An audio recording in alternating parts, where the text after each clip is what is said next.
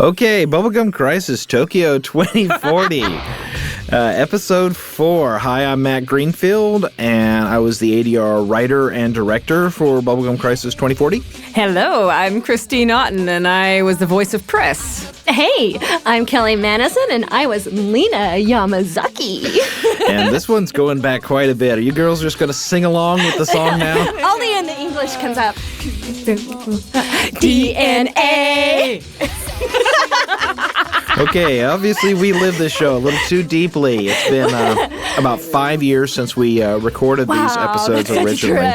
It's been a long time. It has. But what's really cool is just even seeing the opening credits. It's like you're catapulted back into this world that you lived in for how many ever months, you know? We're drawn right back into it. This is one of the most fun shows I've ever done. And it's one of my absolute favorites. My absolute favorites. All the way around. Yeah, it was a great show. What was really wonderful about Bubblegum was that the characters were so well drawn and defined. You never really quite knew where they were coming from as far as the script. You had to kind of put yourself into those characters. We had a lot of trouble on this first volume trying to pin those characters down. I think we did some scenes 3 to 4 times in different recording sessions. We sure did. And just trying to nail that down. Getting it started off right so that the progression makes sense. Absolutely. Plus, you know, there's all the fighting. Oh yeah, lots of fighting, lots of it. Yeah, this was your first show with us ever, right, Christine?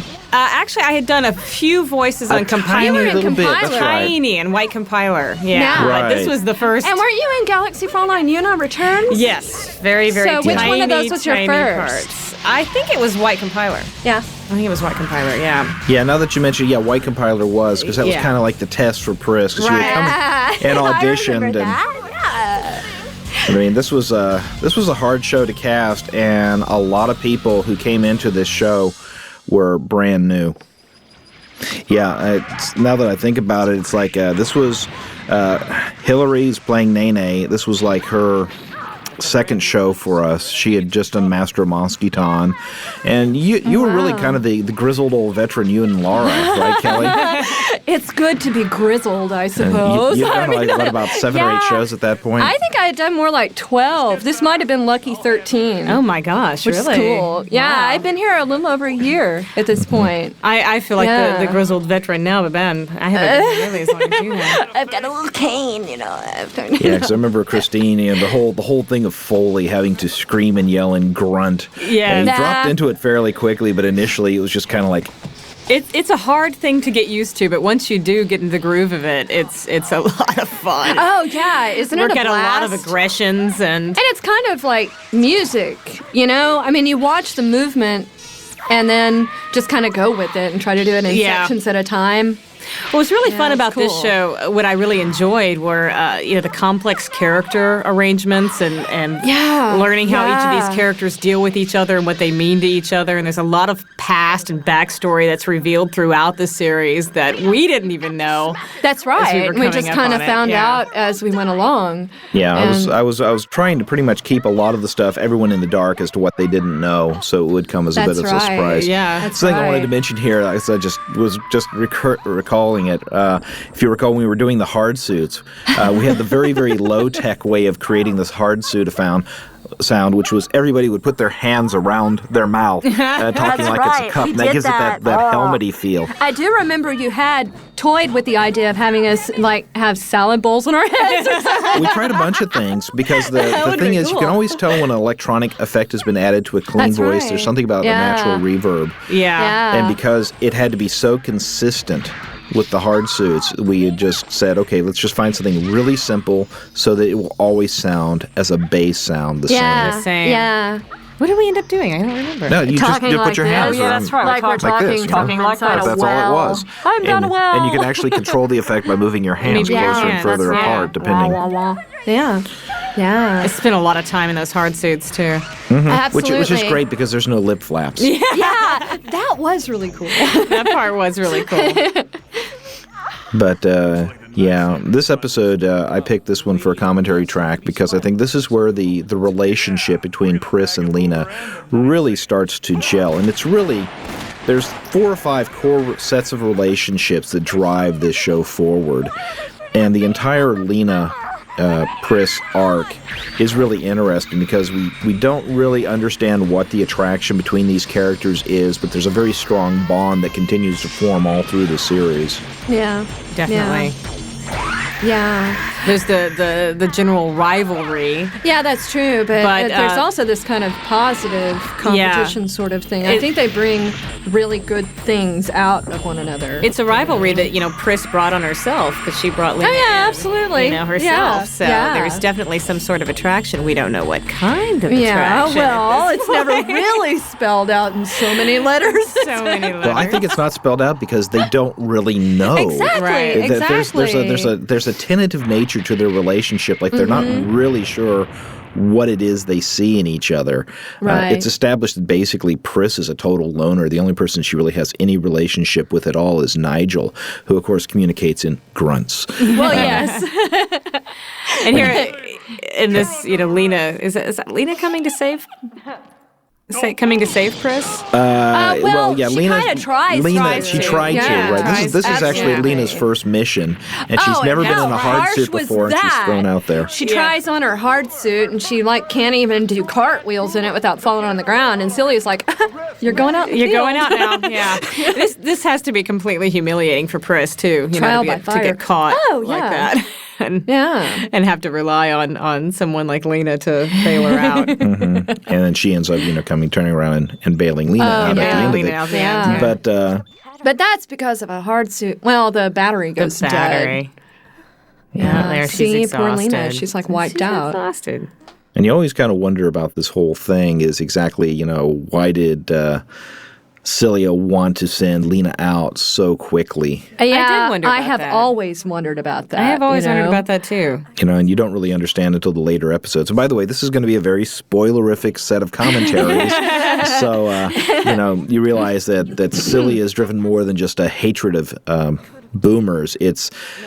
She's very, very personally involved with all of this. Oh, very. And she's not exactly rational sometimes because of that. She is a very cool character. Yeah, Celia is one of my favorites in this. Yeah, me too. Yeah, she is so tough, and at the same time, she's got these big fractures that are continuing to split. And you start to see it very early on that there's something up, Yeah.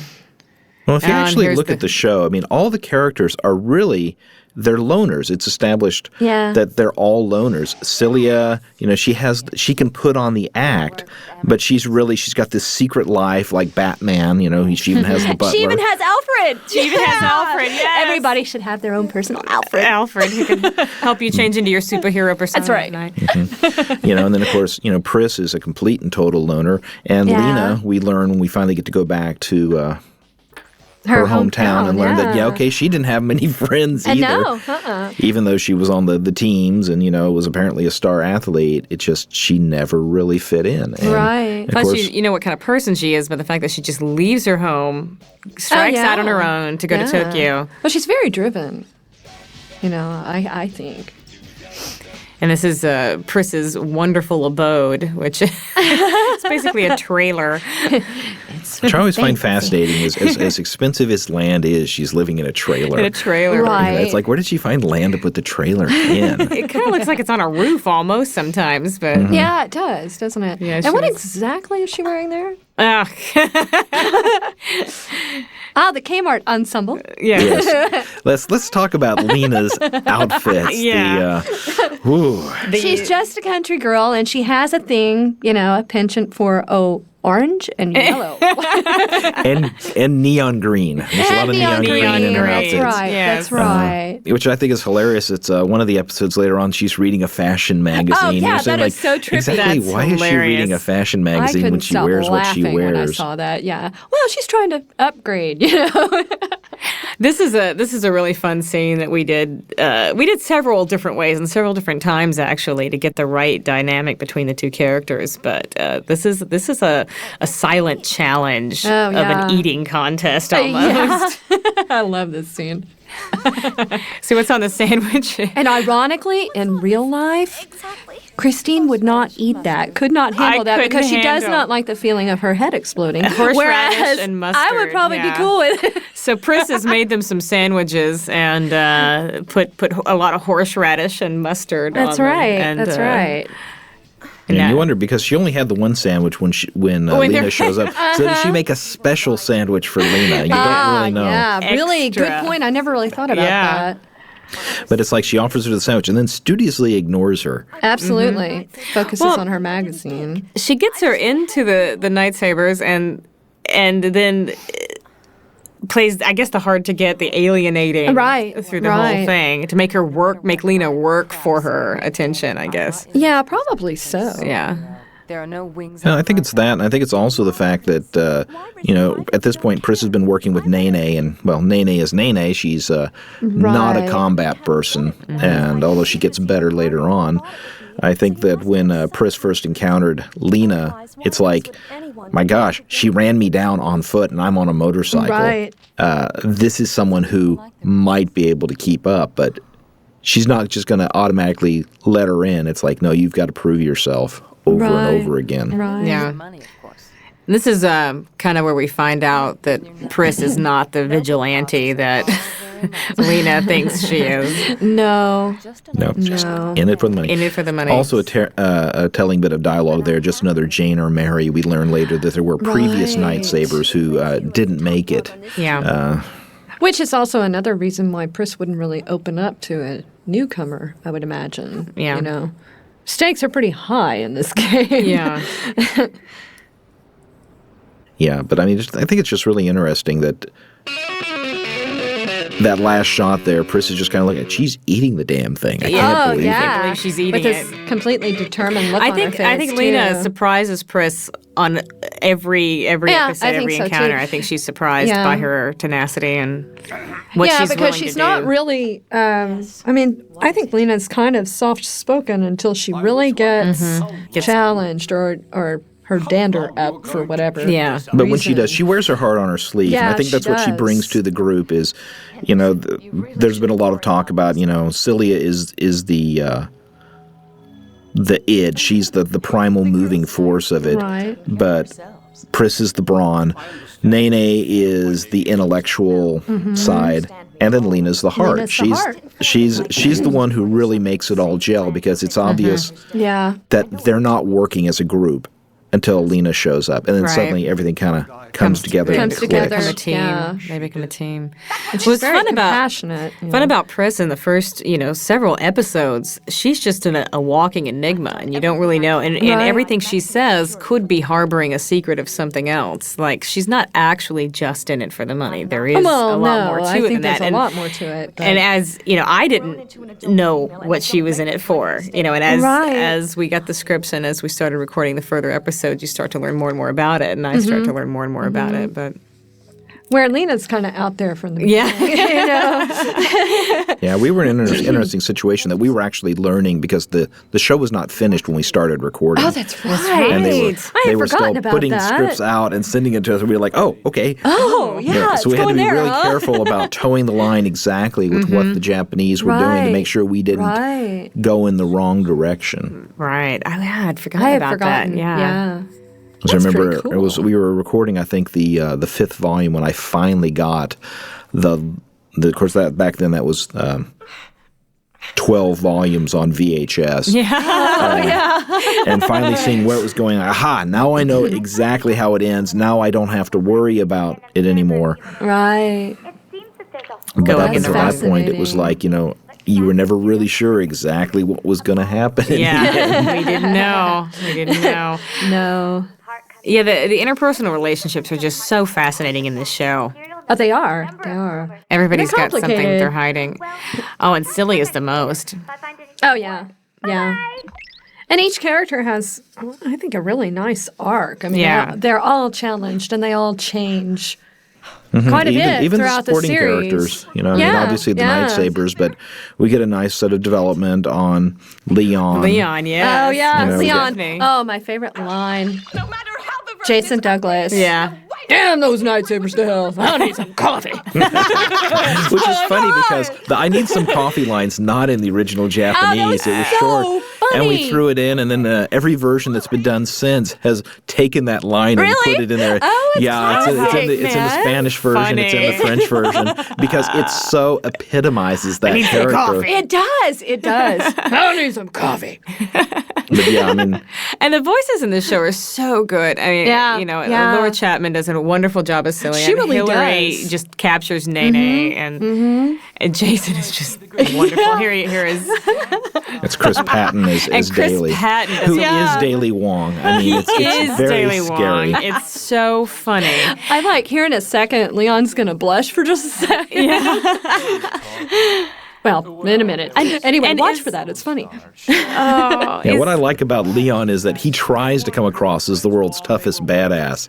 And then he's constantly, Wong gets him, Nene gets him, Chris gets him. Everybody can zing him. Yeah. He can't zing anybody. Leon Pooh. There he is, blushing. Oh, There's his blushing. he's a great character. He is. Great He's fun. And does Daly have certain feelings? I don't know. Hey! Well, he does There's say this he's not his parallel type. kind of. He's not Chris, his type. Chris Yeah, there is a and Leon parallel. have this kind of. Thing, yes. And then you got your. Well, I mean, in Daly the and original Lena. series, Daly was very, very out.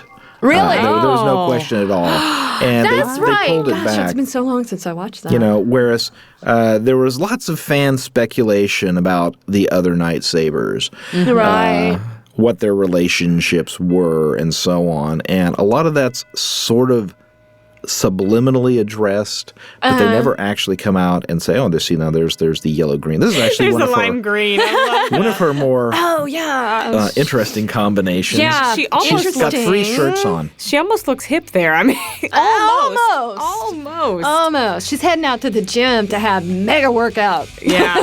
this Indeed. is actually one of my favorite sequences. Yeah, me too. Yeah, I actually was I love able to the way pick up it's some of the sort of cut. animation cells from this sequence. Oh, it's really And great. it was quite interesting looking at how big these cells were. There's a Wow. shot of Lena on the treadmill, and it's almost a 2 foot tall. Oh my gosh. cell. So they could do this pan up. So they really spent a lot of time. Yeah, this shot here. That cell is almost 2 feet tall. It's huge. Wow. Oh, man. It's For really that little quick shot. That is so cool. And, you know, as if running were not enough aerobic activity, she's going to go swim some laps. Yeah. I like the way she does the slant board sit-ups in time Yeah. with Pris's music. Well, she kind of does all of it in time, but... Yeah, trying to get the music to work was interesting. The Japanese doesn't lip sync at all. No. And we actually managed to get the song to sort of lip sync, which is sort of. quite funny. Yeah. Plus for But I really have to give Christine credit on this. When we were doing these songs, we pretty much let her roll with it. We'd give her the rough lyrics, saying this is it, and you would go home with a copy of the music and just kind of fiddle around with it till it felt comfortable. yeah. Well, also for every one English word, there's like 5 Japanese words. Oh, yeah. Yeah. So, I mean, or for every one Japanese, so I had it the wrong way. For one Japanese word, there's like 5 English words. So, you know, having to sing a little faster and shove in more syllables than you should. It was kind of difficult. I think you did a fine job. Did some I rearranging. felt like that before, where your body's like rubber from working out too hard. A little tidy in-joke coming up in here where we see Lena looking at the pictures of her high school career, and she's actually wearing one of the uniforms from Battle Athletes, which was another AIC series. Oh, cool. Oh, that's funny. It's just, you know, a little toss in, and most people will never catch it, but it's pretty much the Battle that's Athletes cool. uniform. I don't know if that was just, it's easier just to steal this thing. Or if it She's was a wearing nod. blue. How out of character. Well, she She's was wearing the feeling blue over the yellow You're and then right. the green vest on top of Yeah. Yeah. it. Yeah, there's the Okay. Battle Athletes Right uniform. there. Yeah. Yeah, cool. How funny. And we get a close-up of it. Yeah. Wow. They weren't really trying to hide that at all, were they? Not really. Yeah. But what was I going to say? Something about... darn, now I've lost my train of thought on that. Oh, It Got derailed. distracted. Oh, the in jokes. You'll notice a lot of them. Here's one right here, in fact. Miura was the producer of the show. So the factory's named after him. Although in the next episode after this, you'll see the same factory, and because of the Japanese RL difference, it's suddenly the Miula factory, Miula, which is one of the things we had to watch. We actually had a shot we repaired earlier in the show where the word featuring Pris, if I recall correctly, was misspelled, and eventually the Japanese got a corrected version back to us. But when we first released it on DVD, we had to go back in and fix it, reinsert that because it was misspelled. Because they would give the work to somebody who spoke English about as well as I speak Japanese, which is to ask, where the bathroom is, and no one would catch. Oh, the poor little boomer. Poor little boomer. He's so sympathetic because really he's so grateful for the little tune-up that he just got, and then he gets shot between the eyes. On the little inside jokes in the animation, has anybody else noticed that on some of the pans across the city, there's a Buzz Cola sign? Yeah. Yeah, there's a couple of Simpson jokes tossed in there. There's a lot of stuff that gets tossed in the background when they have time. Yeah. And fortunately, this was a show where they were not really rushing it. They took their time to do it right. Yeah, it turned out beautifully. So we actually would get periodically updated shots where they would realize there was something they needed to fix, and we would get a revised version. Again, to be in spoiler areas, the first time Galatia appears, we got alternate versions of that appearance where they had added additional effects to make it a little bit more unreal. Oh, wow. Right. Cool. You kind of wonder about this club with the big foot in it. Yeah. At least that's what I was. This is one of the first encounters. At least that's what I was hoping you would say. It's like suddenly all these people are tracking you down. Yeah. And it's always by recognizing her eyes. Yeah, so suddenly. Which is kind of interesting because, we've talked about before, Matt, that each of the Night Savers, each actress has kind of a passing resemblance at least to the character. I think that's and pretty with Christine, funny. it's her eyes. She's got those cool Pris eyes, or Pris has those cool Christine eyes. Yeah, I came first, I think. Yeah, it was really weird when I actually finished the cast and realized how close everybody was. We all look so close to our characters. It's really except I'm not 5'11" like she is. I don't think she's that tall. I don't think I don't when think she's any standing of next them to are really Leon, all she's that almost a head tall. shorter than him. She's taller than Nene Lena refers to Lena as an Amazon, but that's just because Nene's like really short. Yeah. But I mean, both Nigel and Leon are tall, but they're not tremendously tall compared to the other characters. No. But I think that Lena and Daly are almost the same height. Oh, really? There's a couple of scenes later on where they're standing side by side, and it's like, okay, they're not that far. Of course, keep in mind also that Lena tends to wear the hard suit with the big high heels. Yes. Oh, yeah. Yes. Yeah, can you imagine adjusting to that? That'd be hard. And actually, Hillary and I are about the same size, and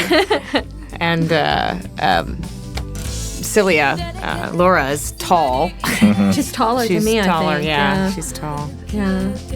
We're all pretty much midgets here, though. I mean, we're all pretty small. We're not Amazons. We're not Amazons. No, not much. Amazons. But you're proportionately sized. Yeah. I mean, they actually built a prototype hard suit for a promotional purposes. And Really? it was maybe 5 foot tall. Oh my goodness. Well, that's about right then. I could fit in that. I couldn't. No, you're taller than I'd me. be hanging out I'm like 3 4 inches. a little taller than that. But yeah, I think it's pretty funny. We need to do a photo shoot with the four of us next to our characters to show. That would be pretty cool. We actually do kind of look like that. Yeah, that would be interesting. Just, I mean, I don't know if I want you guys all wearing costumes. No, I'm not wearing what goes under I don't there. know What goes under that. the hard suits. Oh, it's just long I don't underwear. know about all that orange and yellow. Let's have you dress like Lena. Oh, man. We could go on a Kmart shopping spree. I don't know if you could even buy clothes like that anymore. Probably not. Probably not. Probably not. Well, it's the same. Wow. That's it. Okay, here we go again. Bubblegum Crisis Tokyo 2040, Episode 6. I'm Matt Greenfield. I was the ADR writer and director for the English language version. And I am Spike Spencer. I was Mackie. And this is John Gremillion. I grunted through the role of Nigel. Okay, it's been a long time. It's been 5 years since we did this, and I imagine memories are a little on the hazy side. Indeed.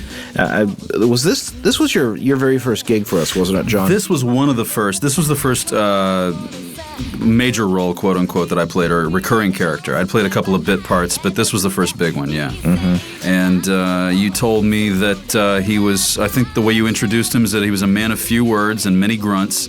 And we went with that. He was just a very, Nigel's a very strong, silent type, very soft-spoken, and but has a lot of secrets underneath, as I remember. So yeah, he was actually, we're being spoilerific again, he was actually a engineer in the Boomer labs that created the Boomers, and when things went crazy, he decided the best thing to do just to be to disappear, so...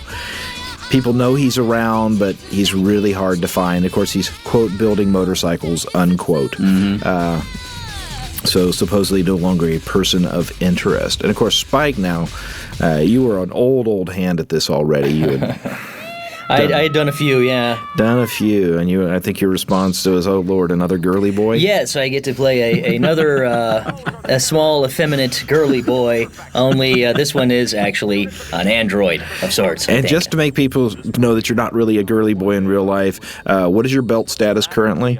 My belt status, 38 large. Is that the one? I'm talking about your martial arts. Still second degree black. No kidding. I had back surgery a year ago, so I haven't trained. I'm just getting back into training again. Okay, but let me just take this moment to say that your performance was fabulous. Well, thank you. You've just inspired me in all kinds of ways. I'm glad. I don't think I could have gotten through this series without, listening to you and just knowing that you were just fantastic. I want you to know I'm there for you, baby. Okay, good. I really am. You got my back. Yeah.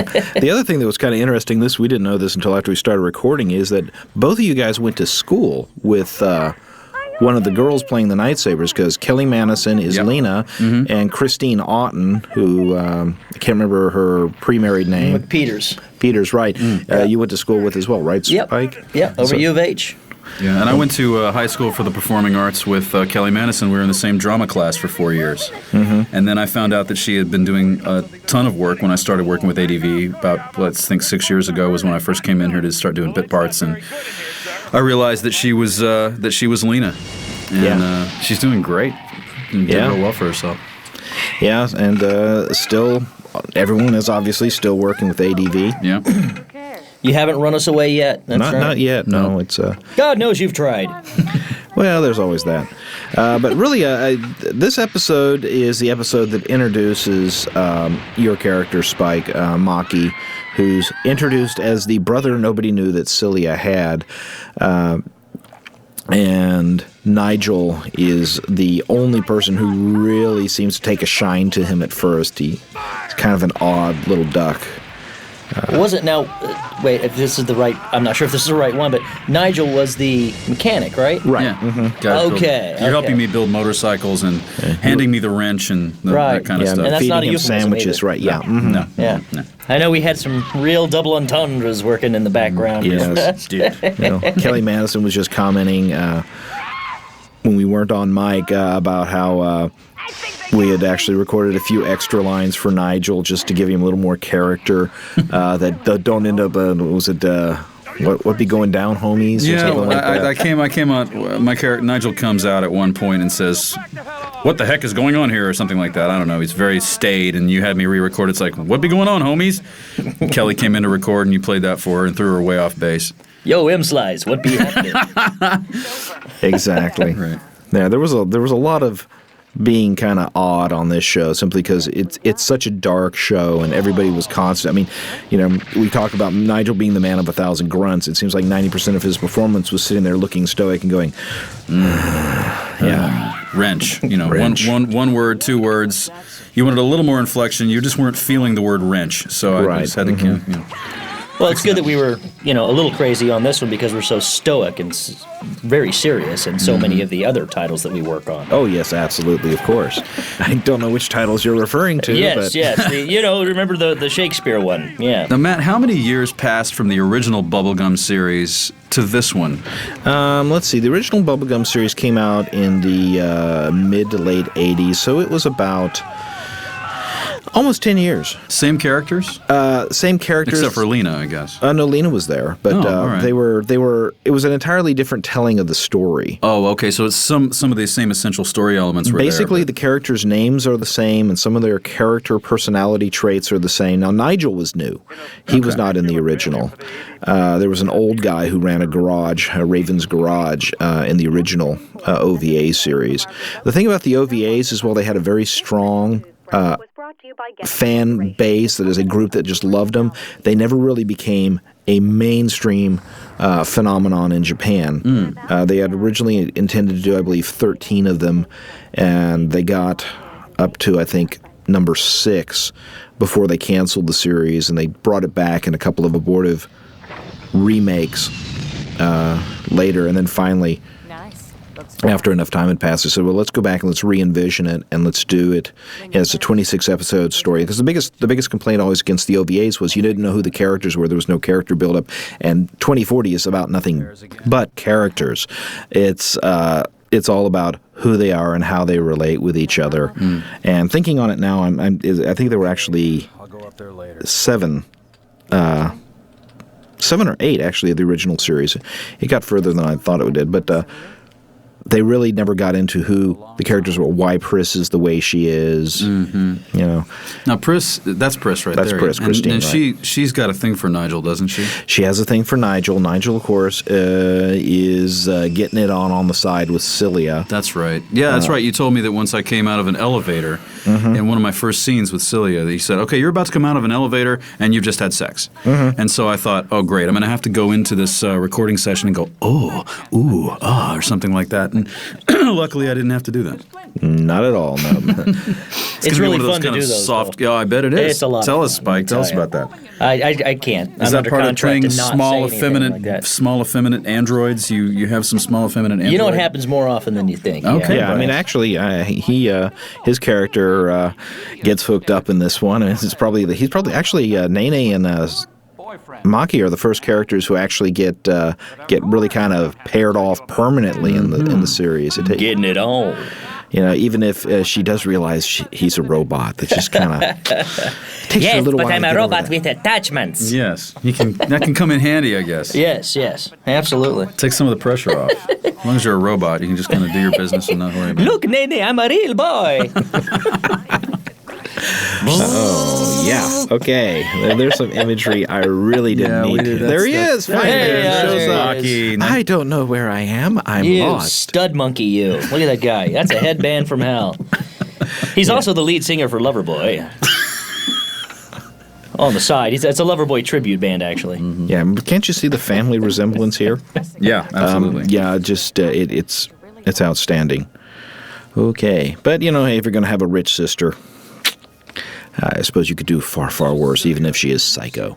Oh, that's right. Okay. It's all coming back to me slowly. Yeah, she's a little tripped out. She gets really mad about the boomers, and she'll slam her hand into a glass table until it bleeds. And she's Little things like that. I think I dated her in real life.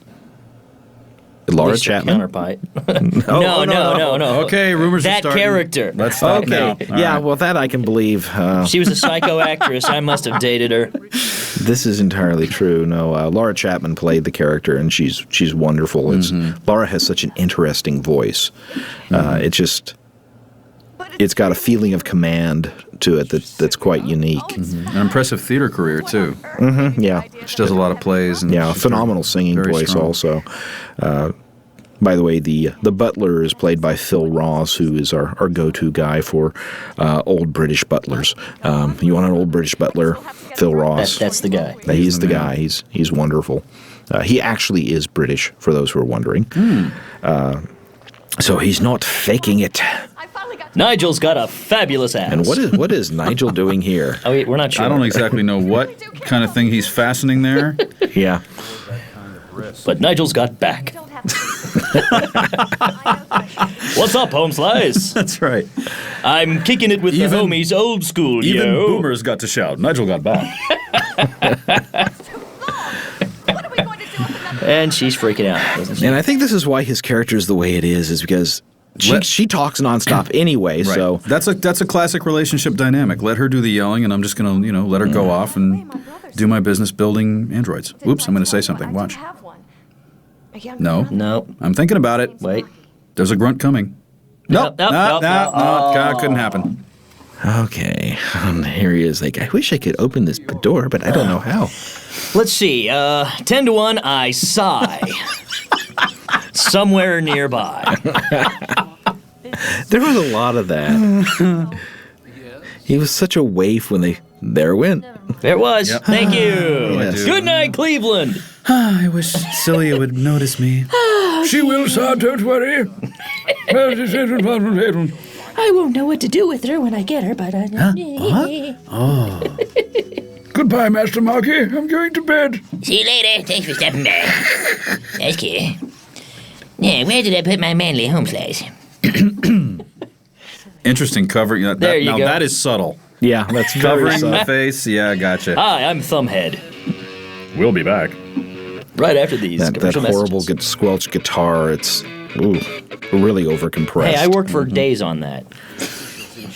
I wasn't aware that you were the one playing that guitar. I'm quite the troubadour. I thought it was Guitar Wolf. No, that's way too big an office. I'm sorry. I mean, what are you going to do with all that space?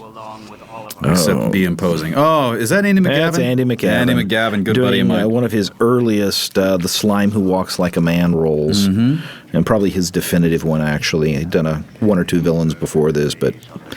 And he's trying to get a special boomer produced. Is that correct? Or he's trying to find it. It's been buried, and it was buried in the earthquake. He's keeping yes, time. the Great Earthquake that changed Now everything. but he has a boomer thing. This is one of his mini boomer secretaries, who are all voiced by Sean Taylor. I believe was using the name Carolyn Matthews at the time. She's changed her name 2 or 3 times. But, we actually just brought her back. We just did a sequel series to this called Parasite Dolls, which actually John is set to record in just... This guy got a Is real it today Fu you're supposed to Manchu record thing in it? working. Parasite Dolls from 4 to 5, possibly. Yeah. There you that go. would be it. See you then. But so we'll see how that comes out. But we actually wanted to bring back all the boomer voices, so the people who did the voices of the boomers carried between the two. But the leads obviously can't play leads again for Bubblegum because we're re-releasing Bubblegum, as you are listening to it now, Yes. to coincide with the Parasite Dolls release. What the heck is he doing? Looked like he was milking a cow back there. Yeah. There's Lou Temple. Lou, I just had some drinks with Lou the other day. Yeah. We had him in on Parasite Dolls. Oh, that's right, yeah. So he told you about his upcoming action figure. Yes, he's very excited. He's in the sequel to House of a Thousand Corpses. That's gonna be awesome, man. I can't wait to see. I can't wait to get my Lou Temple action figure with the detachable face, man. That's gonna be great. That's just a bizarre concept. And that's the thing about this is, as long as we've been doing this, people wander off, they do other things, they come back, and we keep in touch, and people just go on to have these interesting careers. Okay, Andy, that's just a little weird there. Yeah, a bit strange. Andy really got into this character, which quite scared me. That's too bad. Well, we're all very odd anyway, so. Yeah, that's true. That's why you have us here in the first place. I love the fact that she's got Celia has this giant building for a lingerie store, and she apparently has like 6 pairs of lingerie she's selling. So it's like there's this fish tank that's 3 times the size of the one at SeaWorld with whales swimming in it, and then she's got like 3 shelves with folded up, It's like, okay, it's a cover business, but it's not really a very effective one. You walk in, you go, there's one changing room here, and there's about 10 acres that I can use to The other scary walk to my part is that the room. changing room is actually the elevator to go downstairs, so people keep going in and not coming out. And that's the same elevator that I get it on with Celia in, probably. Well, you don't actually get it. I mean, you were upstairs in the... Oh, okay. I All don't right. think they were doing it in the elevator. I love you, Nigel. I love you. Yes, here we go. Will you be my new daddy? The taming the wolf sequence. Yeah. Where he's like, It's a slow-going process. He has to, You know what I mean, don't you?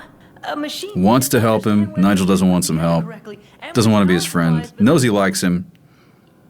Oh, his expression changed. Now That's right. that is, you've made some progress there. That's I'd really feel good about that. Yeah. The therapy's going well. and my question about Nigel is how he keeps that exact same growth on his face. It's like, does he have some little device that trims it off with about, 2 days worth of stubble on his face? Yeah, it's a special setting that he uses. So when he knows he needs to shave, he just gets up in the morning and cuts off just enough so that he's got the 5 o'clock shadow classic thing going. And poor Maki's like, oh. It's that kind of show. And then they eat dinner at this table. We don't know why she has this table. She's been eating by herself for years, apparently. That meat's moving a little too much for my. This is the first Japanese one I've seen where they're not using chopsticks. What's up with that?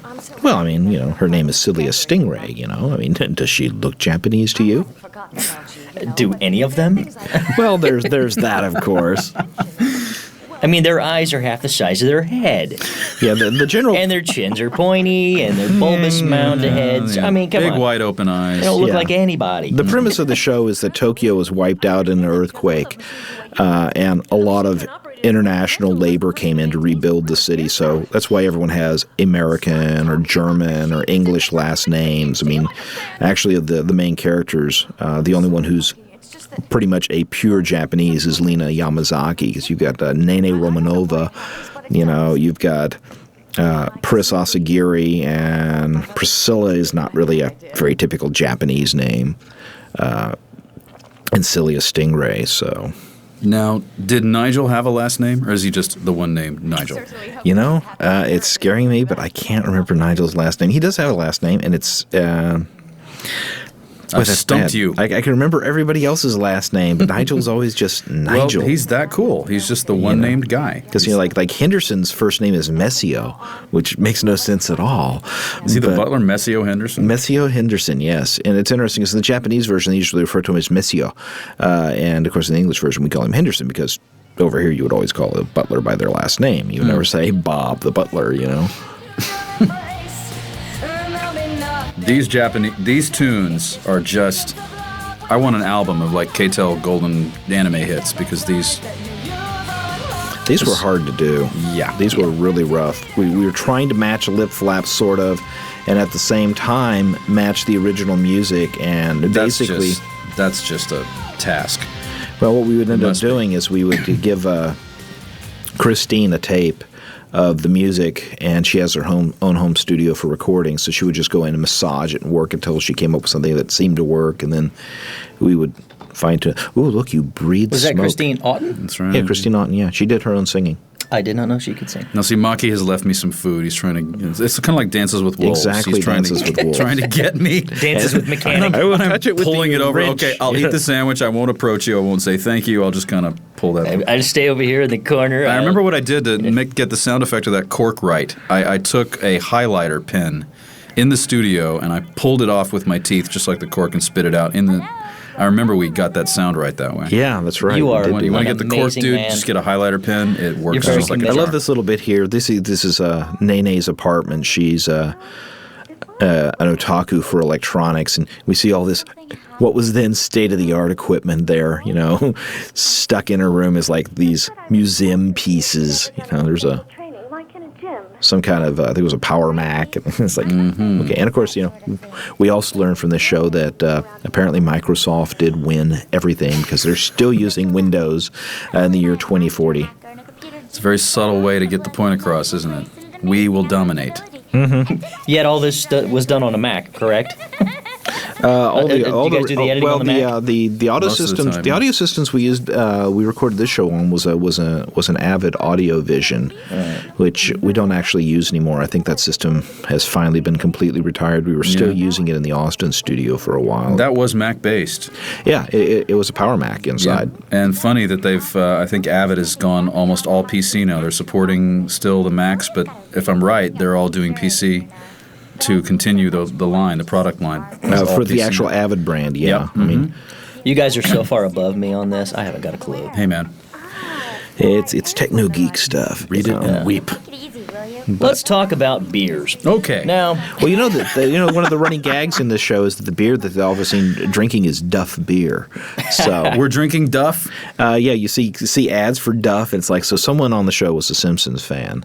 We were That's talking about cool. that in the previous. I There's a lot wonder of if they had to little pay in-jokes. royalties for that. Can we use the Duff name in Bubblegum? oh look, I'm still in the corner. I'm Yeah, you just haven't approached in a me. fetal position, eyes fluttering, mouth Look, when I'm drooling. ready to come get you and be your friend, I'll come turn around and get I'm you. urinating on myself in submission. Yeah, well, you don't have to. Oh, here I go. Because I'm you're a saying, robot. Could you please get me a wrench or something? What did I say? Yeah, hand it to me. It's over there.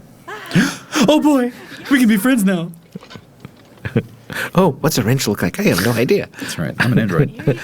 Is this it? It's a metal thing. Well, he knows what it is instinctively, doesn't he? Yes, of Wasn't course. that part of it? It's like, how'd you know? Well, I just knew it was, you know. And I He's have a no idea savant. what was going on in that Android scene there. savant. Just very, very happy people. Absurdly so. And I'm just trying to teach you the ropes of how to make a indestructible android suit or something. I think he's actually copying a feel. That's what I think. He's showing me how to please a woman, apparently. That's what it appears to be. It's like these things here and put... Be careful when you touch these. They get angry, you know. Is that what it looks like? Yeah.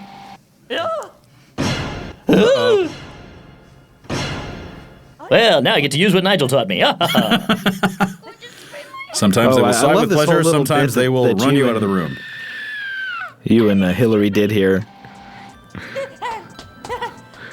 You just the first of many times where you get slapped silly, basically, in the show. Really, sir? Yeah, you do that well. All right. Just how did you And that kind of reminds me of who was it in the Desco? Akito. Akito. Yeah, yeah. Akito Tankawa. I'm gonna have to get Kendra one of those outfits, man. That's hot. Our little friend's name is Rocky Stingray. What be going on, homies? Where can I get one of those for Kendra? I think it's body paint. I mean, I don't really know. if Even you better. I kind of wonder just how that sucker stays. It stays on by sheer will. Yeah, all I know is that when you take it off, it goes. Out there before. You have to look around. Okay then. But Yeah, so I didn't have a chance. I had She's no about idea to that you're freak. 'Cause painting. Yeah, I know she had pink panties on. She's like, oh yeah, That's right. pink panties. Uh-oh. And There it chase is. you, and now she chases them all around. That's right, I remember this part. And I just have to sigh. This is one of my sighs coming up. And by the way, you're seeing now one of the reasons this show never got on mainstream US TV. It's because Nigel smokes like a chimney. Oh my Really? God, no! It's not the body paint. It's not the pink underwear discussion. It's not doing it in Horror. the elevator or going up using the elevator. It's all smoking. about smoking these I days. see. Horror you know. of all horrors. That makes sense. You know, you can go in and you have to digitally Apparently, remove all the Marilyn cigarettes. Manson's involved with this as well, right there. Oh yeah. Oh yeah. He's a big fan, actually. Oh, this is interesting. You won't be seeing this. Maybe you will be seeing this at home. We're reading the Spanish credits right now, which is kind of interesting. I'm not sure if those are going to be on the finished DVD. Now, whose head is that? What is that thing? I'll tell you, that's called? Marilyn You know, Manson. man. this has absolutely nothing to do with anything in the show. It's just basically the animator said, hey, let's just animate some cool stuff. What do you want to animate? You actually can see Nene briefly, but the rest of it, there really doesn't seem to be a... It's a ploy to make people think it's much deeper than it is. Did I miss something? Let me go back and look again. Good thinking. Good thinking. Very good thinking. Yeah, there's Nene. That's, I think, supposed to be Lena, but it doesn't really The hell look is very that? on model. I don't know what that is. I think... I have no idea, honestly. Yeah. There's a lot of stuff That's that you're Maki's just inner torment. kind of going like... Am I an android or am I human? I don't know. We'll find out later. My head is going to explode. Okay, well, I guess that's kind of wrapping it up. We've got a little preview here, but... Oh, you remember that little bit there, Spike? You were talking about the little kids who were going to go play in the rubble, and you're like, "Oh, let's go find some bones. Oh, is that a head?" I still remember that line. It's you could just barely hear it in the mix, but we kept it in there. I love doing those things, man. Just all kinds random of- silliness. There was a lot of that going on in the background. Okay, well, thanks for listening to the commentary track. Glad to be here. Thank you for having us. Grunt, grunt. Hi, I'm Matt Greenfield. I was the ADR writer and director for the English language version of Bubblegum Crisis Tokyo 2040. Liar. I'm Jason Douglas. Hi. I played Leon McNichol, allegedly. And yes, I'm Chris Patten, and I provided the voice of Daly Wong. Insert obvious joke there. Yeah, let's insert that obvious joke there. Your take on Daly Wong. Yes. Why did you feel that you were cast in this part? Thanks, Matt. I guess I sound... no one else available, right? Well, there was that, and of course, I guess I sound like a smart-ass homosexual policeman. I think that's what it breaks down to. In real life, you actually do. I actually do sound like that, yeah. But not just a smart-ass homosexual. You sound like a smart-ass homosexual. Policeman. Right. You have to tag that on. Right. Actually, this was my first sort of principal recurring role at ADV, so I do have kind of a soft spot in my heart for this character. And to be honest, I'm being perfectly serious. I really enjoyed this show, and I enjoyed playing Daly Wong a lot. Yeah, I always felt that actually your personality was so much like the character that it was almost chameleon-like. Yeah. On the other hand, of course, Jason is completely stretching himself to play this brooding macho character. Right, with a soft, mushy inner core. Because I'm really just a big sissy. In real life. Exactly. In real life. Right. Actually, weren't you? You had just finished playing Batman, and you were, and then you were doing Zorro, I believe. Yeah, isn't that ridiculous? I was doing a stunt show here in Houston, Texas, at a major theme park, and I think I was just coming off of that. I had only done a few voiceover jobs here at ADV Films. I had done Street Fighter 2 for the UK release. And were we working on Sorcerer Hunters yet or not? Yeah, we are. Actually, if you recall, I stopped directing Sorcerer Hunters in order to start on Bubblegum. Okay. That's when Steven took over Sorcerer Hunters. That's right. And you'd actually been working for us for about a year at that point. That's right. Well, I just remember this was a very big deal. I remember thinking, this is like the first really big, significant, important project that I've done for ADV. Mm-hmm. And I'd never really seen anything like this. I mean, the anime is very well executed, drawn, written. The characters are fairly, complex. And there's a subtlety to it. Unlike a lot of the earlier shows where everything was over the top, screaming, yelling. I remember you were really wanting to bring it down on this show, to kind of definitely just, and that was something that you really felt strong about at the time. Was just. Not playing it like a cartoon at all. Right. That's what you were really getting into. I don't remember if any of this happens in this particular episode, but I know there's some great moments between Jason's character and Hillary's character. Some really fun little subtle moments. Well, she's like the kid. She's like my kid sister. Yeah. And we have that kind of relationship in this show. It was really, really fun. And they're really good. The writers, I guess they know there's some, that's an interesting thing, to develop that kind of relationship between your characters and to revisit that on a regular basis. Well, Bubblegum was started off as an OVA series back in the 80s, and they made 8 of those, and then a sequel series. Oh, look, Naughty Bits. Wow, check that out. It's not very attractive. That's not very sexy, yeah. I'm a little, not at all. I'm kind of creeped out right now. Yeah. I'm going to go take a shower. I'll be right back. But the biggest complaint against that series was always that the character definition was rather vague, and it was like you had the tough one, the flirty one, and when BGC 2040 came along, the first thing they did is said, okay, we need to address these characters and really develop and build the characters. And I think there was probably more background on these characters going in than on anything we'd ever done. Even Evangelion, it takes a couple of episodes to kind of figure out who the characters are in Eva. And here we came in knowing pretty much, okay, this is where this character came from, these are his friends, this is his social. We knew kind of what the basic interactions were going to be, who was going to be playing off who. Like we knew, Jason, your character was going to play pretty much off of Hillary in her police garb in the police department, and off Chris. And then, of course, off Chris as Daly. Yeah. And Chris was basically playing off you and Hillary. And really, you didn't interact with many of the other cast members until fairly late in the show. It's the episode where the AD police tower gets taken over. I think it's the first time. I was going to say, that's the first, angsty Daly I remember. Right. Where, yeah. Well, that was the first time your character actually met anybody. Exactly. Besides, the people in the AD police office. There's a lot of shots of Daly and Leon sort of palling around in Leon's car. Yeah, and I always liked that relationship, because they were so yin and yang, those two characters, and yet they worked really well together. It does have a lot of well-defined characters. Well, to have a character like Leon, you need a character like Daly. I mean, you just foil, right? I mean, you need those, right? Because what really makes Leon work as a character is he's trying to project this image of being the big tough cop, and then here's Nene getting the better of him at every turn, and here's Daly getting the better of him at every turn. Everyone, and then Pris gets the better of him at every turn. It's kind of like, and I think it's what makes Leon interesting is, he does kind of change over the course of the series, but he's always got that, I've got to be the Rock, even though no one is putting anything on him. He's trying to be the Rock. Yeah. I think he always just wanted to slip in one of those hard suits and. Well, and who among us doesn't want that? I mean, who wouldn't have that? That's like major kind of like penis envy, isn't it? I mean, it's the girls that end up getting to wear those. Yeah. Boy, now let's bring Freud into this for a bit. I think it's purely practical. Can you imagine being in one of those things and taking an impact when you're a guy? Well, it would be. If this is, I don't know.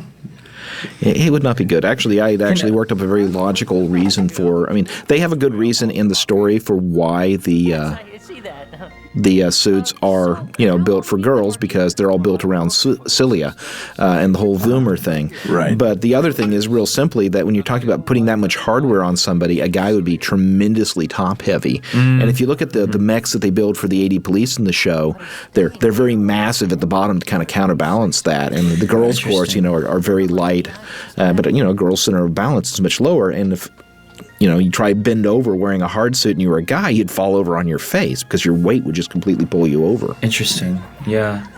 Now, what's happening here, actually?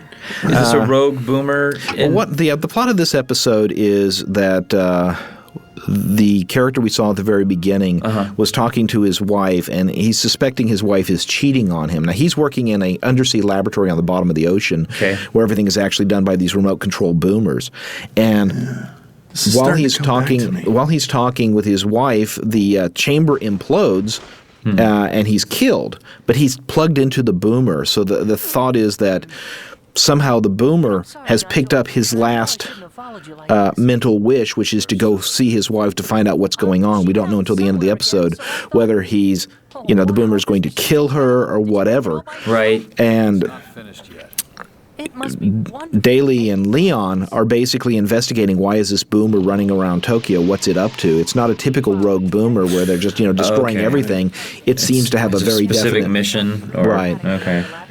So interesting. It's actually showing them working as detectives for a change, which is a nice because usually what they do is they're always getting the call, get over to this incident, there's a robot blowing up, and they always get there right after. And the girls have beat them, yes, of course. Exactly. Yeah. And here it's like, oh no, okay, look, they really are competent cops. It's just the Night Sabers are that much better. And I think it kind of throws the Night Sabers into relief by showing, look, these guys are not incompetent. A lot of the AD police are kind of incompetent. Let's be honest here. Yeah. They tend to basically blow everything up in the process of saving it. But who is this character that Spike Spencer is playing? Well, that's not Spike. That's Lou Temple there. No. Back a few scenes. The kid, sort of Maki. kid. Okay. Maki, who is quote Celia's younger brother, unquote, which of course he really technically isn't. Right. As is revealed later. Okay. Yes. Wow. Mind anyone listening at home. It's been five and a half years. So since we've seen this. So we're doing some catch up here, but no, we don't rewatch these episodes every day just to stay current. Yeah, and actually at this point in the story, the audience really doesn't know what's going on. One of the things I really like about the way this story pattern was plotted out was that they would give you little bits and hints, and it's not really until almost halfway through the series that you even know most of what's going on. There's little hints. Well, what is the deal with Celia's father? What happened to him? What was his relation to the Ginham Corporation? It's not given to you in a big, boom, there it is in the pilot episode. Now watch the guys run up and beat things up for the rest of the show. It's a mystery that unfolds. And I think it's interesting that people really got into that whole ride, like what's going to happen next? What's next, This was also, for me, I had done a bunch of stage work with Laura Chapman, and so it was cool for me to see her in this medium, and she for me, I mean, as much as I love Rosafon, and I love the work she did there, this is my favorite Laura Chapman work right here, this character. Yeah, although she's in Chrono Crusade, she's doing amazing work. I haven't seen it. I've started recording that show, but I have not gotten to hear anything that she's done yet. So, But it's a completely different kind of character from this. I think that casting Celia was a hard problem because we already had Christine Auten as Pris, and, Christine's got a very powerful, commanding voice, and it had to be something like, okay, this is one level of testosterone over Pris, but at the same time, she's a sex bomb. Exactly. Yeah. And it was finding a voice that had that feeling of command. And when Laura starts cracking out orders, you believe that she's the commander of this group. There's no doubting the authority in her voice. Impossible. And then we have Andy McCabe as the villain. Yes. This is actually only the second time he played a villain for ADV. He had done a bad guy in we know for a fact that his wife lives here in Master Mosquiton. And I think he'd actually done a quick one-off in Sorcerer Hunters, if I recall. Okay. It's interesting to see some of these voices that have come and gone. Particularly, I'm listening to Lou here. It's like it's been so long since he's recorded anything. Actually, he recorded a week ago. Did he really? Yeah, he's in Parasite Dolls. Oh, okay, excellent. Yeah. He lives in Los Angeles, and so he only gets in very rarely. Yeah, he's done some stuff for Steven intermittently, and he's done some stuff for me. When people are out of town, they will tend to call up and say, hey, is there anything going on? And it was really funny because, I'm sitting there starting on Parasite Dolls, which is a sort of sequel to Bubblegum. It's set in the same universe, and it's like, oh, great.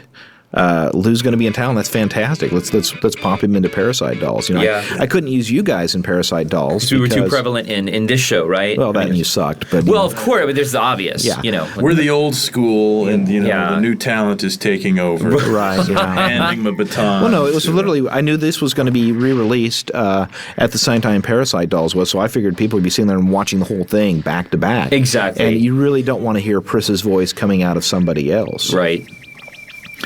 So you're like, in fact, talking about people coming back in town, actually, it's Jason Lee is now it's Jackson Lee is how he spells his name now. Union Thing. Yeah. Playing the boyfriend. He was actually back in town for a couple of weeks, and it was like, hey, you got anything going on? I said, yeah. As a matter of fact, I've got this guy who's cheating, and now it gets creepy. Yeah. This series had more creepy images than It did, actually. Well, a lot of the boomer images when they were attacking would do really grotesque things. I'll never forget the first time I really felt creeped out was when I was watching when we were recording the episode where the waitress boomer is licking the foot. That's one that everybody is always like, oh, that's so disturbing. Oh, I had forgotten about that image. But then she goes back into the to the coat closet, and that's where she shifts. Oh, and there we are. There we are. Hey, look at us. Finally coming on the scene. That's right. Your husband. We think he's the one who's controlling that boomer. Excuse me, but... I totally remember this episode now. But we already know where to find you, Mr. Parks. Oh, man, my wife is gonna kill me. And I believe you had an ad-lib that you stuck in there, Chris. I can vaguely recall it. What did I say? Something about nice ass or something like that. Of course. Because, it was daily. It was daily, and I had to, work that in, so to speak. Yeah, that's actually the woman playing the wife is Diane Salter, who's really good, but she had horrendous schedules at the time. She did a couple of bits in Sorcerer Hunters, a few other shows, and I believe she was actually working for one of the airlines at the time, and it just we couldn't get her in. That's one of the reasons we started recording longer and longer hours was to get people in. The famous Hillary Haag, Miss Hillary Haag. Yeah, and of course, you and Hillary came in on the same show with Master Mosquiton. Oh, she started there too? Yeah. Oh, okay, I didn't know that. You were doing background voices, and she was Yuki. We just actually recorded her commentary track a little while ago. Well, this is really the one that kind of put her on the map, though, with ADV, right? I think so. I remember when we were getting ready to do this show, I was just really worried about Nene as a voice because it's such a distinctive character, and you really couldn't have someone just talking in a high-pitched voice. It had to really feel natural. And she came into audition right about the time we were getting ready to go into Mosquiton, and I was like, oh my God, if she can act, this is it. And so I gave her Yuki and Moskyton, and she did a wonderful job on that. And it's like, okay, we have Nene. And that was the voice that was really scary to me. And it was like, it turned out to be the easiest one to cast. The hardest one to cast turned out to be Lena. Because Lena has to be what the other Night Sabers aren't. Are not. So once I had Laura in place as Celia and Christine, and it's like, okay, then it was like, okay, definitely. Now I can understand that Kelly Madison's voice is distinctive enough, and she's got that angsty young heroine, do-gooder kind of voice that kind of sets her off from the more hard-edged older women. Voices of Christine and Celia. Not that they're actually older. They're all about the same age. It's just listening to the voices. She sounds a little younger. Yeah. No, okay. I'm trying to figure We just had our little scene in the car. We did, and I believe there's another one where... I believe this may be the episode that has my favorite daily line of all time. I could be wrong.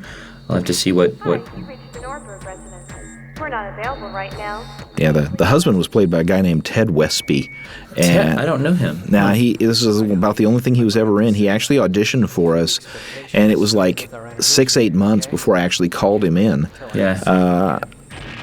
And right after we did this, he moved out of town. Back then, like we keep talking, we weren't doing that many shows, so people would come on an audition, and they'd be really good, but you wouldn't have immediate use for them, especially male voices, older male voices. If there was a younger male voice, there's always a market for it, as Chris can, tell you. Yes. How many 17-year-olds have you done now? I think I'm on my 9th. Voiceovers, Chris.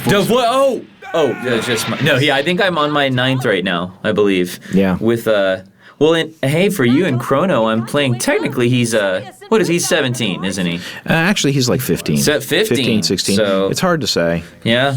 He's young. Well, Rosette is 16 when Chrono starts, and he's a year younger, so he's 15, yeah. My job is to maintain the suits, not play nursemaid. And now, who is this? That's John Gremillion. That's Gremillion? Okay. Again, this is one of his first major roles. His first major roles, yeah. He had done some minor bits in the background, but...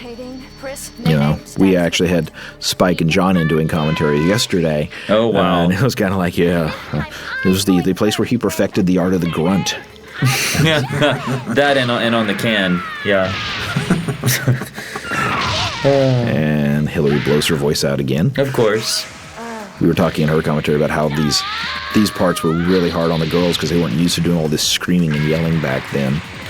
Now everyone's got cords of steel. I was going to say they had not yet been through ADV Foley boot camp.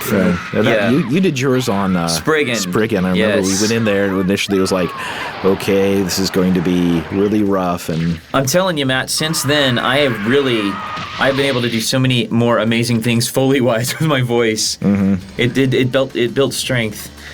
Okay, so he's... And of course, Jason, for some reason after this, got typecast as the quiet guy in the background who explains everything. He did about 5-6 shows, Jason Douglas explains it all for you. Right. Yes. Well, that was especially true of Saucer Hunters Marin, the most boring man in the universe. The most boring anime character ever written. Yes, but the fangirls I never thought he him. was boring. I just thought he was kind of interesting and cool. It's just he never seemed to have any ambition except to kind of watch his brother, which is kind of weird. Well, he had to be protective of his younger sibling. Yeah, I just had to say, we need an exposition character. Right. This guy will just explain everything in every episode. Yeah. Okay, here we are again. If he's dead, then who's controlling that boomer?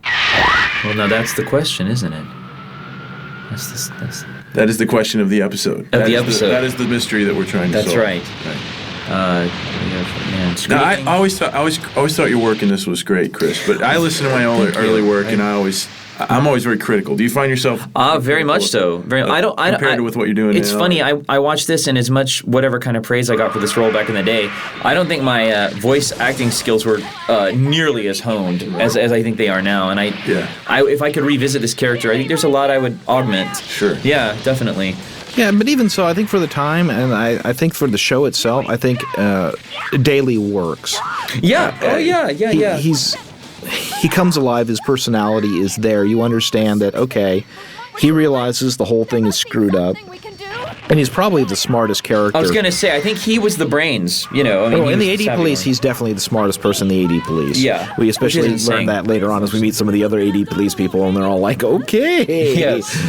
Yes. And I think Randy Sparks played a lot of the background AD Police characters, and we had a running gag about how stupid is my character this week. This time, yes. You know, well, you're going to walk into a room filled with giant robots, you know, with Unarmed. a handgun, you know, Right. or crawl down into the sewer, you know. Okay, so I die, right? Yes, you die. Okay. I used to think that's all that the genre offered was giant robots. As did I, until, yes. Really, the more of this we started doing, and as ADV expanded and required more titles, I said, hey, there's a lot more out there than giant And robots. there's so much more, and it's just been slowly expanding what we can get away with releasing over here. By getting away, I mean just, do we think the market's ready for it? Because you have to sell X number of units to justify the cost of licensing the title. Right.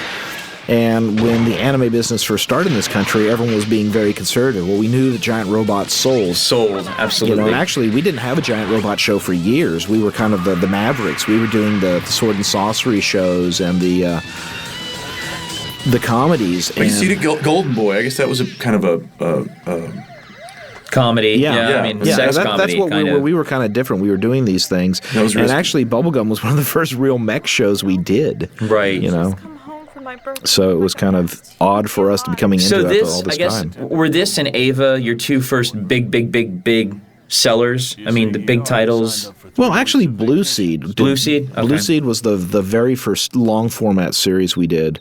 We've had a lot of titles have sold really well. As far as long format series, I mean, Ava was always the big Mamma Jamma, and then Bubblegum came along, followed by Gasaraki. Of course, now we've got Razafon and Noir and all these other things. Yes. So it's really kind of hard to judge because the market's expanded so much. You know, if Bubblegum came out brand new today, the numbers it would do would be staggering compared to what it did when we first brought it out. Oh, yeah. That's why I think the market is ripe for another season. Well, now, everyone who worked on the show really wants to do another season. Yeah. It's one of those things. I think everyone just basically has other things they want to do, and this is something they can come back to because Bubblegum does have that memory in people's minds. Everyone always comes back. I mean, you know, the series has basically been running for 20 years now. And we still come up with new things in that I mean, Parasite Dolls is the latest thing set in that universe. It's a really interesting universe in terms of what they've done with it. Yeah. Well, and for me, like I said, it was my first big role, so I've got nostalgia attached to it. Yeah. Ah, well, thus ends the episode. Yeah, it'll go on. This is a long closing credit, Yes. so you can talk a little bit Now, more. weren't there some episodes where Christine Auten sang, or Yeah, she did her own singing for the show, yeah. Yeah. Never got to sing a full song, which was very frustrating. But we talked about actually having her do the opening song. But at the time, our mixing facilities were such that... Not as such, yeah. You know, nowadays I would love to go back and redo it because... And I'm looking forward to hearing what Cesar does with the 5.1 remix because I think there's a lot of things that could have been a lot better in the original mix that just... Time, technology, everything. I mean, I'm looking at what we're doing now with the remixes on Evangelion, and they're stunning. So I'm really looking forward to hearing this one because I think that this show, the actual material we got to remix is so much better than what we had with Ava, just from a technical level. Now, this is going to be part of what coming out? Is this a collection? Is this a full collection? It's the Anime Essentials version. Ah, okay. All right. See you later. Bye, guys. In the next episode of Bubblegum Crisis Tokyo 2040, delve into the minds of the Night Sabers as personal relationships begin to tear the team apart. Tempers flare and bridges are burned as a new form of boomer runs the Sabers on a high-speed chase that has no end. And a new weapon is unveiled. Next episode, Fireball.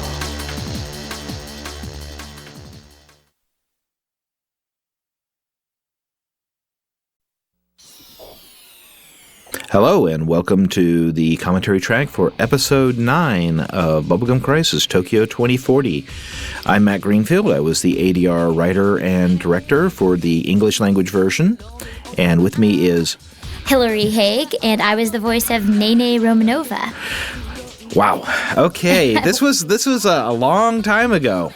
This was the second show that you ever did with ADV, right? That's right. It's the first real role I ever had. Well, I think Yuki in Master Moskyton was a real role. Yeah, but it wasn't quite as juicy as Nene. Oh, no. And Nene's a great character. She has a lot of personality. And this particular episode, I think, really showcases a lot of the range of where the character is. She's very immature. She's definitely the baby of the group. And her awareness of relationships, shall we say, is a little bit odd. Yeah. She's almost like she's never really been out in the real world, and then she becomes a superhero. Gosh, I just can't help but look at this. It's been so long since I've seen it. It took us, 2 years to finish this whole group? It wasn't quite 2 years. It was about a year and a half. Back then, we were alternating production on this, and I was the only ADR director for a long time there, and then we had brought Stephen Foster in, and he had taken over Saucer Hunters at about this time, so I could get this one out a little quicker, because we really wanted to get it out faster. People were demanding more episodes per video. We knew DVD was coming. But I'm trying to remember, this was actually, this set of episodes here were the episodes you recorded where you had pink hair, right? Oh, yeah, I think so. Absolutely. Yeah, for those who don't know, there's a striking resemblance of many of the Night Saber voice actors to their actual characters. And Hillary walked in one day, and her hair was pink. Yeah, well, initially when I got cast, my hair was blonde and short, just like Nene's. And then I had a few coloring accidents in the meantime. Ended up with pink. Now I'm back to my natural brunette. Which is funny because in the original OVA series, the character of Nene originally had pink hair, so it was like, okay, she's really getting into the character now. Yeah, I was really channeling her. At least the pipes in that section all share a common drain. Hey, that's me. Okay. Is that really? That was me, yeah. Alrighty. I'd forgotten. I did a lot of the background voices in the show. That's Jay Hickman doing the... and Randy Fox is the boomer. Jay was like the ensemble cast. There was actually supposed to be a continuing character in the show, and he actually was pretty much written out after the first episode, but when we started recording the show, we didn't know where it was going because it was only half animated at that point, and they hadn't finished the scripts. In fact, the last 2 episodes weren't done until we were almost halfway through recording the show. So I had cast Jay as this continuing character, and then the character never showed up again. So we just kept sticking him in every episode as background characters. Well, I'm sure your guy will show up here eventually, and about episode 12 or 13, we realized, you know what, he's not coming back. I guess I can take my pseudo-bacco break before I go. I forgot how much I really like the show. I'm excited that it's going to be out on DVD so I can see it again. Well, this is actually this is going to be like the third DVD release of the show. But this one's the first one to really take full advantage of all the DVD features. The first release was just the episodes pretty much as they were released on VHS, and then the second one was a box brick set of the entire thing, but the same DVDs, and those were mastered by an outside company. These are all being done by a newer group under our own supervision, so we're able to do a lot more with them. But and of course they'll now have a 5.1 soundtrack, which is something you'd always cried for. The technology we were working with in those days was really, really low tech compared to what we have now. Well, even dubbing it back then was so completely different than it is now. Mm-hmm. It seems like back then we would do take after take after take because you would have to get it to fit more exactly. I mean, you could move it a little bit, but now you can do so much more with the same take. Yeah, they've always had compression systems, but the compression programs to squeeze a voice were very limited in those days. When you did it, you could tell it made the sound very clipped and pumpy sounding. And with the newer technology, you can do a lot more. Of course, we still strive to hit it dead on. Right. But But still, at least now, if it's a great read and it's pretty close, you managed to make it work a little better. Yeah, Back then, if it was a great read, and it was 2 flaps off, you were kind of like hosed. Yeah, you were. And then you could never get that read again. So 30 takes later, you would finally get there. Yeah, of course, I think this is actually one of the shows where we tried a new approach as far as the entire recording. We went through a couple of different engineers going into this series. And about this point in time, can't remember the exact episode, Chris Bork came in as the recording engineer. If it was real, it would be. And he tried a lot of new things. I think really helped made the recording sound more natural and less like someone in a box with artificial environments. And of course, it helped that everyone was really learning as we were doing the show. A lot of the cast had been around, like Laura Chapman, who played Celia, had been with us since Battle Angel a number of years earlier. But she really hadn't had a lead before, and this was, I think, the second lead for Kelly Madison as Lena, and Christine Auten, it was her first major part, and of course it was only your second character and your first continuing character. Right. So everyone was kind of learning how to maintain the character. I think that you did a really good job casting. I know that Christine as Pris is just amazing. And as is everybody, Celia and Laura and Kelly, everybody's great. Yeah, and it was really strange because we were very, very specific on what we wanted for the voices, and it was the first time we had done a series where we had basically thrown a bunch of people who hadn't played leads before into lead parts because it was so much about who the character was, and we had at that point had come to the conclusion that as long as they're a good actor, we can work around the technical problems of teaching someone how to work ADR. I love this. They've got mug shots of the robot and smiling. And I remember that I just thought Jason Douglas was amazing because he was Leon, right? Right. Right. Yeah. Jason was wonderful. Chris Patten, this was his first. He came in on Master of Mosquiton too. That's right. And he's Daily Wong, and he's wonderful. Just the entire chemistry of the cast. What I really loved is what happened is that it wasn't just like there was one set of chemistry. There were all these different relationships, and they all played. Your character had a relationship with Jason's character, and you and Chris Patten's character were kind of like bouncing things. You would two-team the poor Leon with all kinds of horrible things. Right. And then, of course, I can't forget Maki. And, of course, you have the relationship with Maki. And then, of course, you have a completely different relationship with the other Night Sabers, where you're a very bratty kid sister towards Pris, and more of like you play the big sister to Lena, which I always find it hilarious. You're always trying to be the mature one around her. It was a lot of different stuff going on. Yeah. And there is a pattern to it. And I remember she's always eating. She's not eating here, though. Hey, wait a second, kiddo. You wouldn't be using your PC for personal use, would you? Online stock portfolio investments, is it? You get caught up watching the show. I know. Call me kiddo, you jerk. So yeah, you're sounding a little stuffy here. Yeah. And I was noticing in these early episodes there was kind of a stuffy quality. And as I recall, you were actually very sick when you were recording a bunch of these episodes. A bunch of these. For some reason, I guess my allergies or something that year were horrible. Well, you had just moved here from L.A., right? Well, I'd been back about a year. And you were just developing, I remember you were just developing all these horrible bugs and things as you were acclimating. Well, I think those were back in my wild party days too there, Matt. Oh, okay. Yeah. Not enough sleep. And this has changed from now how? Not enough sleep. Mm-hmm. Okay. No, I've settled down in my old age. Well, I mean, this was 5 or 6 years ago? This would have been 5 years ago. Yeah. That was about when I moved back from LA. Mm-hmm. That's just an interesting question because it's like you said that when you were in LA, people kept saying you need to get into voiceovers, and you could never actually find out. Right. Where to go, who to talk to, what to do, and then I just kind of fell in it. Mm-hmm. Here. And I have no idea how many characters you've done now because with so many directors I can't keep track anymore. But I mean you've done at least 7 or 8 lead characters for me. Right. And I'm not sure for the other directors how many. I think it's getting up towards 40 or 50, maybe more than that. But, bigger shows.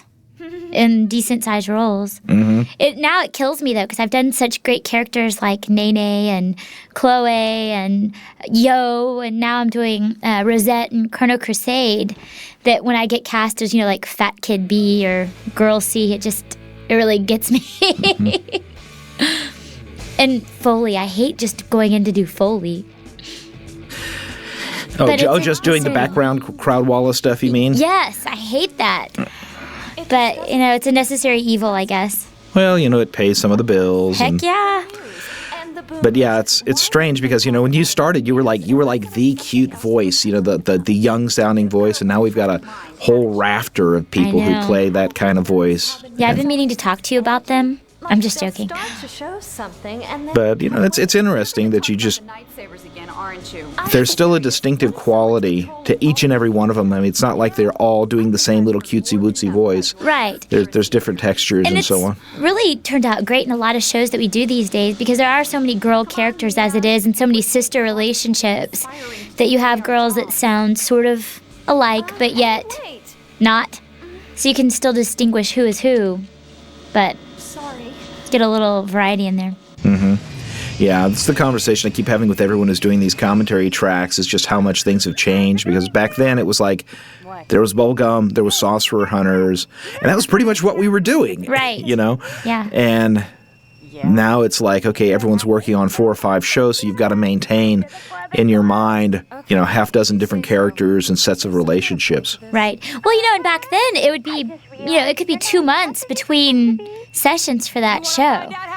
And so, you might forget what the character was like. Now we work on them so quickly that it's so much easier to remember what that character was like and what's going on in the show. There's something there, all right. Yeah, and here she is starting to get in trouble. She's got just enough of the wrong information. Pris is dating a cop? Not just a cop. I love the Nene-grams. The Nene-grams, yeah. They kind of disappeared after the first couple of episodes, but just some strange stuff like Lena's phone there. That's a strange looking phone. And of course we have the obligatory cheesecake shot. It's like they're like, oh, wait a second. They haven't been changing in and out of their costumes recently. Let's just have Lena there in a towel for no particular reason. Hey, why not? Yeah, well, of course you had some great lines in the later episodes when the second generation suits you had to be naked to get into. Yes. And those were fun to shoot. Yeah, did you ever show those to your mom? No, sure didn't. I've always been quite fascinated by that entire concept. It's like, wouldn't things stick? Yeah. Don't you need some baby powder in there? Well, I mean, the second generation suits, and this is kind of spoilerific, but, they literally are poured over you as a liquid and they form on top of you. I'm thinking, at the very least, shouldn't they be wearing bathing caps? You think? They're cool, though. A little more risque. So, after all this time, where do you place Nene mentally? I mean, can you still pull her up at random, or do you have to kind of dig down to find that character? I do kind of have to dig down to find that character at conventions. People always ask me about Nene, and of course I just remember all the Leon Pooh lines, and people ask me to say them. And I mean, I could try it now, but I'd probably mess it up. I'm trying to get back to her. It takes a couple of tries, and then I can remember where Nene fell into the voice category. Refused it. Really? Why is that? But it's not safe to be Bubblegum is definitely one of the shows that, made a lot of us more popular, I think. Like Jason Douglas and I have gone to a few conventions together, and people are always asking about the show. Well, people keep asking about follow-ups on the series. We actually just wrapped, or actually we're in the middle of production, but by the time this comes out, we'll have just wrapped a production on Parasite Dolls, which is set in the Bubblegum universe, which unfortunately we didn't really want to use any of the Bubblegum voices in it because how could they be playing 2 different characters at the same time? Right. But Well, that's too bad, but oh well. Yeah, well. But it's that like makes sense. it's such a rich universe, and there's so much they really haven't really told with the characters yet. Right. So are they going to be more characters like these, the vigilante type? Actually, Parasite Dolls is a film noir kind of thing. The main characters are a special division of the AD police. The show is a very, very hard R. Very graphic, sex, very bloody violence. It's quite different from Bubblegum Crisis, which kind of, never really gets more than just kind of a teasing R. It's really pretty much a PG-13 show for the most part. Sure, except for those hard suit scenes. Well, except for the hard suit scenes, yeah. There were a few bits in some of the later episodes that were a little on the emotionally intense bits where characters, are being invaded by... Well, won't give away too much of it for those people who are actually watching this for the first time and listening to the commentary track. Celia, are you all right? I could never quite understand how Celia... I don't remember. How did she have all the money and the... Well, her father invented the boomers. That's right. And so even though Gennam had basically corrupted his work, she still got royalties and everything. So she did okay out of it. Judging by the house, I'd say so. I've never actually figured out the layout of Pris's trailer, though. It internally does not seem to make sense with what you see on the outside. It's much bigger inside than outside. That one always bothered me.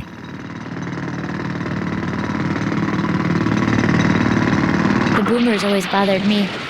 Really, I had fun with the boomers. I mean, we actually had two guys when we started who sounded very much like the robot in Lost in Space, and we said, oh yeah, that's the right voice. That was Del and Randy, both of whom were old DJs, but they had that great gravelly voice. Then we learning with the process. Now she's eating. Yeah, I was going to say, they're the French fries or something. Yeah. There you go, yeah. That I can tell who programmed it. Again, that was part of the typecasting. That's incredible. Yeah, because you eat constantly, right? Yeah, sure. Yeah, I do. Not that I've ever noticed. I've lost like 20 pounds since I did Nene. Excuse me? Maybe not that much. Yeah, 10. I remember that actually in the scene where you were talking with the food in your mouth, you had a cookie in your mouth. Probably, and we yeah. had to keep replacing the cookies. We had it was Janice Williams, her daughter was in the Girl Scouts and had sold us this crate of these, quote, diet lemon cream cookies, which we actually read the numbers. We're like, oh my gosh, these aren't diet at all. Yeah, quote, diet. Yeah, they're low fat. Well, low fat does not mean low caloric. Yeah. So they weren't low carb, that's for So we sure. just fed them to the actors. Thanks. Well, I mean, yeah, there's all these scenes where in the show where people are eating, and it's like, we got to have something in your mouth when you're eating, because if you just make mouth sounds going, it sounds fakey. So if you're actually talking, you've got stuff spitting out of your mouth, and the booth would be filthy, and Lash, Christopher Bork, we called him Lash, would have to go in afterwards with a little handy vacuum up all the cookie crumbs and complaining about method actors. Thank God for Christopher Bork, though. Yeah, he always keeps these booths clean, because I can imagine what would happen in here if somebody didn't keep an eye on it. Yeah, it's bad enough the glass. You have to kind of wipe the glass down periodically because people start screaming and yelling and over-enunciating, and the glass gets a little... Let's just say dirty. Yeah, there's the word for it. And, of course, there's the towels we put on top of everything now, just to kind of soak up. Please tell me that the towels do get washed. Okay, I'll tell you that. Okay. So I won't be touching those again. Actually, the towels are in here to cover up the reverberations off the music stands, because these mics are so ridiculously sensitive that we found that if people looked in a certain direction, their voice would bounce off the stand and we'd be getting these weird echoes for no reason whatsoever. Until we found out, it's the stand. So we just covered everything with foam and with towels, and that covers most of it. Just what did Nene tell you? Okay. It's amazing how the studios have changed, too, since the first time we did these. Oh, yeah. We did these. These episodes were all recorded in the old Studio B, as it was called, which was a tiny little box. It was two tiny little boxes. Yeah, with torn up foam on the walls. Mm-hmm. Well, that was just from age. I mean, we had one studio that we'd use basically. We started off in an outside studio, and scheduling problems were driving us insane. So we built another studio and very quickly realized everything that was wrong with it. And that studio lasted like 6 months, and we tore it out and put another studio in. And that was the studio we used through Bubblegum and actually well into Gasaraki. Yeah. Well, you know, Matt, I also remember we had Christopher, but I remember you used to do some of the, what is it? The engineering, yeah, yourself. Yeah, I engineered the first couple of episodes of Bubblegum, and it was too much trying to direct and handle the engineering. Your concentration gets split in too many different areas, and it was finally like, okay, look, I'm just going to have to concentrate on just the one thing. You know, as it was, I was writing the scripts, I was doing the direction and the casting and everything, and that was more than enough with our production building up as it was. We kept, nowadays we turn the titles around so fast, it's staggering. Well, you guys used to just live here. I mean, we Chris still do. Wouldn't go home for weeks. He still doesn't. Well, he needs to. But, that's for other reasons. Yeah. You know? The thing is, most of us here really, really love what we do, and unfortunately we've made the bad mistake of turning our hobbies into what we do for a living. So when you go home, all you can think about is, what should I have done otherwise? Right. At least you keep it all in the family. Well, that does happen. I think the relationships that develop between the people here is because we don't see anybody else. Right. You know, if you were probably here another 4 to 5 hours a day yourself, you would probably be... I'd be dating Stephen Foster. Or not. Or not, maybe. Or not. It could be. I know what you mean. Mm-hmm. It's just, and the biggest thing is because we work crazy hours, and people say, well, most people are not going to be really understanding the fact that, by the way, hon, I'm not going to be home till 11 o'clock tonight, and this is after leaving at 9 in the morning. Right. No, they don't quite get that. They don't quite grasp that, right? And it's like, well, it's a project that has to get done. We've got a schedule. People don't realize, I think, how long it takes. That was great stuff there, by the way. I remember you doing it. You were actually on your tiptoes when you were doing it. It was the only way you could get it right. I'm sure I fell into a few things doing the show. I remember falling off my chair once when I slid right off the stool. Yeah. I mean, when you get so involved in doing the actions, you're actually physically doing all of this stuff. Well, that's the only way you could get to a lot of the emotion. And this show was a lot like doing Chrono Crusade, where it's a lot of yelling. And I do remember I lost my voice a lot in this show.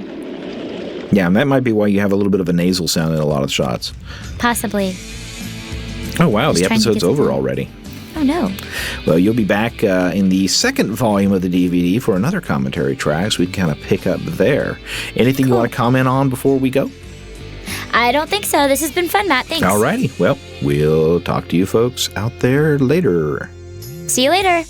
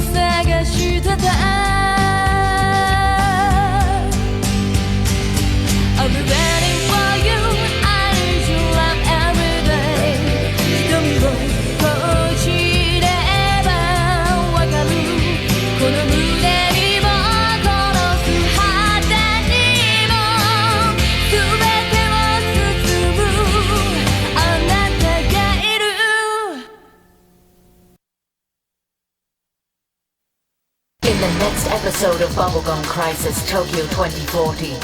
A new menace stalks the streets of Tokyo. A towering monster that appears and disappears without a trace. Now, 3 factions enter a deadly race to find the creature and its origins.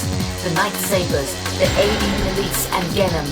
If the Sabers don't get there first, everybody loses. Next episode, Woke Up with a Monster.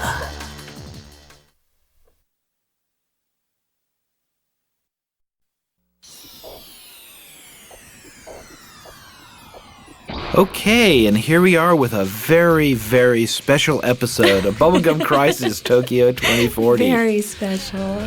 This is kind of the key episode, or the first of a pair of key episodes for your character. By the way, I'm Matt Greenfield. And I'm ADR Kelly writer. Madison. Lena.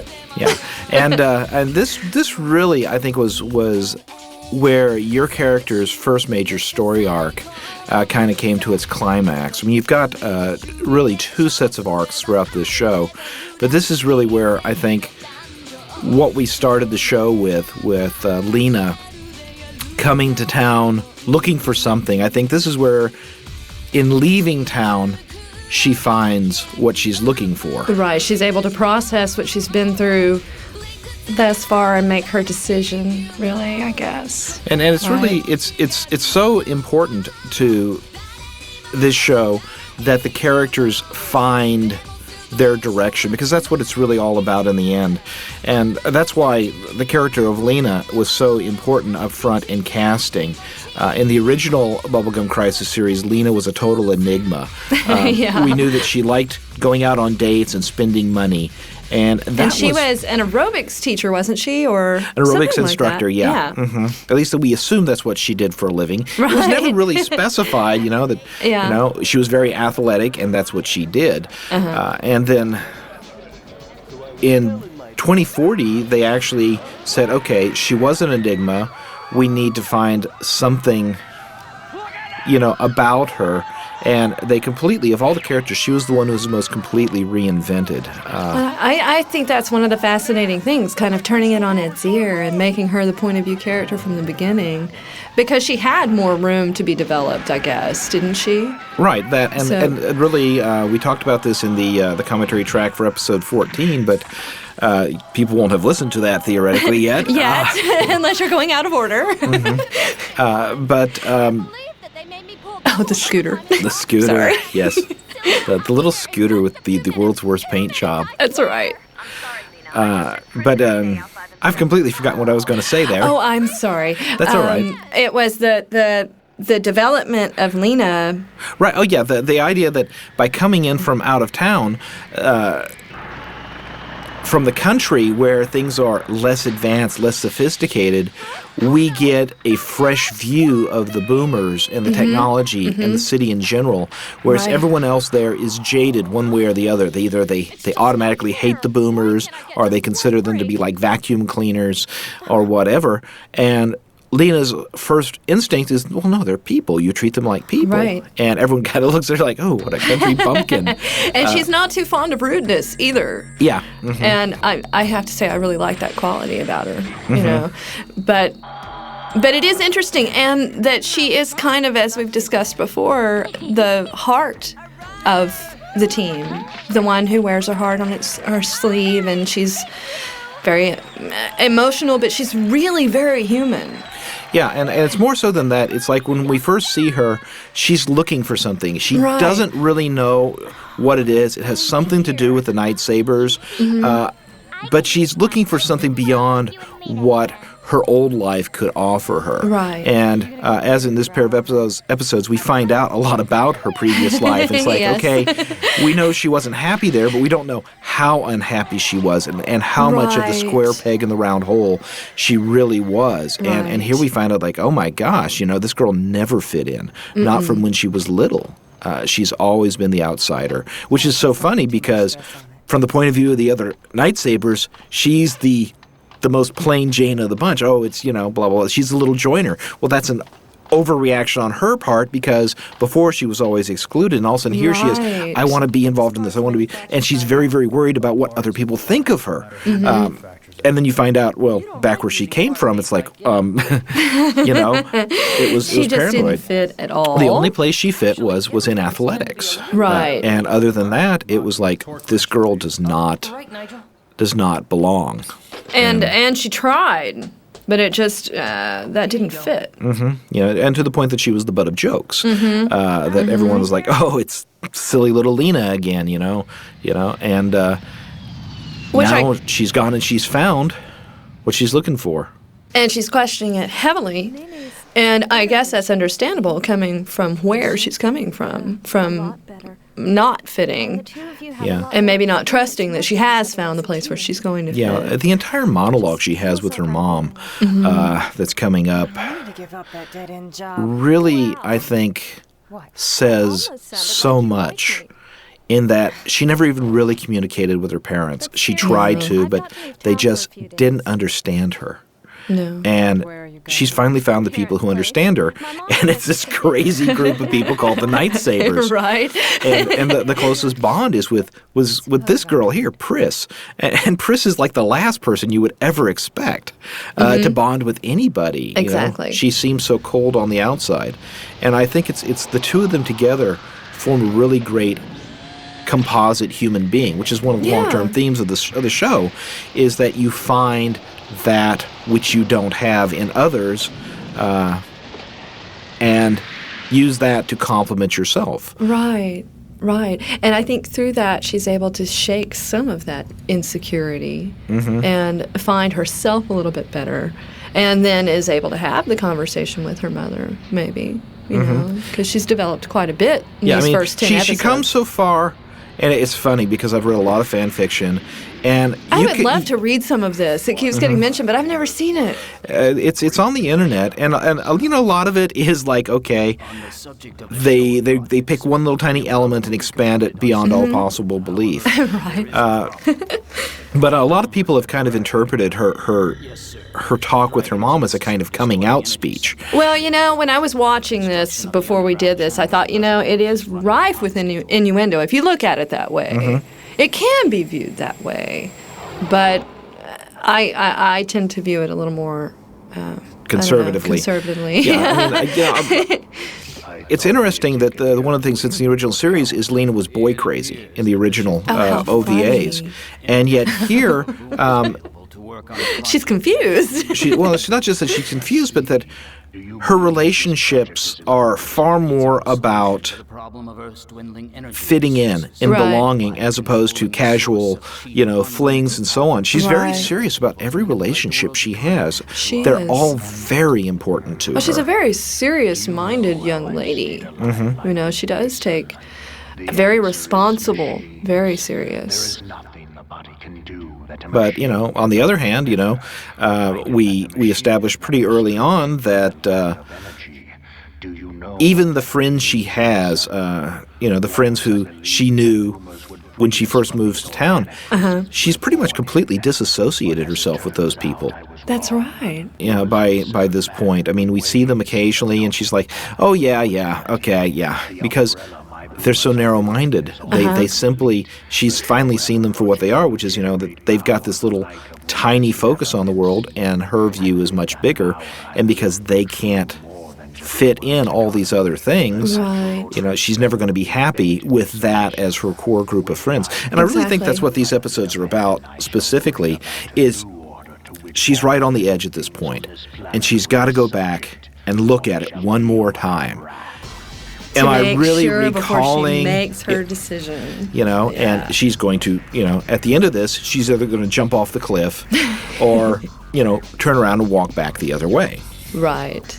You know, she's got to make that decision. I mean, for someone the age she is in Japan, especially for a girl from the country, she's at the age where, as her parents are forcefully reminding her, she should be settling down, getting married, producing offspring, you know, continuing the family line, and settling down to be, you know, that component mom plug-in that is so, you know. Well, yeah, the pressure to conform to.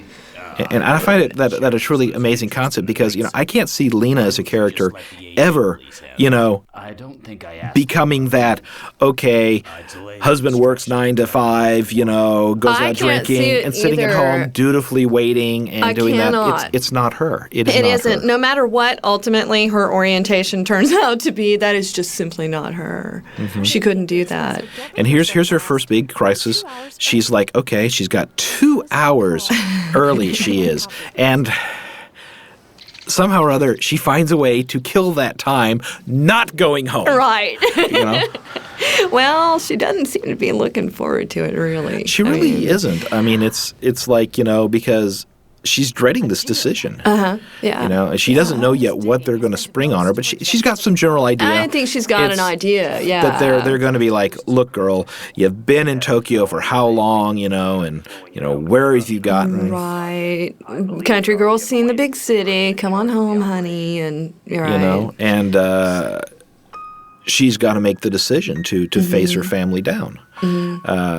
And basically say, no, that's not what I want. This is what I want. Right. And that's one thing that I also like about Lena is that she spends quite a lot of time figuring out what choice she'll feel the best with, what she will be able to live her life with without really regretting the choice that she made, I want to say doing the right thing, but it's not in that kind of way, not, you know, in the moral high ground way, but doing what feels right to her. Yeah, exactly. It's so much about a character who realizes that the society that she's in is not the society she belongs to. Right. And she has so much trouble initially, you know, fitting into the workplace, the trouble with men and with supervisors and I would like to point one little thing out here is that all through the series she's been having problems with money, just barely being able to afford things. That's true. And this is her parents' place. Yeah. Okay, the family is not poor. No. So that was an intentional decision. And obviously they're throwing a large party, and this is such a common occurrence that they have a party room. Right. So do you think it was more her decision, I'm off, I'm on my own, I don't want your help? Yeah, probably so. I can't really see her parents saying, you go and you're on your own. Although maybe. It could be. But I mean, the fact that, you know, she's pretty much, and boom, everybody stops. Yeah. You know. That's comfortable. Black Bart's come back into town. And Call someone to pick you up at the station. yes, why didn't you call someone to pick you up at the station? I can't imagine why. And, of course, Dad is such a lovable type. Isn't he? And she's like, oh, yeah, I'm home. 2 seconds in Here the we door, are. and already her hackles are up, and like, okay, we're starting to understand these things. Right. And there's one of the great lines. I know she didn't have one here. You know? Oh, man. Now she's appreciating Tokyo that much more. Golly. And it's like, okay, yeah, there's this whole idea of, community and family, and yet you see that it's not what she likes. No, but she's in kind of it's not, they're not horrible to her, but it's not the most supportive group because she is different. And they're not really so much nurturing the differences, you know. Well, you know, if you look at the And how are things in Tokyo? the classic hero's journey, Lena very much goes through that, in that she starts off not fitting in and basically taking on this task to prove herself. And what's different is that at this point, Lena has proven herself. She's already done great things. Yeah, she has. But nobody knows. And at this point, she could say, look, Mom, I'm doing something very important and very big. And she doesn't. She just kind of says, look, there's things that I feel are more important. Right. Even here, she's trying not to hurt her mom's feelings. Well, you know, saying, look, I've outgrown you. I've outgrown this town. I've found where I need to be. And But if you would know what it was when you finally found it. And I did. And I did. Yeah. I found something. But now that I've found it, I think I'm afraid of making the commitment to it. Boom. Very simply and there's put. the plot of the episode. Exactly. This was a hard speech to adapt into English, and I think it worked really well in the end. I think you and it's Melinda Takei playing your mom, and it's a very smooth performance. Oh, thanks. I really enjoyed working on this episode because it was nice to get her away from the city and see what her origins were, and I like the scene with the mom because I think the mom is very understanding, but her mother is in the position. She's married. She's gone the customary a good part is, that way. literally Lena comes back and looks at her mom, and that's her. Right. And this is not what she wants to do. No disrespect intended to her mother, but it isn't the path that she wants. And like you were saying before, she doesn't want to hurt her feelings. She wants to be gentle about it, but... The truth Oh, is, there's a creepy Mason and his boomer. One of his boomers. He's got a couple of them, yes. It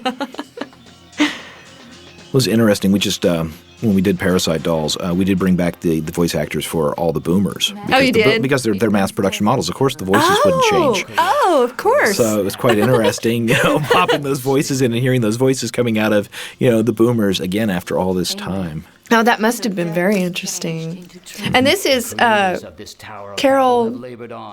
What is her name? Her real name is Sean Taylor. She was going under Carol Matthews was Carol the pseudonym she Matthews. was using at the time. Oh, I wondered. I thought there were two people that sounded very much alike, and that happens. But okay. Yeah, she had initially decided to use the other name for various reasons, and then realized one day that she was a lot more proud of the work she was doing here, and said, "Well, I'm going to put my real name on it." Gotcha. So She has a very nice voice. I mean, she is British, and that's one of the things I liked is she has that natural, cultured. Besides being the voice of a number of the boomers in the show, she's also the voice of Ginham. Whenever there's an official Ginham announcement, it's always that voice. It's like they've spent a lot of money developing this beautiful, cultured voice that is the identity of Ginham, and it would be reflected. We're not going to just use it once; we're going to mass reproduce it, and that was the idea of having that same voice. And she does the previews too, right? Yes, she does. Yeah, such a smooth voice, nice voice. Yeah, I mean, there were like 4 different people who did all the boomer voices. Del Shannon was one of them. Not Del Shannon. Del Gibson, excuse me. Del Shannon. Yeah. Well, he came in. No. Del Gibson did a lot of Tiffany Grant did the manager type boomers. Basically, she was my boss, right? She was your boss, right? And Carol did, or Sean did a lot of these. The pleasure boomers. I was going to say the pleasure models, right? Boomers. Yeah, and that's what Right. Yeah. Oh, she's blushing. Now, see, I think she thinks he's cute. Oh, I don't doubt that she thinks it's not just that she thinks he's cute. I mean, she's looking at him like, wow, and he is cute. I mean, wow, cute. where'd they find this guy? Right. And actually, if you listen to him, it's like, well, he kind of didn't fit in either, but he broke down. And I think it's a great bit that he's basically telling her in code. Don't do it. Right. Don't stay. He gives her the money to get back. I love that. I love that.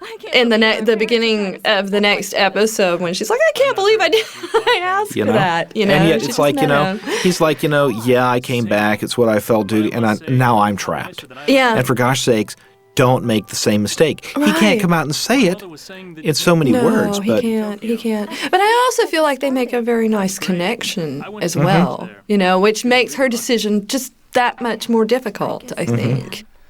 I was there right after the earthquake. The place was full of boomers and construction everywhere. But my father needed help managing his business. Boom, there's his line.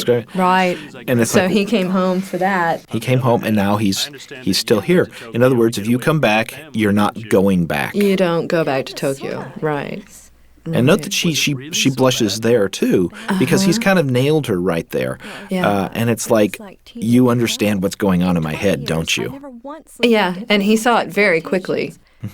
And she's sitting here, someone she's never met, and she's telling him all the things she couldn't tell her parents and everything, because it's the idea of the psychoanalyst, Oh, yeah. Yeah, the freedom. You don't know this person, so you feel free to tell them because... That's right. And I think in telling him this, she is already saying, I've made my decision. Because if I tell you this, it would matter if I stayed. Yeah, that's right. I guess I got a little That's too right. personal there. Yeah, considering that we just met. Boom. Yeah. And I love the water pipe popping up and down to punctuate the dialogue. That's great. That's great. It's like clicking off another reason. Click, Right. clicking off another reason. And the beats of the scene. Very literally. Yeah. Come on, Weasel. Oh, Weasel. I love the Weasel. Morning. See you tomorrow. She's so cute. She is horrifyingly cute. She is. She does it very well. I just love this whole triumvirate. The performances here, all is you've got Leon, who wants to be macho, acts macho, and is really just a big marshmallow inside. Yes, he's a wonderful character. Daly, who sounds like a marshmallow and acts like a marshmallow, but really has a little ramrod of steel. And I'm talking about his spine. You know. Right. And then the little kitty character, Nene, she looks like she's 14. She acts like she's 14. And yet, really, in the end, she is the toughest of the three. I mean, she just... Yeah. She's really Leon very the peon, solid. yes. Yeah. Leon the peon. Down, big fella. I just love the relationship between these two characters. They have a wonderful relationship. And again, it's all about acceptance. In the original series, Daly was very, very flamboyantly gay. And in this version, it's really never actually drawn attention to. I mean, it's there between the lines. But the fact that, Leon has no problems at all with this, I think it indicates that the producers felt either A, Leon was an exceptional character, or B, that by this point in time, it wouldn't be an issue. And I'm never quite sure, because there doesn't seem to be any kind of reflection of that. No, and it's never dealt with overtly, like you said, just like Lena's never dealt with overtly. But it's just another way of shading the characters, I guess. Well, I think the overall message of the show, and we come back to this over and over again in these commentaries, is that the real theme is that people are people. However they look on the outside, whatever their orientation, their religion, or whatever, or even if they're human or not, if it thinks and has feelings, it's a person. Right. And the ultimate concept here is that you have to treat people as people. You can't treat them as things. Right. And there's so much of that where the humans treat the boomers as things, where other humans treat other humans as things, which is best described with Mason and Rosenkreuz. Absolutely. I mean, Rosenkreuz basically considers the whole world his plaything, and he will keep the people. He will take care of them. In other words, he wants them as pets. As pets. Right. And wow, that went by really episode. fast. Yeah, she got her big phone call and she's making her decision. Gotta make the final decision. That's right. Plunge off that cliff, right? And it's like, okay, maybe it's a cliffhanger, maybe it's not. Maybe it's not. I really, when I started watching that episode for the first time, it was very obvious to me that which way she was going to go. For one thing, it would kind of hurt the series a lot. Oh, I think it would quite a bit. Lena, she'll be like the characters leave Three's Company or Charlie's Angels call on the phone. Oh, hey, it's Bob on the phone. Hi, Bob. Split screen. How's it going? I'm milking the cows. What are you doing? We're fighting boomers. Somehow that wouldn't be so satisfying. Yeah, it just wouldn't be as exciting at all. No, she needs to be in the thick of the action. And I'm not even sure it's the action. It's just the fact that she's doing something. Well, yeah, and she's contributing. She's able to have an impact. Yeah, and again, it's like we keep saying over and over again. The fact is that she was looking for the place to belong, and between this episode and the beginning of the next one, she's found it. Right. And that's interesting, too. It's great. And we don't actually see the decision as such, except in flashback. Right. But at the same time, it's like once it's made, there's a very definite change. Suddenly, her worrying about work, it's gone. Suddenly, if she needs to do something, she needs to do it. And when everyone else is fluctuating, as episode 16 comes up, she sticks with it. She says, I made my decision. I'm in there. Absolutely. Thank you for listening. Thank you.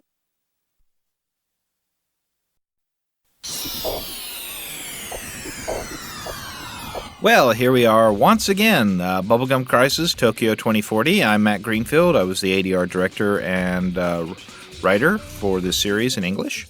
And I'm Laura Chapman, and I played Cilia, owner of the Silky Doll. Among many other things. Of course. Celia was kind of a different character for you, I think. Up until that point, hadn't you basically been playing really crazy, megalomaniacal... okay, maybe it wasn't that big a stretch. Thank you. Well, yeah, I've been blown up a few times and chopped into pieces and put into specimen jars and just generally been nice and evil. Yeah, but this one you actually... spoiler, actually managed to survive. Yeah, which was kind of an unusual thing. That's true. It was. So hopefully that's a thing of, a sign of the times that's going to come. So I remember when we were holding the auditions that you were basically really not sure where Celia was coming from. And we had kind of talked about how that she's very obsessive, but... part of the trick was that we couldn't reveal what she was obsessing about too early. So this is the where the episodes really started showing what was going on. Well, she's been pretty mysterious up to this point, and yeah, we do get to see what lies a little bit behind that facade of craziness that she sometimes displays. Yeah, we also start learning that she's, we've seen her in this glamorous position, owning the world's least well-stocked lingerie store, as I like to refer to it. I mean, that entire giant building, and they appear to have maybe 3 racks of clothing, so she must charge quite a bit for them. Oh, yes. But suddenly here she is in this, more very conventional, Japanese setting. Well, actually, this isn't even Japanese. This is very, very ancient. It's more Chinese, kind of a Chinatown thing. And Dr. Shan, that's a Chinese name. But yeah, it's the whole mystical setting. But she's obviously very at home with this Makes it hard to sneak strange, atmospheric place. Right. Well, she seems to be pretty adaptable to just about anything. Feels like talking to you. He'll make sure you end up in the right place. And that is an interesting bit there. That's Kira Vincent Davis playing the little kid, who also ends up playing both the young Celia and the young Galatea later on. Right. So it was just like, okay, well, I think that was actually one of the very first little boys that Kira ever did. Are you in here? This whole sequence, what I remember doing, was quite interesting because it was really hard getting it to play naturally.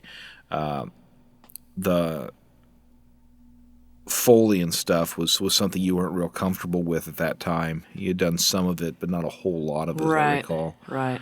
And this is all just walking around and breathing on time. Right. I still don't like it to this day. I mean, I don't like doing Foley work, but that's part of it anyway. But you're right. It was a little unsettling at first. I can't really call you my little lady Yeah. anymore, can I? And I remember the other thing that was when we were doing it is just feeling that the dialogue, it's so much just talking back and forth. And Dr. Shan himself is not, I mean, the way he's portrayed in the animation in the original Japanese version, he's not very vocally exciting. He's kind of like this mystic. Right. And it was just talk. And I remember what we did, and I'll be interested to hear what we actually ended up doing on the 5.1 track, which I haven't heard the final mix for yet. But in the... Brian J. Mason. In the stereo version, we ended up, this sequence here, the audio was rotating around and around to match, and that really suddenly made it far more interesting because we're actually looking at the Dragon Line, which is something we... Dragon Line, as he said, which is the first time we've learned about this whole underground complex, which turns out to be crucial to the overall plot. Well, sure. Missing the target. But I mean, yeah, this is a lot of your dialogue was just kind of like repeating what he was saying. Right. And it's like... Let's make sure I got that right. Yes? Missing the target? Yeah, it was just a tricky bit to do. Also, the guy playing Dr. Shan, this was actually the very first voice he had ever done for us. And so... You came to ask me how to find the lab, didn't you? Yes. And of course, there's the other thing, is he always asks your questions before you ask them, so you're kind of like, yeah, okay.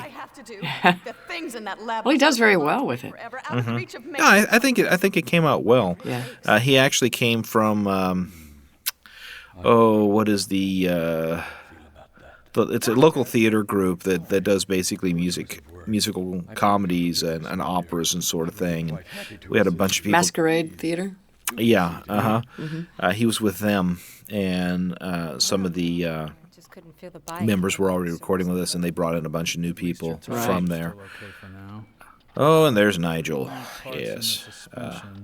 The man in your life. Yeah, right. Well, and in her life, and in his life, I'd ask you now. He just spread a little too thin for me. Yeah, well, but he's the kind of character that someone like Silly would have to have, because it's kind of like, yeah, whatever. Okay, you're gonna go run off and blow things up. Okay, fine. Yeah, well. Give me a wrench. Actually, handy to have around. I really enjoyed doing those sessions with John Gremillion, because it drove him crazy. He's like, he comes in there and, how many ways can I say wrench? But Mason's calculations obviously have... Well, you have to have him around. He's so handy with those hard suits. Mm-hmm. This was also a pain here because they actually put lip flaps in the reflections. So it's like, no. Why do you do that? Show it out of focus. Whatever. Make it a blur. Yes, he will find it eventually, I'm afraid. But if we combine our knowledge of the underground flow with the excavations Mason has made... Mm-hmm. No, I always get dragged into the storyline here. People handle it from there. I do wonder about Celia's choice in clothing, though. It's kind of like, does she intentionally go out to shock? Is that the purpose?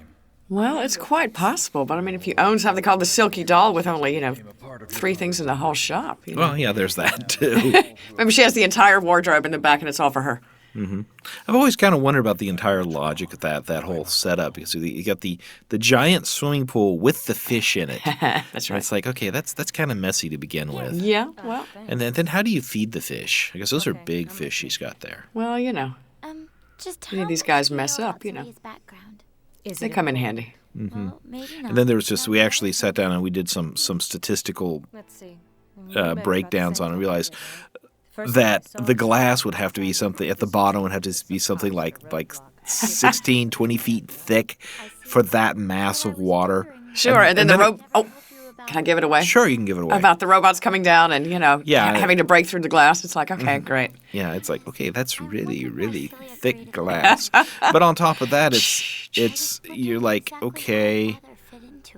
And then underneath is the launch tubes. And it's kind of like, does that really hide them that well? That, well, there just happens to be this giant swimming pool filled with fish, Very unobtrusive. Yeah. Like I said, it's. I've always kind of felt that Celia wants to be discovered. And she's, I have to be secretive, but I can't be subtly secretive. No, I mean, my combat armors aren't camouflage. No, they're painted in these day glow colors. And then, of course, she's got, everything is all labeled very nicely as to what it is, Of course. Of course. Celia. Good afternoon, Nigel. I have something I need to talk to you about. I'm sure. Right. We can talk in there. Monkey, finish up. See what I talk about on John? Right, yeah. You're talking there, Rich. He's like, I'm sitting here holding a mop. That was one of the most, I think, roughest parts is poor Spike having to play Maki. That was about the point where he had realized he was going to spend the rest of his life playing just barely post-adolescent young boys. And how did he take it? Well, I mean, I think at that time he was kind of going through a bit of denial on it. So, come on, can't I try out for the big tough guy? There is no big tough guy. Yeah, just don't ever watch the things. But you know Spike, don't you? You've met Spike. I don't believe I've actually met him. Really? Okay. Yeah. I was I've just heard his voice a zillion times. It was an offshoot of my father's experiments. Oh, yes, and the big bugs that were conveniently introduced for no real reason initially. So, well, there's big bugs wandering around, and hey. And what have they been eating? Do you have everything set up for the test? I love this thing. I'm not sure what the original design was, but it looks like a big cigar opener to me. Just put it on the table, please. Yeah. You see where the cigar would go? Yeah. Use the radar and sonar together. I think you could actually do 2 cigars. Mm-hmm. And again, another scene. The old wormy thingy. The worm thingy, yeah. Broadcasting a series of electromagnetic pulses. And just technobabble. Oh, I remember that, yeah. And I remember sitting there with the translations. You know, and of course, translated technobabble is the most baffling thing because you're like, did it really mean something and the translator didn't understand it? Or we finally figured out what they were talking about because it actually did mean something. It's alive! I'd say you guessed correctly, right? Yes, so it would appear. This ought to make the task of finding the lab a lot simpler. Unfortunately. So, now that you're going to find the lab, it's like, no, you can't just simply go there. You've got to go through this elaborate mission of, oh, it's someplace, somewhere, and you can't tell anyone what it's about. No, I'm too secretive. Yeah, of course Nigel knows. Nigel never bothers telling anyone else. Oh, no, he's too secretive, too. He's my boy. He wouldn't tell anybody. You really wonder if this is the point where they said they finally realized we need to get an ending to this story in focus. So they start introducing all these elements. But, well, there's 27 zones and blah, blah, blah, blah, blah, blah. Oh, wow. Just like, okay, these are the parameters. Anything that we can do is going to have to happen with the parameters of this episode. 7 years ago. So it's been how many years since we finished this show now? And this time, I'm going to eliminate the I couldn't even tell you. Five, I think, something like that. At least. Yeah. And we're halfway through the episode. Wow. I'm just trying to remember a whole lot about specific incidences of things that happened while we were recording, and it's really hard to remember that far back. I remember, I think, was this the show where we first came up with the whole thing about Sugar Lips? I think Sugar Lips came a couple of years later, actually. Really? Or at least Sugar Lips for me. Oh, okay. Now, Sugar Lips may have occurred some other place, and I was clued in late. I don't know. What we're referring to is that we had made this discovery that inevitably when a line was short, that if you said Sugar Lips, it would fit.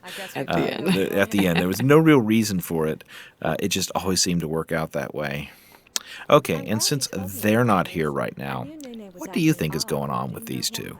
Well, hopefully she'll be able to work it out. Do what? You're asking me this. Well, one's the mentor and one's, just trying to keep up here, I would imagine. Oh, okay. Everyone always has a take on these characters here. What the heck is going on with these guys? Well, just why did Celia start the Night Sabers anyway?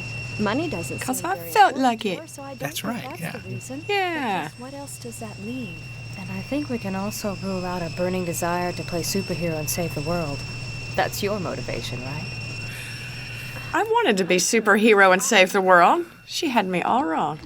Well, I mean, you are being a superhero, but your whole thing is that the world's in trouble because of you in the first place. Oh, yeah. Well, yeah. So it would be nice if I saved the world then, huh? Don't you think? Yeah, Daddy, once again, going into the spoilers, and Daddy kind of made a lot of messes. That was one of the other things we did that I don't think I mentioned in these commentary tracks is one of the things we were trying to do early on is keep the mystery up as to what was going on. And actually, it's the same actor playing both the head of Genom, Chairman Rosenkreutz, and your father, and that was intentional. Obviously, his voice is, as Chairman Rosenkreutz, we pitched it down, and he's speaking as though he's mechanically enhanced. But we wanted people to start thinking, well, maybe Celia's dad is the head of Genom, and it's this whole daughter, father. That's not Oedipal, that would be... I understand. Is that Elektra? I'm trying to remember which contract. I don't know. I can't remember which one that is, but which complex. I don't care what it is or how she uses it. Did it have something Oh, wait, hold on. He's going to say wrench again. You hand me that Muffler. Oh, excuse me, muffler. I wanted to hear a wrench. I know. It was just this whole running thing with John. Hi, I've got too much energy. Not Nene. No. How could it be? Okay. Hey, Maki, how old are you? 15? I thought so. And your father was the famous Dr. Stingray, right? So, what kind of father was he? I really don't A remember maniacal, twisted man. And he was always busy. Celia could tell you more. Oh, yeah. If she wanted to. But she doesn't. Here's your go-go. Thanks, Maki. But, if you are going to build an android, boy, of course, you want him to be able to do all these practical things. Hey, making cocoa, like making cocoa. My question is, if he's an android, why does he wear the headband? Maybe that's where the seam is for his skull plate or something. I just always thought it was interesting. The entire headband thing is like, theoretically, he wouldn't sweat. It'd be a fashion statement. It's a fashion statement, of course. Yeah, of course. Look at Nene there, those outfits. Well, let's talk about fashion statements, yeah. I meant that about the being nice part. What are those, hip socks? Yeah. Okay, so what were And a mini skirt. Sure, why not? Is that a skirt or some shorts? I thought there were some shorts. Yeah, they're. Whatever. What are the poofy shorts called? Why are we talking about fashion? I don't know. And whose green motorcycle is that? Is that Pris's new one? No, hers is red. Old order. A man named Dr. Shan. Maybe he does work on the side there, Nigel. For some extra bucks. They could make things difficult. I'm trying to remember now. Obviously that's Andy McCavan is Mason. The fellow who's playing the henchman here, he was someone else who came in at that time. I'm trying to remember his name now for the life of me. There were so many new voices that came in about this time, and a lot of the people were kind of wafted into town and out of town really quickly. We have a real transitory actor population. Well, you've noticed that, haven't you? You've been here in this town. You've seen kind of like there's a core group that kind of stays around, and there's a lot of people who are like, but I don't understand. Come in, do a show, leave, come back later on. Robert Vianney, that was his name. I just remembered that, yeah. I intend to use it. Yes, sir. Yeah, that's quite common here. Mm-hmm. Well, it's a strange town. That's very true. From an actor's point of view, in that it used to be everything was all built around the petro industry. I mean, if you wanted to make money here, you were doing industrials for people like Schlumberger, who I still think is a lingerie shop that competes with the Silky Doll. Actually did something for them one time. So most of our actors have. That's why they come to mind. Schlumberger. I'm always seeing that. Apparently they did a lot of training videos. I bet, yeah. From what you said, this Wiz laboratory has been missing ever since the. Boy, this woman doesn't eat. I mean, look at this.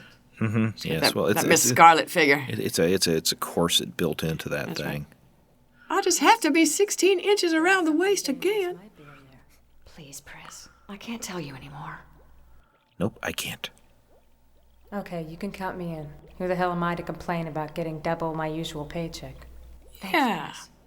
Nene? Hold up. Why didn't you invite Maki to this briefing? What? If it's your father's lab, why haven't you... Oh, anyway, I'm getting distracted in the story again. I haven't seen it in a while. I know. It's amazing. After all these years, it's one that I still find I keep myself getting drawn into. And I think it's because they were concerned above all else with developing the characters into characters.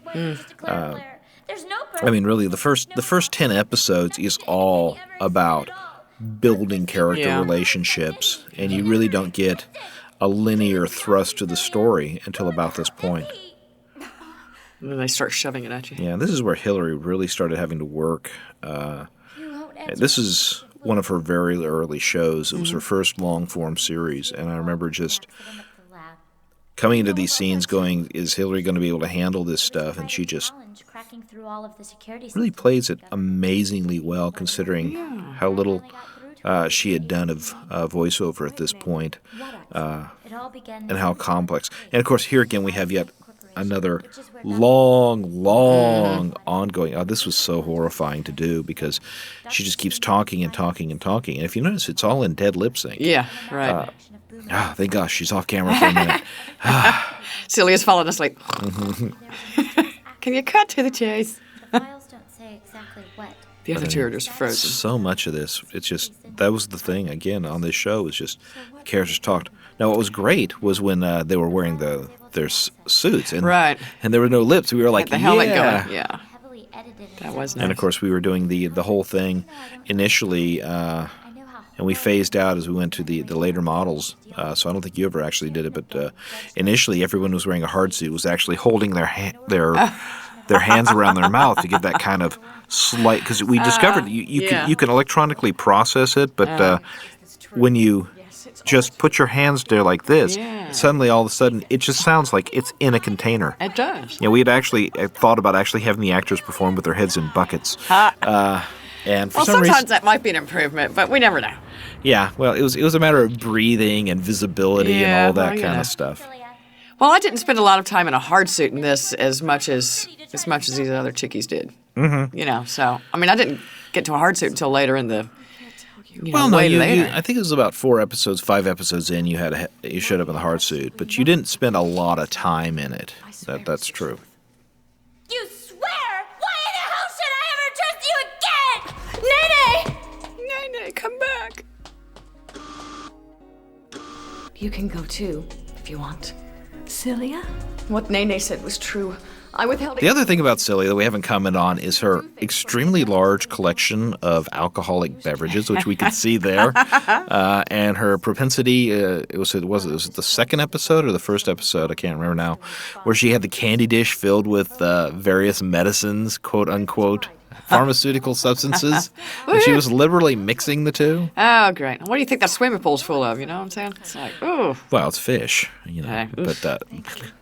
What kind of fish? Probably fugu. The silky doll. What, now I have patio chairs out front of the silky doll? Now my I know. cafe? It's kind of like, because no one even knows. There's a guy just sitting outside, Maybe he just brings his own chair and table. Yeah, Incognito. It's very subtle. It's so blatant that no one could ever notice it. Of course. You talk so tough. Excuse me? Oh, yeah. Ooh. You always talk so big and tough. But you really care about the kid, don't you? I'll go first. Hey! I gotta say, I love Christine's performance as that character. Yeah, she it's did just a really like, good job. I do not believe a word you say. Yeah. Nope. Boink, boink. Yep. This is 6. They're making their move. They're making their move. Excellent. This was I can't also see 2 little fangs in the front or something. Mm-hmm. Okay, cool. And there roll the credits. Hunter Stewart, that was the other name I was trying to remember. there you go. The gentleman. So many people on this show, and it's been so long ago. It's just you have to sit there and kind of prod your head to remember everybody who's playing the secondary characters. So, since we've got a few minutes here until the credits finish rolling, any thing you remember specifically about the show you want to add? Oh, no, I just really enjoyed doing this one, as all of them, of course. But Celia was, a little complex, and she got to go nuts and most of the time be in control of herself and everyone, supposedly. But, underlying it all, she's just bubbling with, guilt and shame and everything that she's seen from her father, and she was very complex. So she was a lot of fun to portray and challenging. Of course, the all fun Foleying thing. Mm-hmm. Yeah, it could be far worse. In fact, some other shows it did get far worse, but. Well, speaking in Aliens, a little more painful than that, actually. Yeah, that is true. And I guess we'll talk about that next time. Okay. In the next episode of Bubblegum Crisis Tokyo 2040. Through a network of nightmares and a maze of underground tunnels, the Night Sabers search frantically for the missing lab. But even as they scramble through the darkness, a new horror is awakening in the labyrinth. As Brian J. Mason prepares to spring his trap, a new Genesis is about to be unleashed. Next episode, Shock Treatment.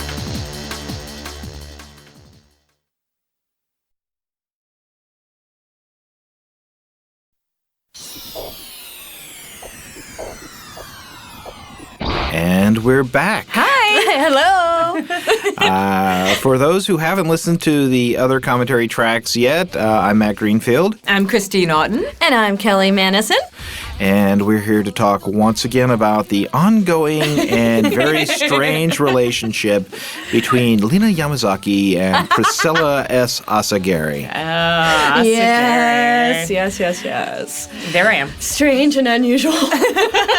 Is it that strange and unusual? No, it's I want to know why it is that whenever you have a buddy film whether it's an anime like Bubblegum Crisis or a live-action film like Thelma and Louise, that when you have a men's buddy film, there is never that unspoken, is there something going on? And it's always there when you have two female leads. Society in general is more comfortable with women together than with men together. I think men would much rather see that anyway, and so... I think it's really the latter, yeah. Yeah. They like the implications. Yeah. I think the deal with Pris and Lena, though, why it's so unusual and kind of strange, is that there's a competition, there's an attraction, and it's completely unspoken, but...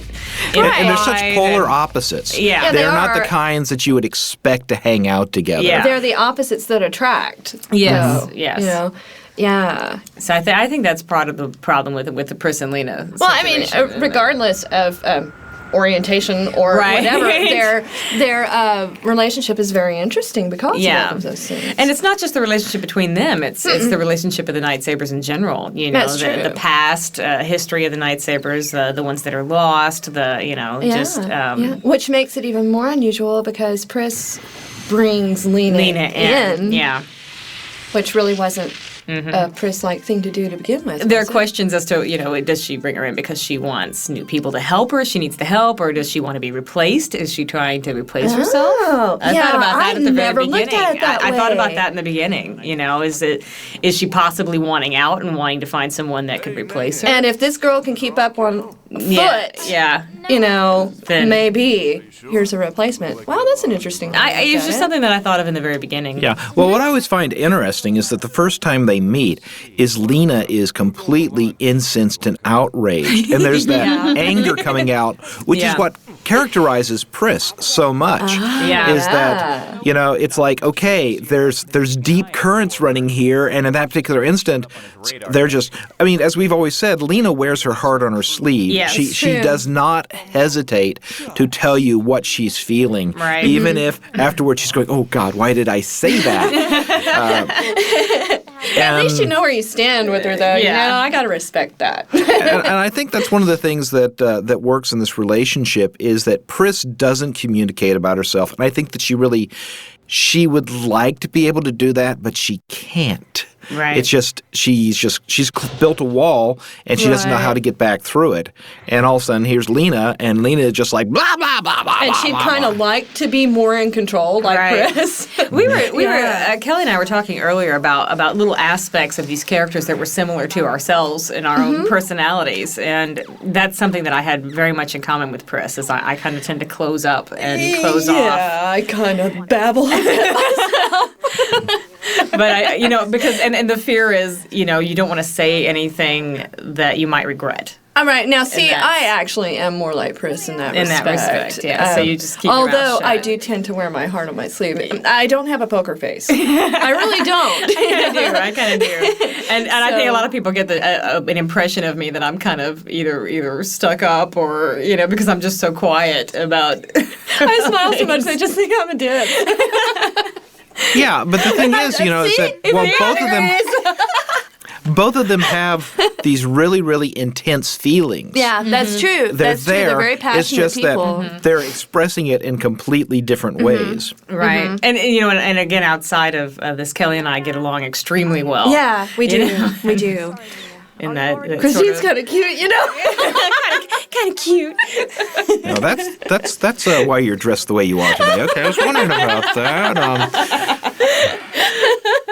No, my husband told me that I was dressing dowdy, so I needed to start. Oh, for recording a voice commentary track, I mean, we do have people who say they want to come in naked, and we say no. Hey, I'm not too. And you say no? No.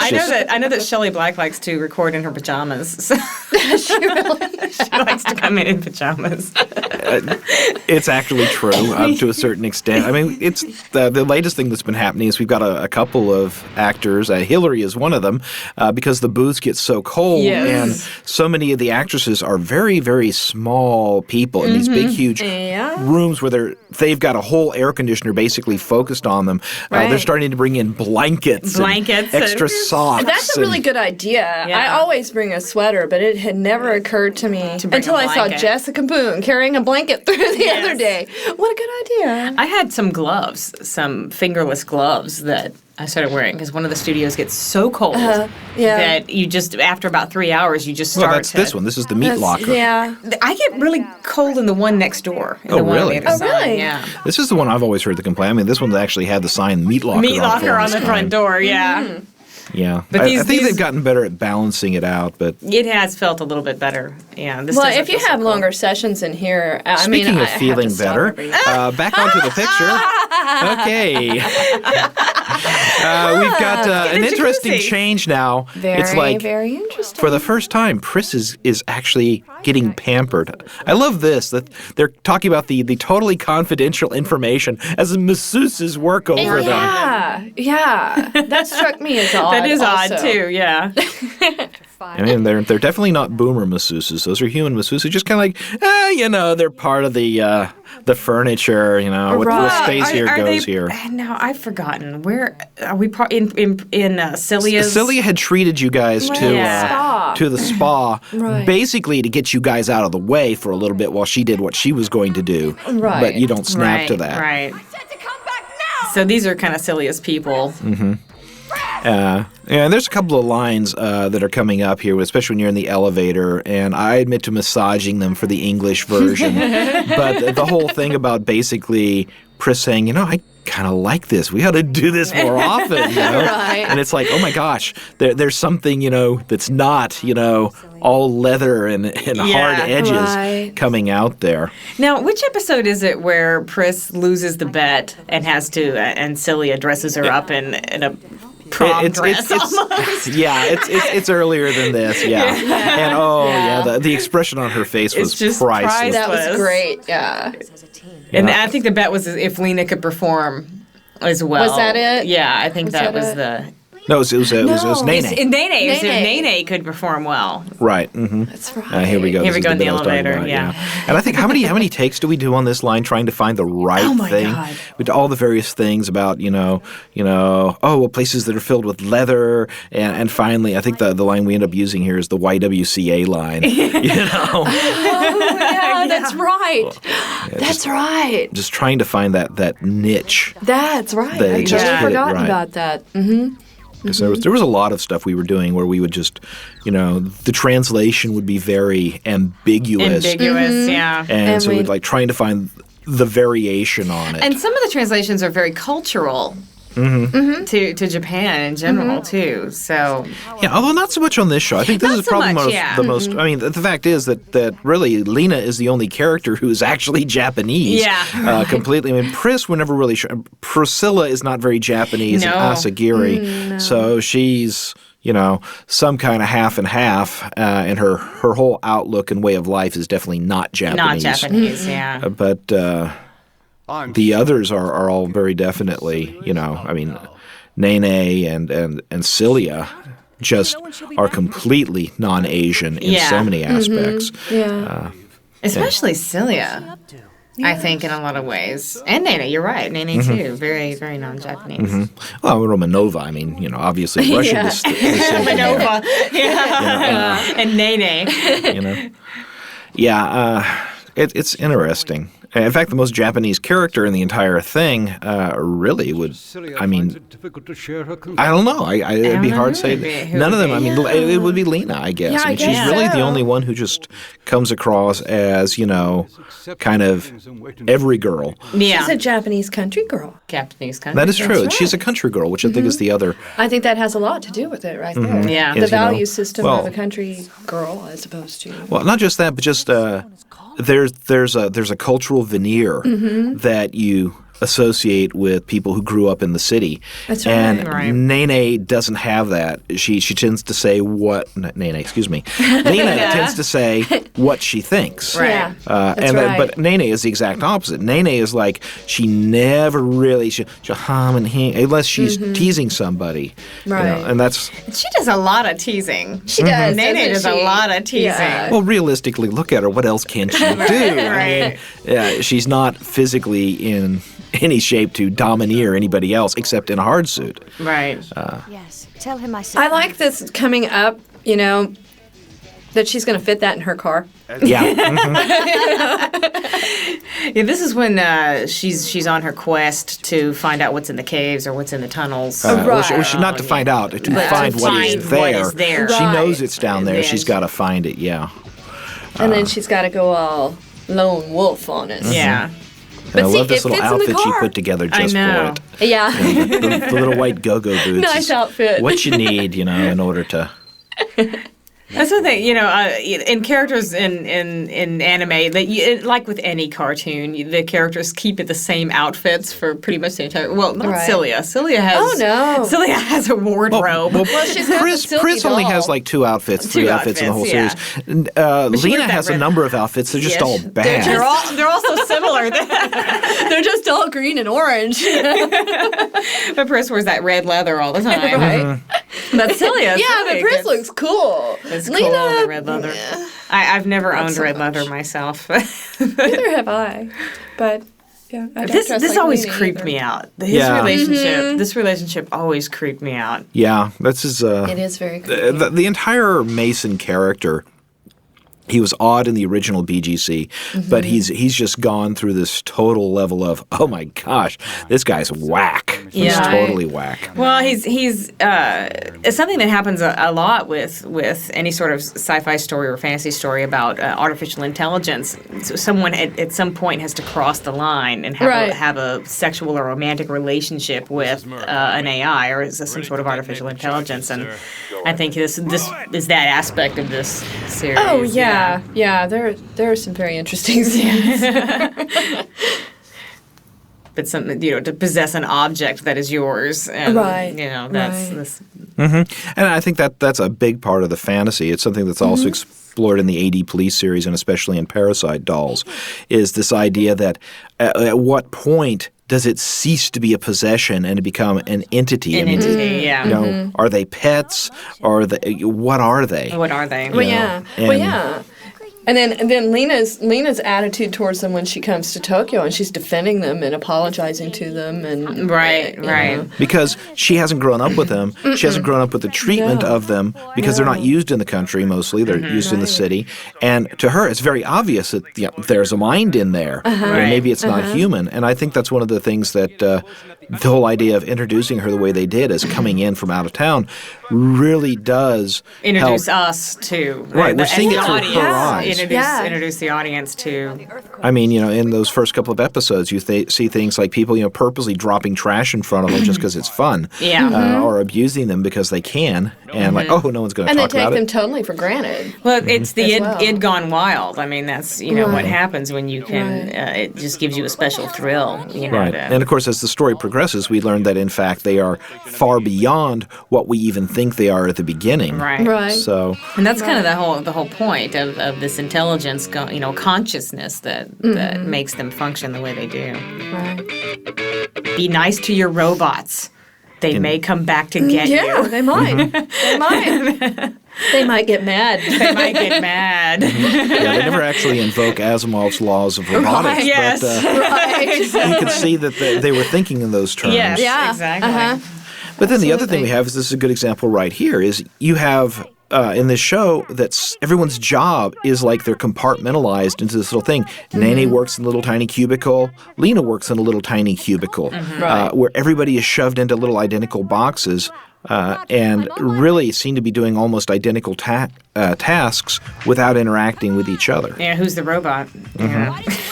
And, this is completely off the subject, but she sure did get out of work easily for all the trouble she's had with her supervisors and stuff throughout the series. She just got up and changed and left. Well, I think really this is something that happens after episode 11 and 12 when she makes her decision as to what's important to her. So then she's like, well, they can fire me if they want to. I'm leaving. The hell with it. She knows what's important to her now. It's not the job. The job was an excuse to go to Tokyo looking for what was important to her. And she's found the things that matter to her, which is the lightsabers and her friendships. And she's finally come to the decision and weighed all the pros and cons and whatnot. I mean, in episode 11, and there's another commentary track specifically for that, but I mean, Lena is basically offered a very sweet bribe. And she says, no thanks. It's nice. I would kind of like this, but it's not what I need. Right. I checked in the bubble pits missing as well as her And the fact that these characters all will say, I'm leaving, I'm getting out of here, and then immediately come back as soon as there's any danger, just indicates. Where they're actual... Okay, fan service time. Hello, Chris. Hello. That's something you can't do in live action. Well, they will try. But the other thing that's interesting in that whole idea is, if you've ever noticed that Mason wears black gloves almost all the entire time.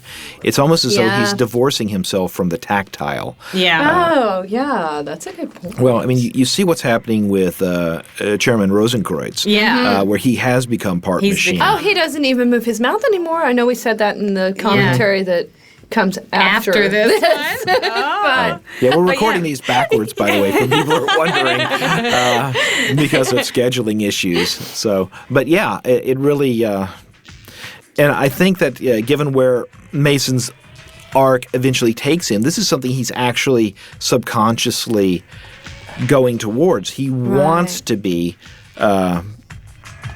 something other than human. He doesn't understand humans, and he's divorcing himself from the human race. And he does have a fascinating arc. Yeah, he does. He really does. He does. Yeah, this is as opposed to Maki, who's the exact opposite. You know, who is more and more human as the show progresses. Yeah. And there's some very good bits that Hillary's character and Spike's character, and Nene and Maki, for those who haven't quite figured out who the actors are yet. You know, where there's a lot of really great soul-searching stuff about, what's important? Is it the composition of the body or what's in the body? Right. Well, there's an increasing thin line between mechanical and biological that is crossed over and over again in this. Yeah, and the most interesting question, it's something that's been addressed in a lot of the fan fiction, is, well, if they do become a couple, what happens as she ages? Exactly. Yeah. It's interesting. That's a theme I see in a lot of the anime. It's a theme that's running right now in Chrono Crusade, is what happens, when people who are not of the same origin are paired. That's one of the things I really felt was missing from the Rune Explorers anime, because in the manga, your character, Kelly, basically had a very tragic situation where a spell hit her and she died, but she was brought back as kind of a zombie. Really? Yeah. And that's all completely out of the anime. And, of course, she's still got the relationship with the guy, but it's like, I'm not alive anymore. Can I continue this relationship? Well, that's wild. That's neat. That is neat. We're not talking at all about Bubblegum again, but it's that whole theme. But that's the same. One of the things I really like, I've been an old sci-fi buff since I was a kid, and one of the themes I've always enjoyed is a relationship with man and machines and technology, or even when you get into horror and fantasy, and you have the immortal falling in love with the mortal. The same kind of thing. But human psyche dealing with movements and technology that are beyond our ability to grasp and understand and deal with. It's technology progressing faster than society. And then we get to the ultimate end of it, which is in BGC. It's the hard suits. I mean, the hard suits where it's a human inside a machine, and yet the two are merging. And progressively, as the hard suits improve and the hard suits technology gets better, the line gets even thinner. Thinner, yeah. To the point where, in the final episodes, the relationship Pris has with the Moto slave. Yeah, that's a very interesting development, too. And I love the Moto slave. I love the Moto slave. Yeah, Moto slave's cool. It's such a cool machine. That was a truly unique development, in that suddenly she becomes aware that this thing that she's been treating as a motorcycle cares about her and will, do what, will come to her aid and rescue. Yeah. And that's something, Pris dealing with the utter rejection of this technology as being anything but mechanical only. And really, I mean, what happens from this point on? This is where we start seeing a change of arcs in the story, because Lena's really come through what is probably the most important part of her arc, which is what is important to me, what is my goal, And Pris is just starting, really. We seem to see this, okay, I need to make emotional commitments, Right. And first to Lena, then to the rest of the Nightsabers, finally to Leon. But finally going that ultimate step saying, there's something beyond human here that, I've got to. And her final relationship with both the Motoslave and finally Galatia herself. And finally Galatia. And it's a complete change. It's a complete change in understanding, Well, not just the character arc, but one of the essential elements of the series. I think through Pris, the rest of us get our final relationship with Mecca. Yeah, isn't that very Mecca, interesting? You're introduced to the series through the eyes of Lena. Yeah. And then you're kind of taken through the end with Pris as she makes the final transition that we're all en route supposed to make. You go through Nene as well, because you have the entire Nene Maki relationship where it's like that's a very key part. And Cilia, who is the origin of all. And the ultimate end of it. That's one of the things that's so cool about the series is that each character gets really good treatment. Everybody gets to really dive into multiple characters.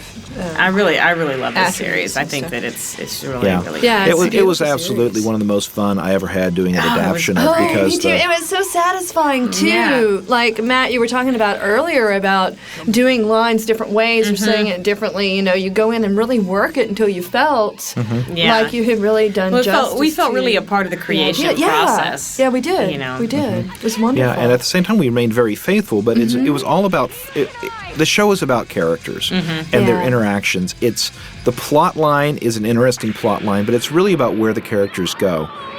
And that's what makes, I think, Bubblegum one of those storylines that continues I think to hold a place in that's what people's drives minds. it. Yeah. I really am glad that it's being re-released too. Oh, me too. I'm really. It's never actually been out of release. It's just it's that. True. Well, no, but it's just being kind of updated. Right. Yeah. 5.1. It'll be interesting to see. Yeah. I'm really looking forward to hearing the songs remixed. I always felt that the original mixes of the songs were suffering because of the technology we had at the time.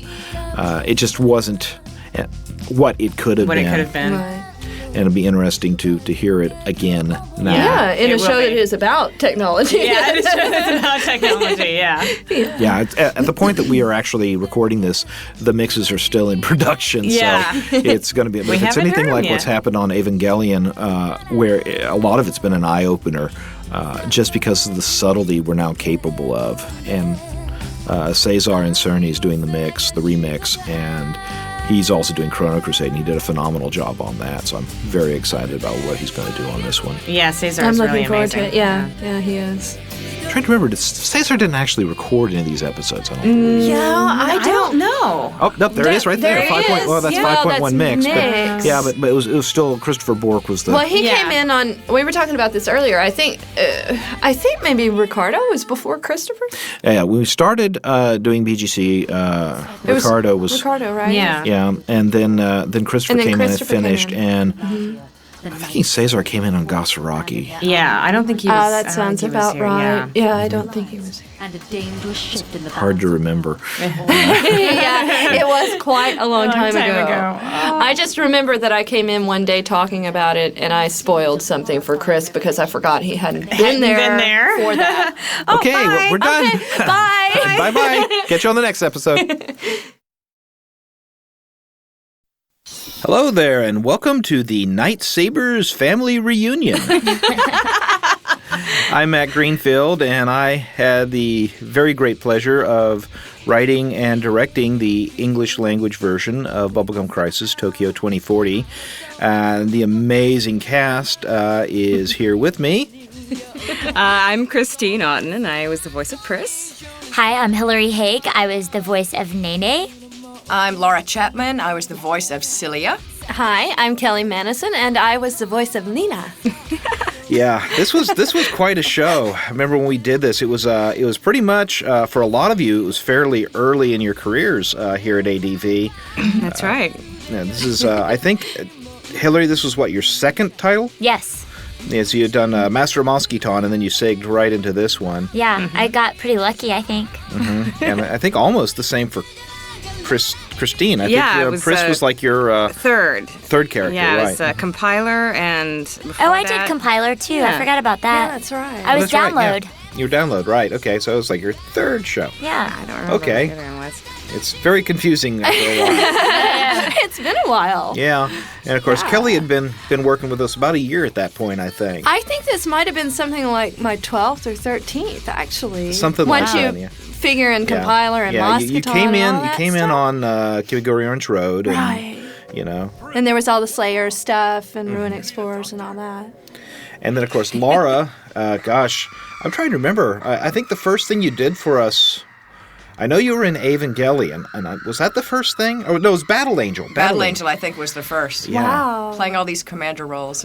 I always thought that you were basically specializing in the bitter women who ended up dead at the end of the episode. Well, a good deal of the time. You did quite a Sometimes, few of those. morphing into some creature that explodes. And Yeah. You split in half. Yeah, I was in Cutie Honey. You had you had green hair, no, purple hair in Cutie Honey. Oh, yeah. That Well, was- whatever works. Yeah, that kind of stuff. Yeah. Okay. Surrender. Yeah, this was a very, very cool episode. This is where kind of all of the hidden secrets started creeping out, and these things that Celia hadn't bothered telling anybody about are revealed. That's right. And how close you Oh, I love Henderson. I know. Henderson's great. Everyone should have their own Henderson. Yeah, so You're so lucky. He's so much the Alfred. I mean, He is. Just That's there, what's so cool about him. Nothing The glowing phases him. chest. I really enjoyed that part here. I try to accomplish that at home, and it just never works out. You don't go get a light stick and just Have it implanted right below the skin. It's yeah. Got his crystals out and everything. We're like, no. This was the first episode that you start to see Celia cracking. Right. Isn't it? Yeah, I guess it is, isn't it? Her smooth demeanor starts to crack, and Well, she has to be a little more vulnerable. Well, yeah, I mean- exactly. And you did Right. such a wonderful job with that. Well, she'd had the episodes before, but I think There was yeah. a little foreshadowing. Yeah. Yeah, it was an interesting character, I think, because Celia, she seems so calm and collected, and she seems to have it all together, and yet she's got all these hidden agendas. Right. Just getting lonely. So, I'm trying to remember now when we did this, in which order you all recorded, because, of course, what's always interesting is that you record these things in layers. One person comes in, records a scene. So who was the last person to actually record in the scene? I think I was. You know, I'm thinking I was the first because I Yeah. usually was the first at Yeah, that because point. did you even know that whole bit with what Nene was going to say when you were reacting to it? I'm trying to remember now. No. I think you told me what, by the way. But no. I remember hearing, I remember being able to hear everyone. So I cool. think that I was the last one through there. Okay. I think. I think I was. I don't know. Yeah, I know. I do not remember at all. It's been so long. Well, for a long time there, I was the first. I think it was because I had daytime availability Yeah. or something. I would come in and record before anybody. So it would be Yeah. really interesting when I got my copies to see what everybody else was Yeah, doing, well, that was one of the things I was know? trying to do is, basically whoever was the most important character trying to record. But and for the early episodes, it's really all shown through Lena's eyes. Right. Yeah. Right, that's But true. the focus kind of splits about 3 episodes before this. You really start getting into more depth in the other characters. Yeah, I think I was kept till later on, especially in the beginning, because I wasn't very good at the syncing, and I needed all the help I could get. Oh. to have as many. I wasn't very good at the reason it. you were always the last one in usually was because you also had to do the songs. Yeah. And we were trying to give you Right. the maximum time. Yeah. Because you were working all that stuff at home. I mean, you would actually take those lyrics home and massage them so it was something So they singable. actually fit, and it's the translation between Japanese and English. Where the songs kind of sounds kind of funny sometimes, is because for every single Japanese word, there's probably like 10 English ones. So, it's shoving a bunch of English words in. It's calming down now. Just who do you mean by she? The Sotai. The Sotai. That's another thing introduced in this episode. We start learning. Sotai. And of course, that was your It's split Kira. role. Well, it was initially Kira, and then became Laura. Remember, Right. Laura had 2 characters in this show, Yeah. as did Kira, because she was young Celia and young Galatia. Galatia. right. Yeah. So it's The Galatia speaking in Alien. Yeah, that was great. And the scales. You sang scales? Yeah, it was kind of strange. strange.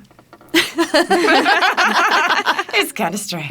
Yeah, I remember poor Spike on this show feeling like, oh, God, here I am cast as the 16-year-old wussy boy again, because the girls got to do all the interesting stuff, and he just sit around sighing all the time.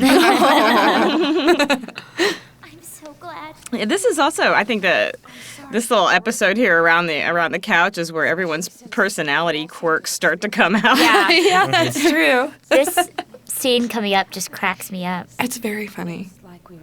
Which is really kind of fascinating because when the original series came out, there was quite a bit of fan speculation as to what the real relationships of the Night Sabers were. And I think there was a very definite attempt to address that in this scene in particular, but throughout the series with dropping these little, oh, okay, this is what you're expecting, here it is. Right. You know, and... Just kidding. I know, because it is really... Oh, that wasn't the scene I was thinking of. Sorry. No, it's the next one, I guess. Now, this is the one that's basically where you finally learn that there was a set of Night Sabers before this set, which was implied in earlier episodes, but here we actually get a quick glimpse of them. And they didn't do so well. They didn't do so well. You know. Oops. Only the strong survive. That's right. Was an American, a former Special Forces operative who'd been attached to the Pentagon. Now, does this story have any bearing in the earlier versions of Bubblegum Crisis, the first one, or Bubblegum Crash? No, not really, because the whole thing was that the original Bubblegum Crisis was just kind of thrown out there, and it was a series of standalones. It was designed that you really didn't have to see any of the others. And they were basically an excuse for some really cool fight scenes and some music, and then they were over. And the big thing on 2040 was that the intent was to tell a story that had a beginning, a middle, and an end, where the hard suits actually played a part within the story, as opposed to being, oh, look at this cool, neat gimmick. Oh, I see. So this backstory that Celia's giving now, it really doesn't have a basis in a prior version. It's all unique to this version. I'm truly sorry about This is probably a really stupid question. I should have asked it, 5 years ago. Why is it called Bubblegum Crisis? Why? Okay, the official explanation, keep in mind we're talking about someone in Japanese trying to come up with a cool-sounding name for a title, is that the tension in the city is so great, it's like a bubblegum bubble about to burst. It's just about Hence, a bubblegum crisis. What flavor? Watermelon. It's wasabi. Wasabi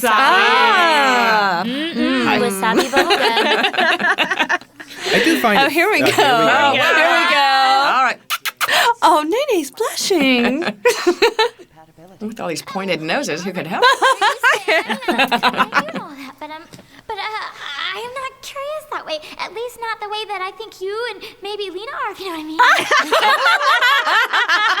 I mean? It's out. Well, we had many long discussions about Lena. I don't think we ever quite agreed. No, we never, we talked about it, but, Lena never decided. and that makes a lot of sense, because she spends the whole series pretty much, do I want to be a Night Saber? No. Well, yeah, of course I do, but is it really, can I? No, so... She's finding herself. You don't want to throw in there, do I want to be a little Right, exactly. Find bits and pieces of herself at a time. I think that Pris just prefers to remain in question. Yeah, well, you will notice the one person she says goodbye to when she leaves the room is Lena. And look, Celia's really happy about that. That's right. Hello. What am I, chopped liver? Hey, I always wonder about Celia likes to taunt the other girls, though. She definitely plays with them. Yeah, she does. Quit. I'll do it all by myself if I have to. I'll destroy that damn thing if it's the last thing I do. Yeah. And just the expression on Lena's face there. Okay, sure. Now, what's really interesting is, unfortunately, none of you guys got to work on it because we didn't want the voices crossing over. We just finished Parasite Dolls. And in Parasite Dolls, which is set in the same universe, we actually go to the normal police department, which has the big word, normal police. AD police. Normal police. Police. Yeah. Like, okay. Do they ever talk about the Night Sabers with Imperial They never do. They never do. It's set in Ginham City as opposed to Tokyo. Oh, I see. So I guess the theory is that it's a different alternate universe or a different location, but everything else is pretty similar. Interesting. Aside from the bizarre thing happening in space and then the whole city exploding thing. I've always kind of taken the feeling that all of the various Bubblegum things are loosely connected, but the newer ones were kind of, they're chronologically related, but they're happening so far separated that... Leon's got some problems. Leon had another outburst. Rage control problems. Oh, Leon, poo.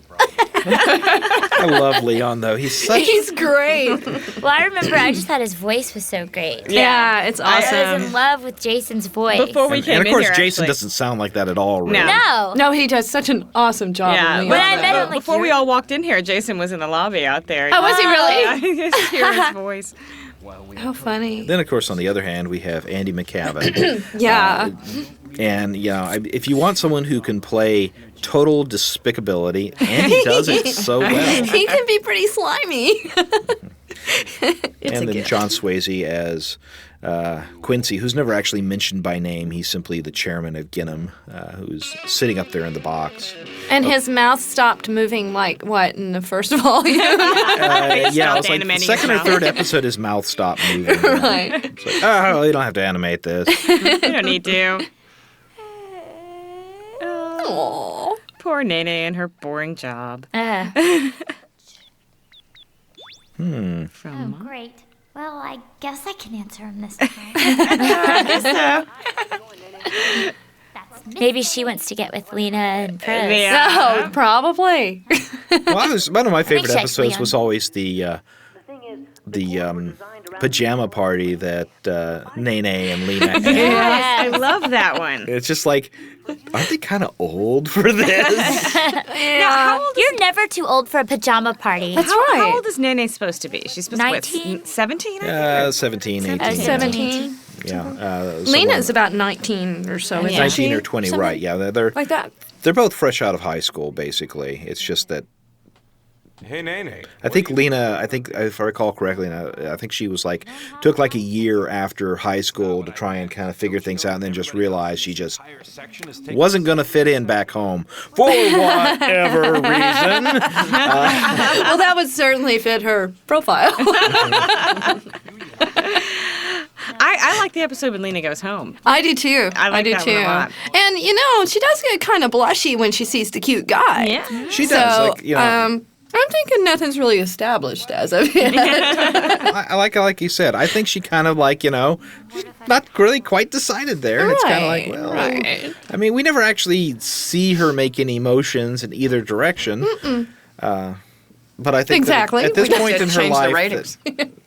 well, yeah, I think it would have sold a lot more tapes. But You know they're finding members who show up. Well, they'll just have to make more, and we can explore that aspect. I don't know if his character pops up in this, but one of my favorite characters in the AD Police is what the character that Paul Sodello plays. His voice. Oh, yeah. I don't know how early he comes in, but I just love his voice in these. Yeah, he's great. a little after this. I think it's a few episodes later, when he starts popping up. Right. Yeah. Just the baffled, somewhat inept. Well, he's in the segment where the whole AD Police Tower is in trouble. Right. Mm-hmm. Trouble. And we're coming up to that, aren't we? Yeah, that's not too far from here. It's a couple episodes down. He's got a cactus in his window. I just said trouble. I didn't say what kind. Just trouble. Mm-hmm. Just trouble. I want to know how Rob Mungall's character gets that tan. Yeah. Oh, one of my absolute favorite scenes. I want to know how Rob Mungall's character got that hair. I like this. The little. Yeah. What is that? It's a weasel. Oh, ferret. Weasel. Weasel. So Nene That was fun to carries do. a weasel. Nene's She was just awfully making up lonely. that voice as she was She doing it, just going back is. and forth between the voices. Uh-oh. This looks like trouble. It's like trouble. Oh, okay, wait a second. It's actually it is this episode. It's the setup. Well, this is the setup episode. I don't think we actually see those guys until the next episode. We're gonna get a cliffhanger. I think. Yeah. Why is Nene the only one who works there? She's always alone. Well, they establish early on that there's a lot of budget cuts. She's not a union member. She didn't get the memo. She has a lot of I think on this one she was working late or something. There was some. Well, everybody else had gone away because they were striking, and she didn't. That's right. She doesn't belong to the union or something. And so. Oops. You're an operator in the information center, aren't you? What's going on? Yeah, I'd forgotten about Rob. That's funny. But all of our defense systems. See, there's Paul Sedel's character, the bald guy. Yeah. There he is. Back off, Yano. Isn't it funny, Yano? Back up, Yano. Is that Ted Pfister? That's Ted Pfister. Oh, wow. We still need I mean, there's so many people on the show who had just basically just come in fairly quickly, recently, I should say. Hold on a second. Where are you going? I can check out Yeah, this was kind of an ushering in of a new wave of talent here, I think. Yeah, there were like 3 waves, of course, Yeah. But after this, we really had a good pattern of people who continuously kept coming in and, building on what was there, whereas originally we had a couple of groups that they came in and then a bunch of them moved away, so we brought in another group and... Yeah. I have to tell you, Christina, I was so impressed with Pris. I think you did such a good job. Oh my God. You're so hard. It's so hard. She's awesome. Oh my God. So bitchy. I just like that. I so did not know what I was doing. I mean, I did not have the slightest clue how to do this. Didn't we, as I recall, we just basically kept coming back saying, okay... John Wayne, Clint Eastwood. Clint Eastwood. Depending upon which the scene was. Who is she being more? Am I being Clint Eastwood when here? she was being, real Wayne? pugnacious John Wayne, and when she was just being cool as Clint I just Eastwood. had a real hard learning curve. It's hard to do, especially this show. Yeah, I mean, I'm better at it now, but I mean, it was just a real hard learning curve, and so yeah, it was really difficult. I think I may have cried a time or two during the show. I can't do it. It's too hard. So any of you guys out there that think this is easy, it's not. It's not as easy as it looks. It's We hard. work really hard. We all went to school for it. So, is it happening? Yeah. Mason is so creepy. Oh, yeah. So creepy. The AD police always love that. I like how it smelled like Police. Police. Police. Police as when we fleece. Okay. But I would have loved to see how So, pathetic their efforts to stop this would have all this time later, where do you think the characters would have gone next?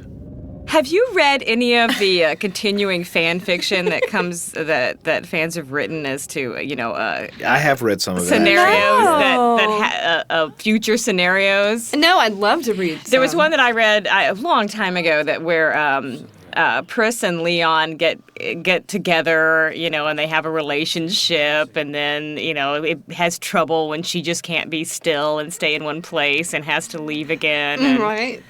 I always thought those were kind of funny. Boomers were. I always wondered what happened to Lena and Nene. I know. What happened? So what do you think? I don't know. I always felt that the in the last episode the seeds of the follow-up series are planted, and whether or not that series is ever actually done, it's there.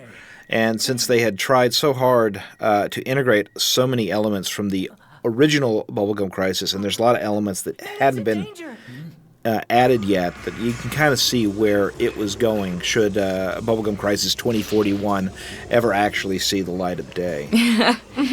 Yeah, I remember thinking when it ended that there were some definite sequel seeds planted. Right, Mhm. right. Although, the first problem is, spoiler, is getting Nene and Lena off that island where they're standing naked. where they're stuck. Yeah. So Stay funny. tuned. Well, surely somebody would come save us. Yeah. Pris, No. Celia, come on. Yeah. I would. Yeah, Pris would be there. I'd come get you. I'll bring you some clothes from the Silky Dog. Yeah, well, if you recall, Pris was in the desert somewhere. That's true. yeah. That's true. But That's I right, think that's She's right. probably been in worse scraps, naked and. And with Celia's That's right. on the farm Oh, yeah. with yeah. Nigel. Celia's off on the farm. She's having some quiet time. Some quiet time. I'm sure she is. Really quiet. And then a recuperating time. Yeah, martini time. Yeah, we have to listen to Paul. They're coming in the back way, too! He's so funny. He's great. It's funny. Oh, no. Sir, It's really hard to keep talking because I keep getting caught up in the story. It's I can't wait to see all of these. This is actually one of my favorite episodes. I really like this one a lot. It's great. And this It's whole great. sequence, the next few episodes, the whole thing with the AD police tower is just... And you got the whole Night of the Living Dead thing Oh, yeah. going on. I love this. Do we get copies And look, she's getting a fashion magazine. Yes. Lena, the world's, well, shall we say it? Frumpy. Least coordinated person, clothing-wise. We basically were fairly convinced that she was buying her clothes from the discount bins at large chain retail stores. Yeah, one of those large chains. Hate when that happens. Whoops. I've quit reading that magazine for that very reason. Right? Maybe she's just trying to educate herself. Maybe Celia's, silky doll has inspired her, and she figures, sure it has. I need some fashion in my It was life. her little pink But phone. come to me. I'm coming. Help her, You're the Obi-Wan. only one. You're the only What one. are you talking Right. into your lipstick there? She's got this little cutesy wootsy phone. Is it a breast break? I'm on my way. Do we actually get copies of these? What? Yes, you've got copies of those. They're on that obsolete format. Oh, you mean on the new version? The new ones. Yeah. Version. Sweet. Yeah. I can't wait to see I it. know. On my VHS, I don't have a VCR anymore. It went the way of the moon, and I have not replaced it. Right. No need That now. archaic Hey, technology. Ombre, 1, 2. I just got a DVD player, so it's like, oh, okay. Well, I didn't get a DVD player till last year. I probably like 8 months ago. Yeah. It's like- Right. And then right after that, the VCR just went south. Well, I guess we don't really need one of those. It was tired. But I can't watch my Bubblegum because all I have is the VHSs. Well, now I'm excited. Now we'll get DVD. DVDs. Thank you, Matt. Thank you. Thanks. Okay. Hey, it's over. It's pretty much over. Well, thanks for listening, and there's a lot of other Hope you enjoyed commentary it. traps. Traps! Yes. Freudian slip. He's trapped in a booth. Commentary tracks coming up on the other discs in this series. So, thanks much. And I always have to wait. I'm waiting for the shot of Nene doing the go-go dance, and there She it was. did it, yeah. Bye. Good night. Bye. Ciao. In the next episode Or good morning. of Bubblegum Crisis Tokyo 24. Or we could just keep going, I suppose. Over the next one. So, I hate premature goodbyes. Yeah, because there's more Night of the Living Dead. Yeah, this episode's really cool too. Yeah, it is. So be sure and watch it, man. That's great. Yeah. I like this one. You know, I'm ashamed to admit I only watched like the first two. You seen them? I haven't seen any of these, so I'm like really sitting here trying to good. watch It's great. it. I'm gonna It's have really to watch. good. Oh, you must. Moving waves.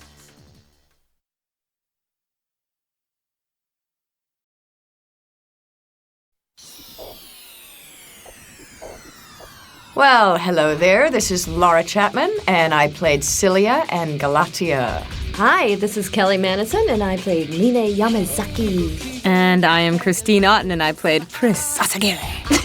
Hi, I'm Hillary Haag, and I played Nene Romanova.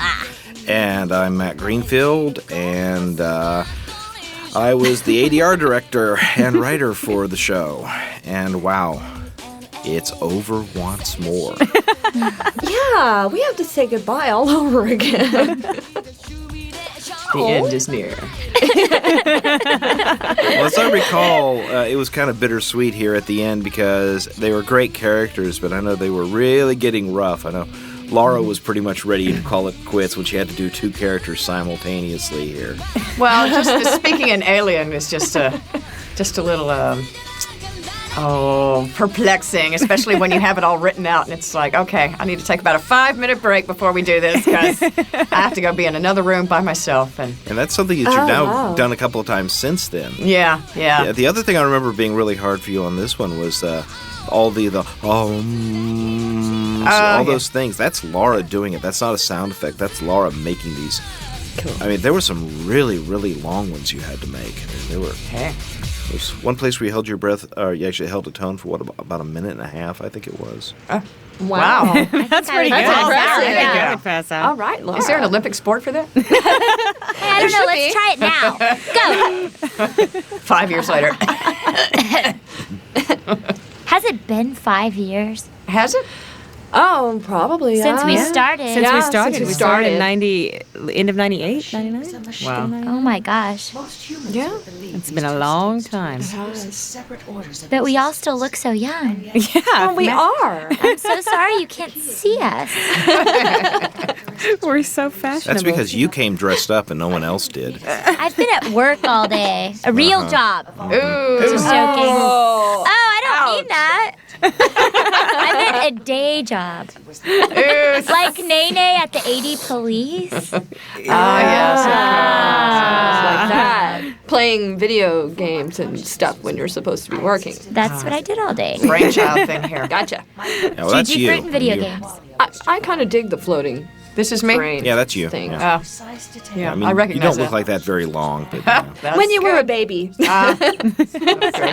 And first came the brain. That's right. With the little spinal column things.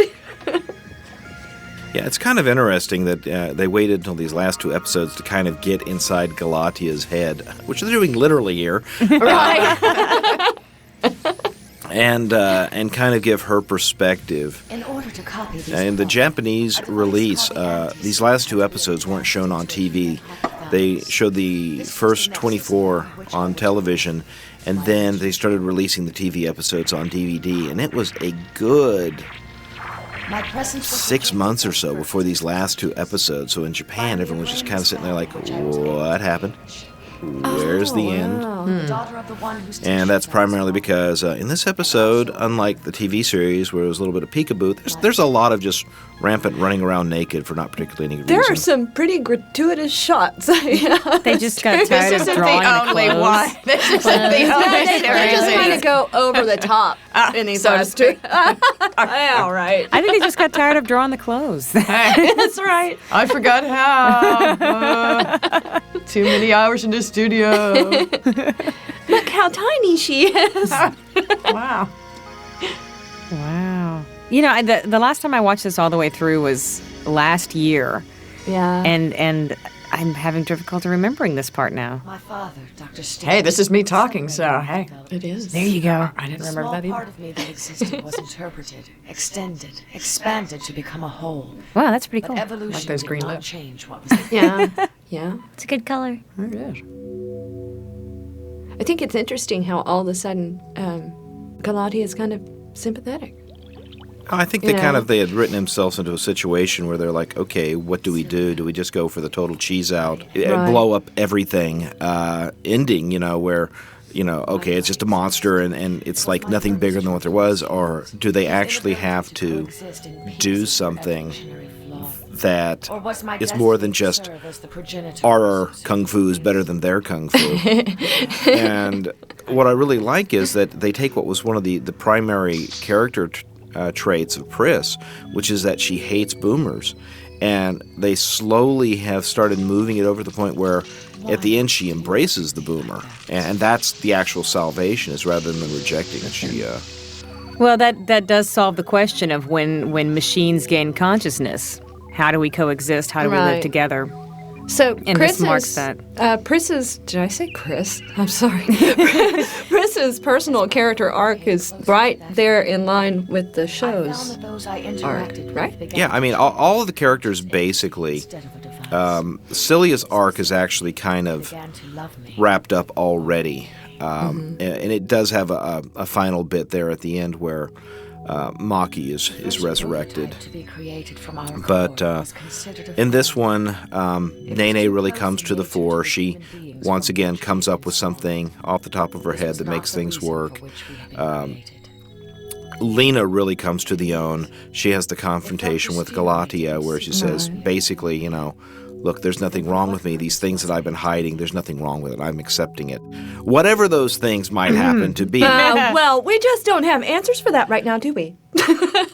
But I think the whole series rounds out into, humanity and machine merging and a way for society to live together with that human-machine interface with Maki and Nene. Right. And this is interesting also that we saw this disaster at the lab from a different point of view already. Yeah. And now we're seeing it from the point of view of she's really bored. She's like a child acting out, but more from her sympathetic you have angle. to think of someone who's trapped in a room and the only person they get to talk to is Mason. Who wouldn't want to leave? Really. Yeah. Really. Have we already seen his comeuppance? Pretty much, yeah. I mean, they kind of give you a quick glimpse of what happened to him. Yeah. But I've always felt that's one of the major setups for a follow-up. Right. Is that they didn't really resolve him. They resolve Galatia, but they don't resolve Mason. No, they don't. They left him hanging. They also really don't talk about Rosenkreutz, what really happened with Rosenkreutz. No, they don't, do they? We know that he's been absorbed, but we don't know where that all leads. Right. This was an interesting bit here. We actually had alternate takes of this version. They had originally animated this and had basically chickened out and not drawn Galatia completely nude. They had kind of obscured her with a lot of glows and things, and apparently at the last minute they said, no, let's go ahead and Now they are servants. since it's going to be going straight to video, go ahead and show her. They exist The booty shot. In the booty shot, yeah. Show everybody nude. That's right. I think they were just in that frame of mind for these episodes They were anyway. feeling playful. Let it all hang out at the end. That's right. Yeah, and it's interesting here. They're dropping the boomers that we've really had experience with in the beginning of the show. They're dropping them here in the beginning. So now this is right where the story picked up. Well, it's kind of interesting that we start these two episodes that were set apart with kind of a recap of the beginning of the story to make sure the full circle goes around. Right. And if I'm not mistaken, Lena gets her little flashback character arc, This is where I started. Look where I am now. kind of thing. At some point, this episode or next, I'm not sure. Right. Well, if you recall in the very first episode, there was the bit where Lena's friend threw the trash in front of the boomer. Yeah. Right. And it gave it that same look like, this is what I'm for, this is my purpose, is to pick up something that you just threw down. Right. So they kind of bring it back here. Does anybody remember an old series from like the 60s, Night Shadows or Night? Yeah. I saw an episode Night of that. Stalker? Night Stalker? Was it? No, it was a series that was an hour long and it had 3 short sci-fi segments, little mini stories. Oh, no, this isn't. Yeah. Okay. It was night something. Not Night Gallery. Night Gallery. That's what it was. It was Night Gallery. Oh, that rocks. I saw an episode of that last night, actually. Yeah, where they had android servants. I did too. Yeah. And my husband turns to me and says, "That's a little bit like Bubblegum now, isn't it?" And I thought of you. I thought of our previous commentary when I was watching that. Yes, I did too. I was like, well. That's really, I think, what makes the show so interesting is that a lot of these are classic themes, and rather than focus on any one directly, they kind of throw them all in and let them resolve themselves as background to the character arcs. Why did I think this was also based on like a Blade Runner-ish type thing?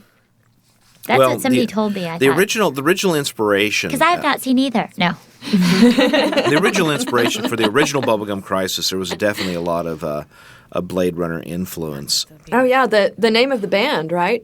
Mm-hmm. Wasn't that? It was the Replicants in the original. Replicants, yeah. That's right.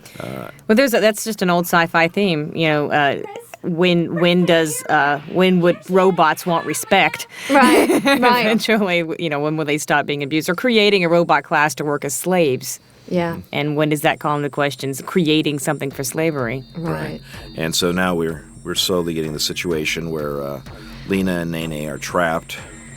It's going to happen here, but we're going to set it up.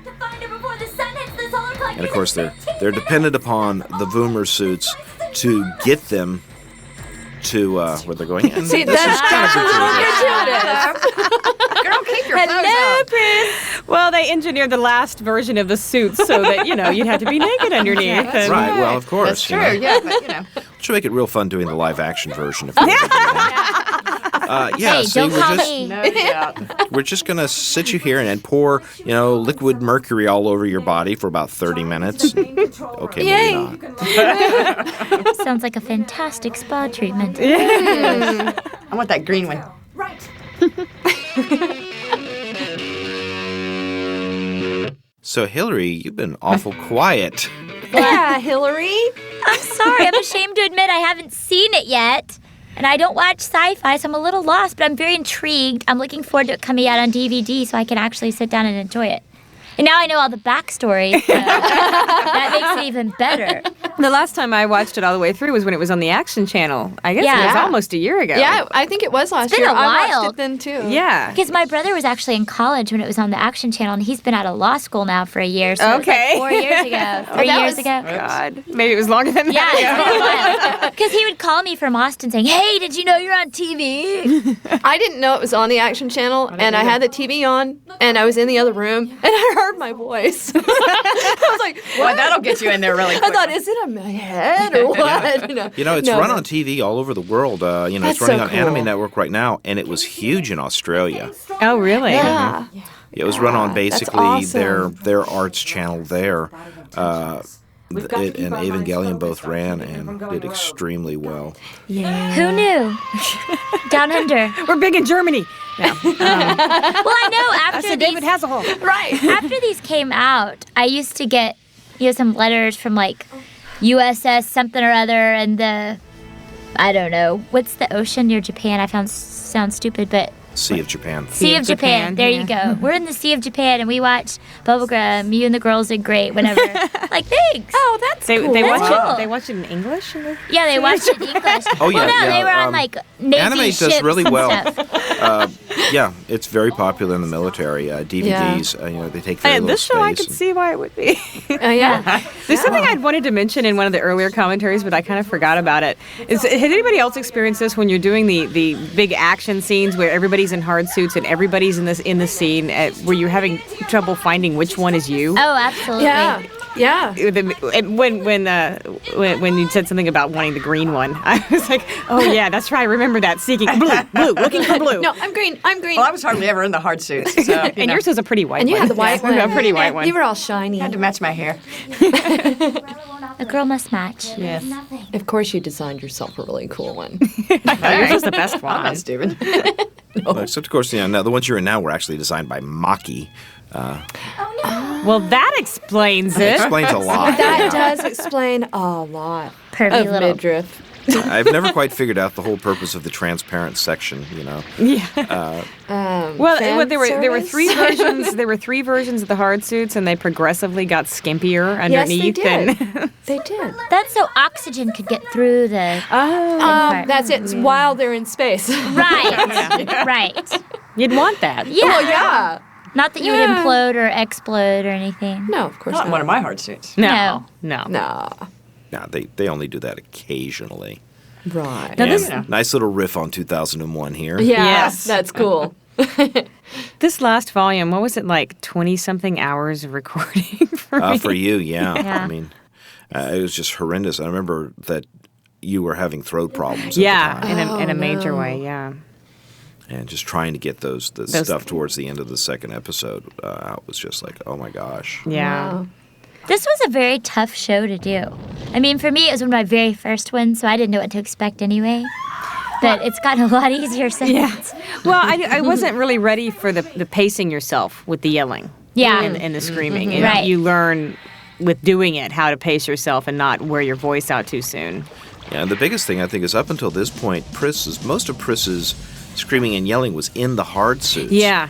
And all of a sudden here, she's not in the hard suit anymore. I mean, she's all there exposed, and you had to mesh mouth flaps for all the screaming.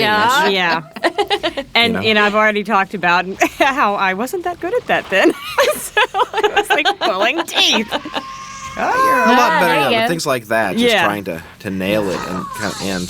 Yeah, but there was a lot of yelling, a lot of screaming, and I hadn't learned how to pace myself yet. Well, and it's not just that you're yelling or screaming, but you're trying to put emotion into that yell or scream, and you're jumping, you're sad, you're upset, you're character arcing all over the place here. Right. But put that all into one punch.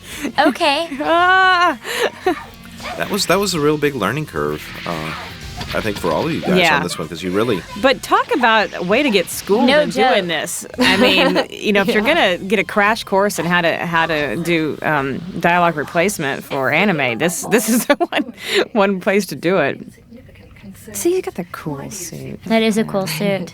I like the heels. Interesting suit. They're cool. Well, they've all got the heels. They have the that's heels. true, but Yeah, I always wondered why Celia didn't design something like a sports bra or something. Uh-oh, Lena's arcing. Lena is arcing. See? Look, you always break your heel. And what's interesting is, it's like we see absolutely nothing of her life before she meets Pris. It's pretty much everything since she gets to Tokyo. It's all about Pris. Well, isn't it? yeah. Is that lovely as you look tonight playing in the background? Okay, well, he's cute, but maybe not. Yeah, you're getting your life flashing before your eyes here. Right. All Up from to the breaking a point heel? where she made the decision about coming back. Yeah.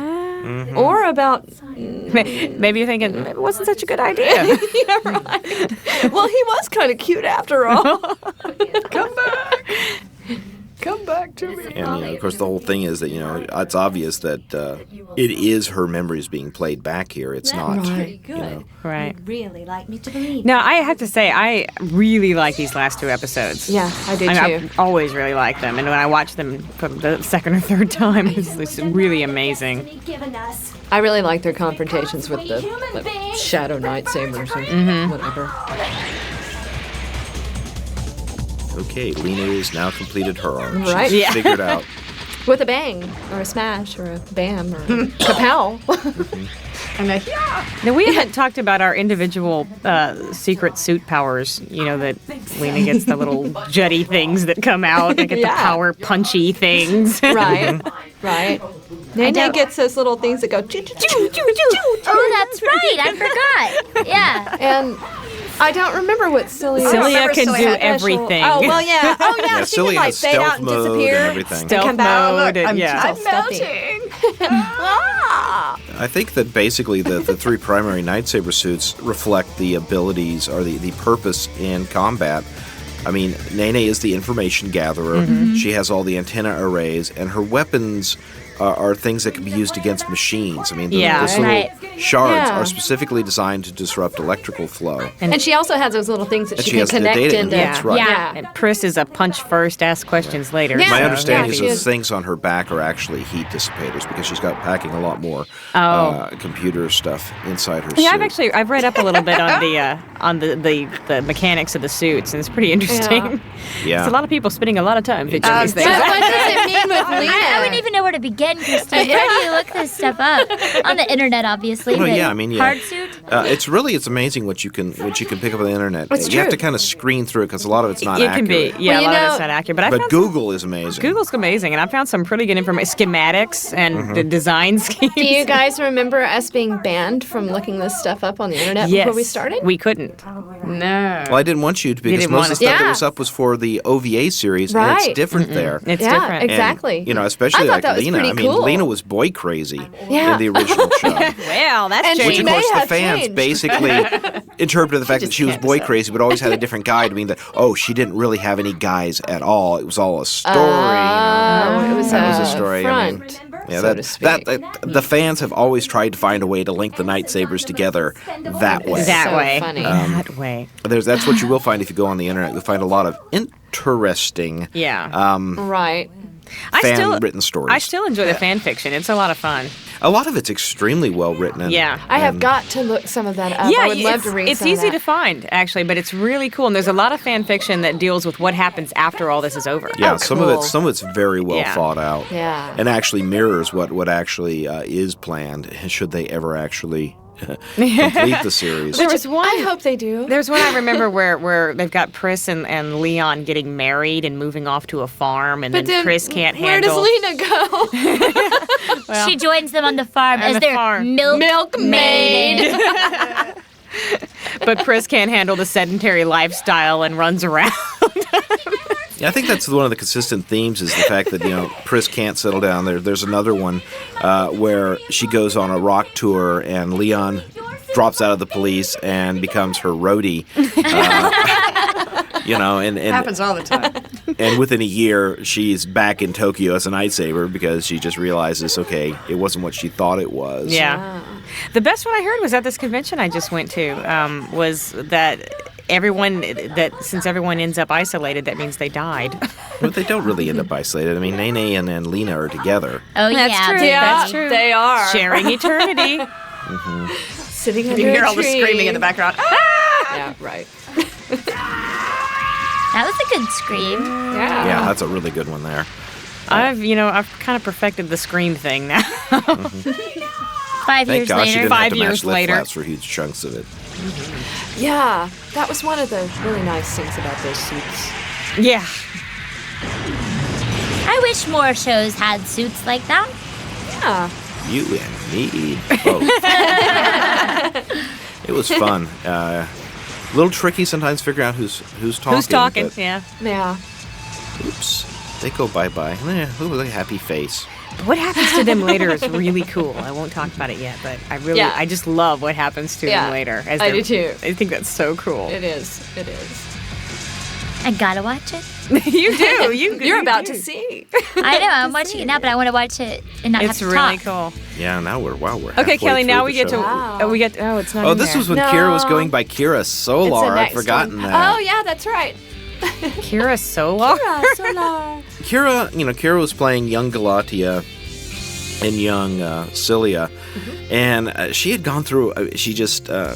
I will not say her last name because she doesn't like it. She thinks it sounds funny. It's Greek, and I like it. I think it's a great last name. I think it's great. I think so too. But she was going through a period where she wanted to be a singer, and she actually auditioned for Pris and just sounded too young. But she decided she was just going to go by Kira. And I guess she did that for like 6 months and then decided, no, that's silly. I'm going to put it last name. And came up with Solar for a while. I wish I would have thought about it that much because I get Haag. Haag. It's Haag. Yeah, but see, that's your real name. I right? know. But I wish I hadn't used that either. But Well, what would you change your last name to? I don't know. Let me think about Starfire. Starfire. I like Rock star. Starfire. Star. I do like that. I had the whole thing with my 2 last names. I'll get into that next time. Hey, we'll pick up on the next episode. In the next episode of Bubblegum Crisis Tokyo 2040, running low on oxygen, their power cells drained, and about to burn up in Earth's atmosphere, the Night Sabers have reached the end of their physical endurance. With the team shattered and torn apart, all that remains is the desperate need to complete their mission. As Galatia approaches transcendence, the Night Sabers ready themselves for what may be their last battle. Final episode, still alive and well.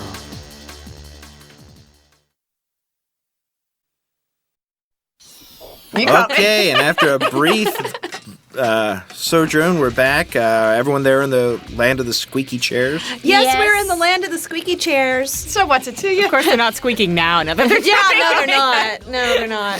Previously, And we are were the people in the speaking booth of ice okay? Oh, we're Yes. fine. I have a parka. Yeah, We're Hillary's in got her 3 blankie different here. booths here, and they've all got individual problems today. So. Hey, Christine. Attributes. DNA. I love that. I won't torture anyone with my singing this Yeah, time. I do regret the fact that we never had a chance to go back and actually re-record the opening and closing songs in English, because I know you really wanted to do that. Yeah. That would have been cool. It would have been cool. You should have all of us singing it. Not me.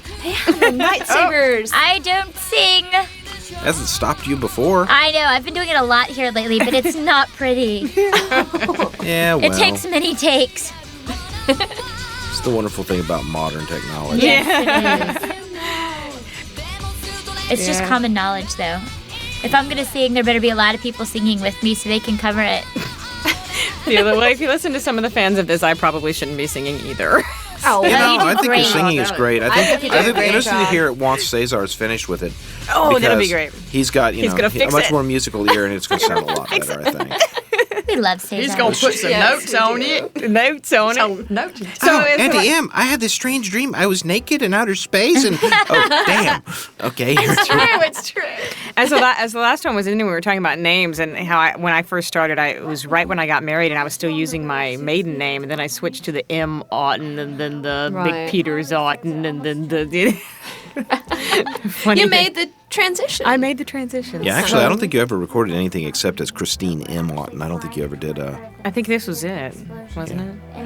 I don't think you ever actually. This is your Christine M. Auten. Yeah.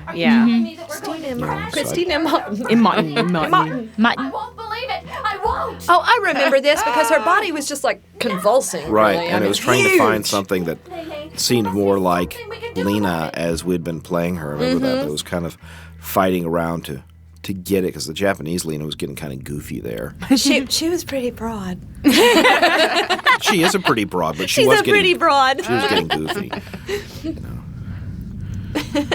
Meanwhile, Pris is like, hello, where is everybody?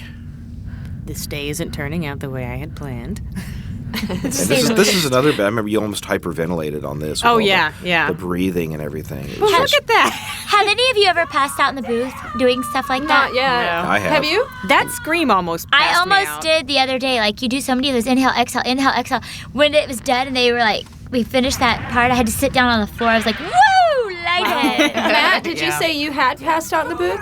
Almost, not completely. No, Battle Angel I did. Wow. Doing this, I almost passed out. Doing that last scream after the hyperventilate and then into the scream. Yeah, you were coming down. You had the flu or something. Yeah, I was really sick. It kind of crept in. I was really sick. You started and we were gone for like 10 days, and we picked up again, and it was just.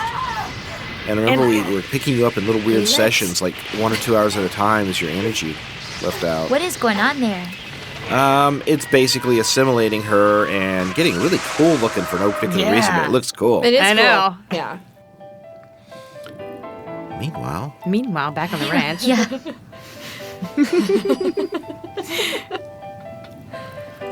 It's interesting. You have clothes on. Well, she has because this is in her head. This is the memory. Yeah. Or not a memory, but the... Ooh, I used to love those things. Memories? Oh, the gliders? I don't have many of those anymore, but I did like the gliders. I thought that was kind of odd. Sorry. Well, apparently I don't. I'm sitting here like a mute. I like this scene because it's so simple and the way they did it. I mean, it's a piece of art being slid behind another piece of art. Yeah. And it's got a really surrealistic feel to it that I don't. It's almost like a Magritte painting. I really liked it, yeah. And I like the transition it makes here in a second, too. It's all very. That is cool. Yeah, it's very enigmatic. You're trying to put these little bits and pieces together. Is she in Celia's memory as remembered by Galatea? Is this Galatia's fiction? Transferring such data into a simple vessel such as yourself. And then she answers the question. Oh. Yeah. Wait, what do you mean transfer into? Wait a second. I like when we get a look at her. Yeah. That's cool. It's a bad seed. You're wicked. All over again. Evil Galatea. Except if you actually listen to what she's saying, it's like, no, she's going to treat Pris just like the humans treat the machines. Right. It's like, well, you're convenient. They're going to come back at you, And the treat your robots well. Symbolic tree there. And the tree that looks like the brain stem. Right. No, stay away from me. And again, it's like, okay, now we find out where Pris really is. I remember this was quite rough to do.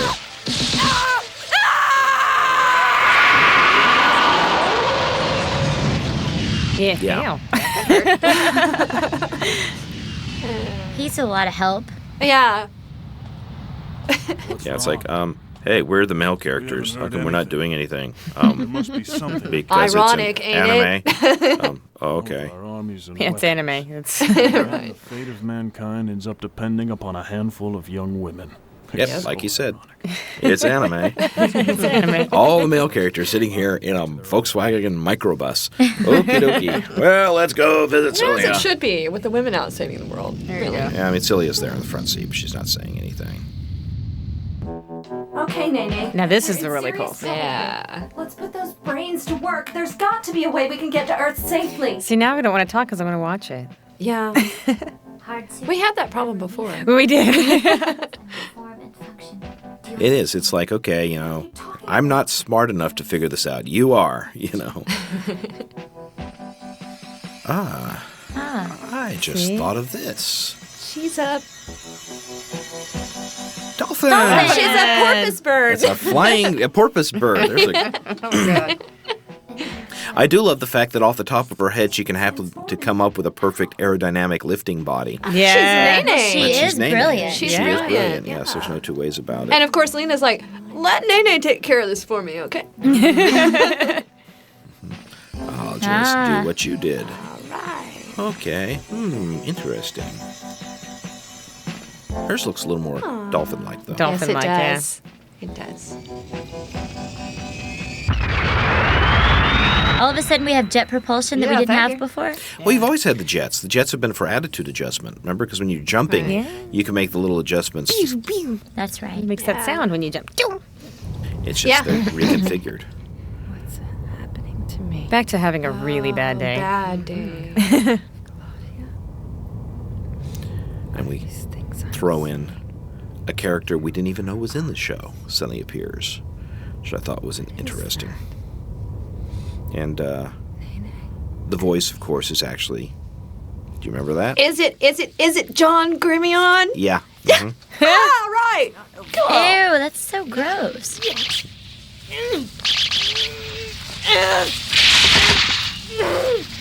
So you were right. Yeah.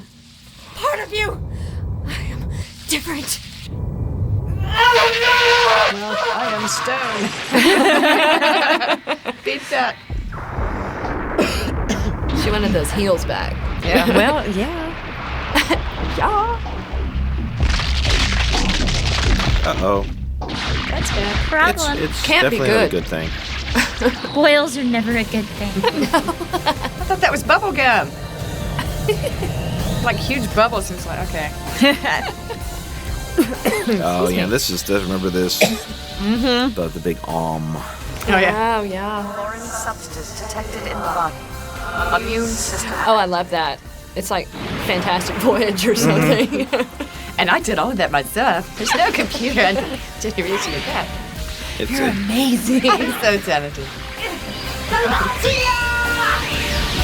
Yeah. Coming for you. But what I really like about this episode is what you think is the bad, is the evil, is actually, turns out to be the best possible thing that could happen. Right. I also like the fact that after all this worrying about it, and for so many episodes we haven't had to worry about this whole battery power thing. Suddenly, the battery suddenly becomes a major. Yeah. She runs out of battery power. Convenient. It's like, oops, didn't think about it. Grand control to And really, for Chris, this is the worst possible thing. Is because she's completely immobilized. She can't touch anything. She can't feel anything. Can't see anything. Well, we saw what happens when the batteries go dead. Yeah. In the first or second volume. Second volume. Second volume. Hey, this is warm. We're glowing. It's like they're really wishing Celia had designed a sports bra on this thing. Something for insulation. I always wondered about that. It's like it's glowing inside. So Meanwhile, power. This is cool. I know. I love this part. The restraints that hold me, and I can help you. But yeah, when I was trying to figure out who Kaz finally realized, no, it's got to be John. Yeah. It makes sense. He built it. Right. And Who else's he's the one else's that voice she would it trusts. have? Mhm. Right. So it's just such an unexpected element. Uh-huh. It's like, oh yeah, it's a boomer too. You have released me. And it's called Moto Slave. Moto Slave. Mm-hmm. Should we relate our conversation with John? I don't know. I do love this whole bit. I do Just too. kind of coming in. But if anybody ever sees John Gremillion at a convention, ask him to say something to you in Moto Slave Moto speak. Slave. Oh, There she There goes. she goes. That's Laura doing that. Very little electronic stretching or anything. Just listen to how long it goes. She does these things. My power reserves are running low, and I was damaged when the Skyhill crashed. All right, let's finish her off before she realizes we're not dead. Before she runs out of breath. Quick. Yeah, right. While she's thinking about breath control. Yeah, really. I've got to destroy Goliath. Are you with me? I was created. All that whomming in the background. I just remember doing Oh, that. man. That's amazing. It is. Don't call me that. Intelligent beings can't own each other. And there, she That's makes her. the jump. There Boom. it goes. But that's where she makes the Yeah. the transition. She's given Moto Slave his freedom. His freedom.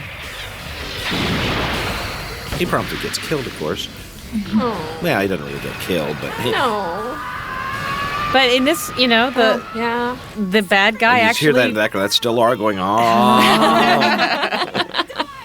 It's so buried, people don't even notice it and realize how long that took to get.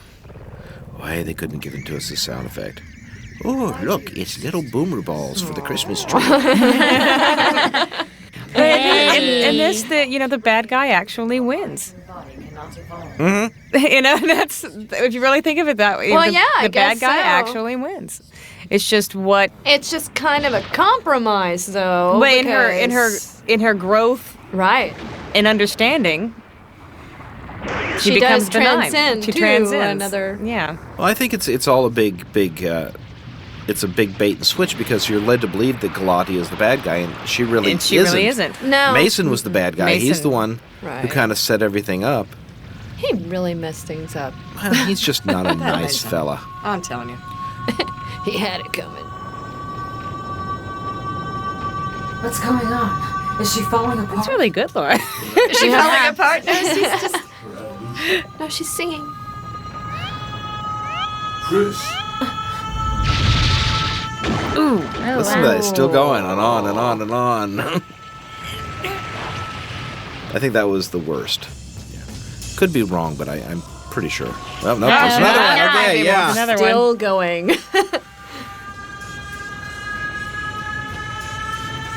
Wow. That just sounds painful. That chest voice can go Well, I could pretty always high, get, Laura. rent myself out as an air raid signal or something. Well, it's frustrating because when we did this show, of course, Christine got the singing character, but you're really a great singer, She's Laura. a much better Yeah. singer than I am. I've been singing for years. Years and years. One of these days we'll get I mean, you actually did sing, sort of, in Galaxy Fraulein Una Returns, but that was such a...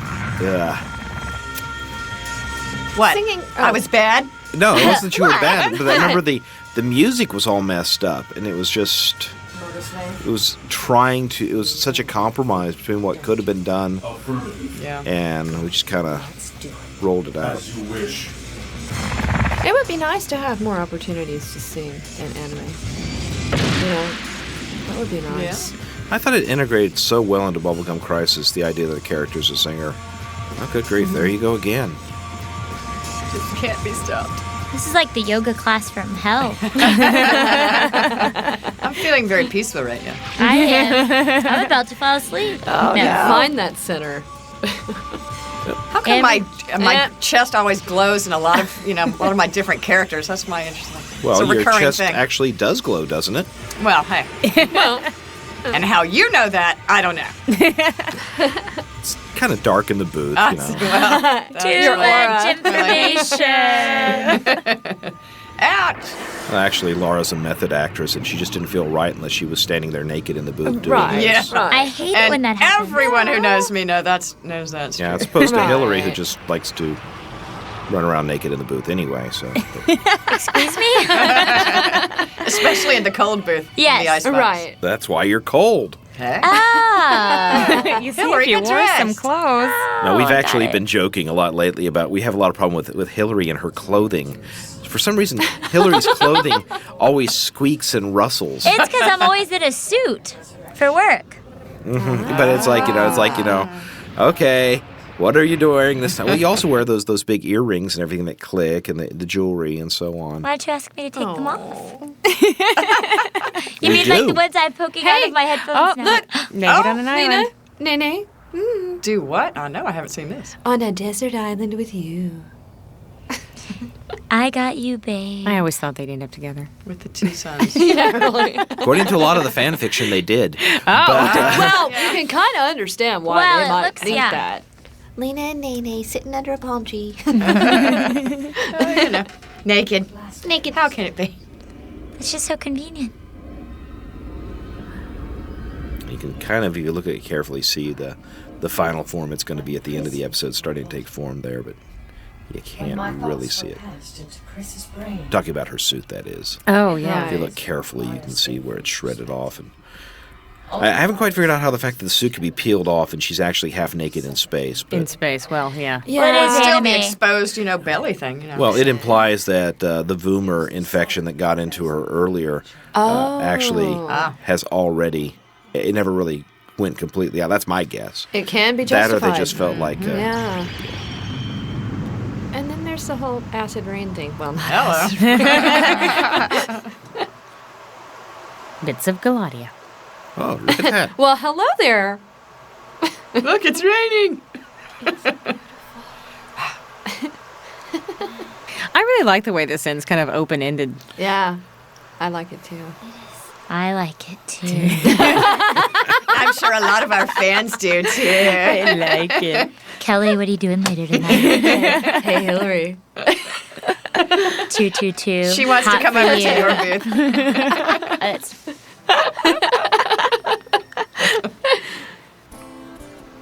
The lights are shooting up. Shooting up, Well, it's on the other side of the world. It's gone all the way through the planet. Oh, yeah. Well, that does make See, sense. that's the United That States there. does make sense. Because Oh, the the flag. I never noticed the flag. that. Oh, yeah. I mean, of course, that's the hand of the Statue of Liberty. Yeah, it's a real easy visual to figure out.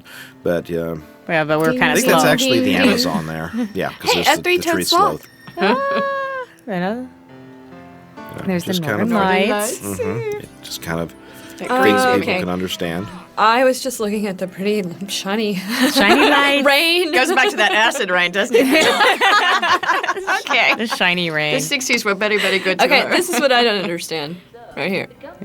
Right here. Oh, bar scene. Don't you be eating that. Or drinking that or whatever. Pierced right through. Yeah. Just Yeah, they do nickel. have a lot of open questions. Yes. What many. happens to Leon Pooh? Leon Pooh. He drinks himself crazy. Yeah, he's already gone through his character arc, though. I mean, he pretty much realized that by the book is not... I mean, he was obviously never really by the book, but he was always pretending to be by the book, and then... I mean, the fact that he hangs out with Wong should tell you a lot right there, because, I mean, Right. Daly, is always looking for the angle. But also, everybody kind of had to learn throughout the series and up to Galadia and everybody to kind of accept others' points of view and sort of shift to the middle ground a little bit. Compromise. Being Galadia's beneficial. power So re-energizes are they on the other side of the world too? Maki. Well, no. Now we've come back. I think actually, I'm not sure where they Okay, were that over the looks Earth. like it's on the other side of the...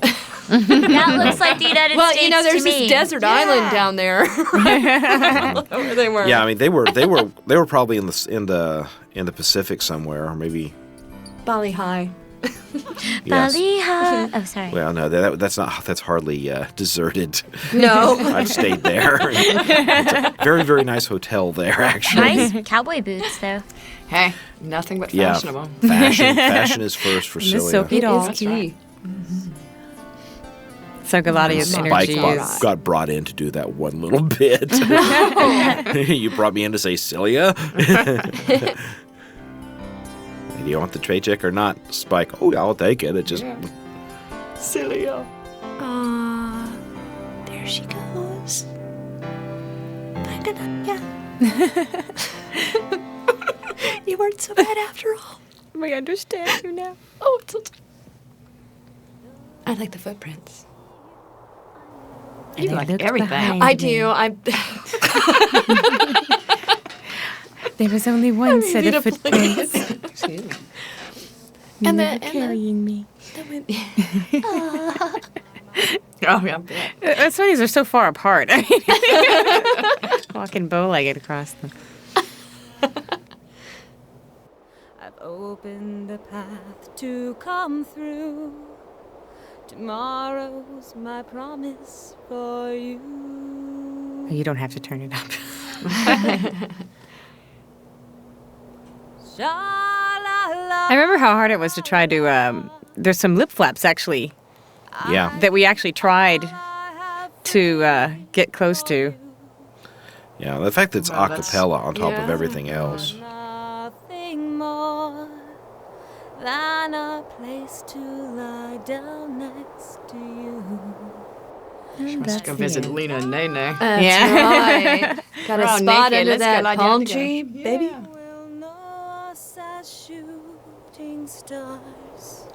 No, okay, I'm stupid. supposed What to is be? that? What do you mean, what is that? That's the Moto Slave. Oh. Oh. And it grew angel wings. That's how she got to Earth. Oh, I feel like an That's idiot. so good! Moto Slave. I can't wait to go back and watch it. Oh, This that's series been is so great to awesome. see again. Yeah. Yeah, it has. It has. Yeah, it holds up really well. I also recommend listening to the Spanish version if you ever get a chance. I was just looking at this and noticing that there is a Spanish version. I'm like, wow. I've heard some of it. It's a riot. Yeah. Well, what's funny is that they actually based their version off our version as opposed to going straight back to the Japanese. So a lot of the stuff that we ad-libbed, like Leon's, I need coffee. It's in the Spanish those version. lightsabers to hell. That's so Yo quiero coffee. Quiero coffee. I guess it's just easier for them to convert it. And there's lots of people who speak English and Spanish, and then there's so many people, in the industry there whose primary job is converting American and British films into Spanish, whereas Japanese films not so much. And really, how could you leave out the coffee line anyway? Yeah. I mean, That's inspired. It's brilliant. It does define Leon in a nutshell. So it's definitely where Leon is should this be. Nene dancing? Nutshell. Yeah, that is Nene That's dancing. Nene dancing? We always assumed it is. I'm sorry I never actually got to do that dance on video, actually.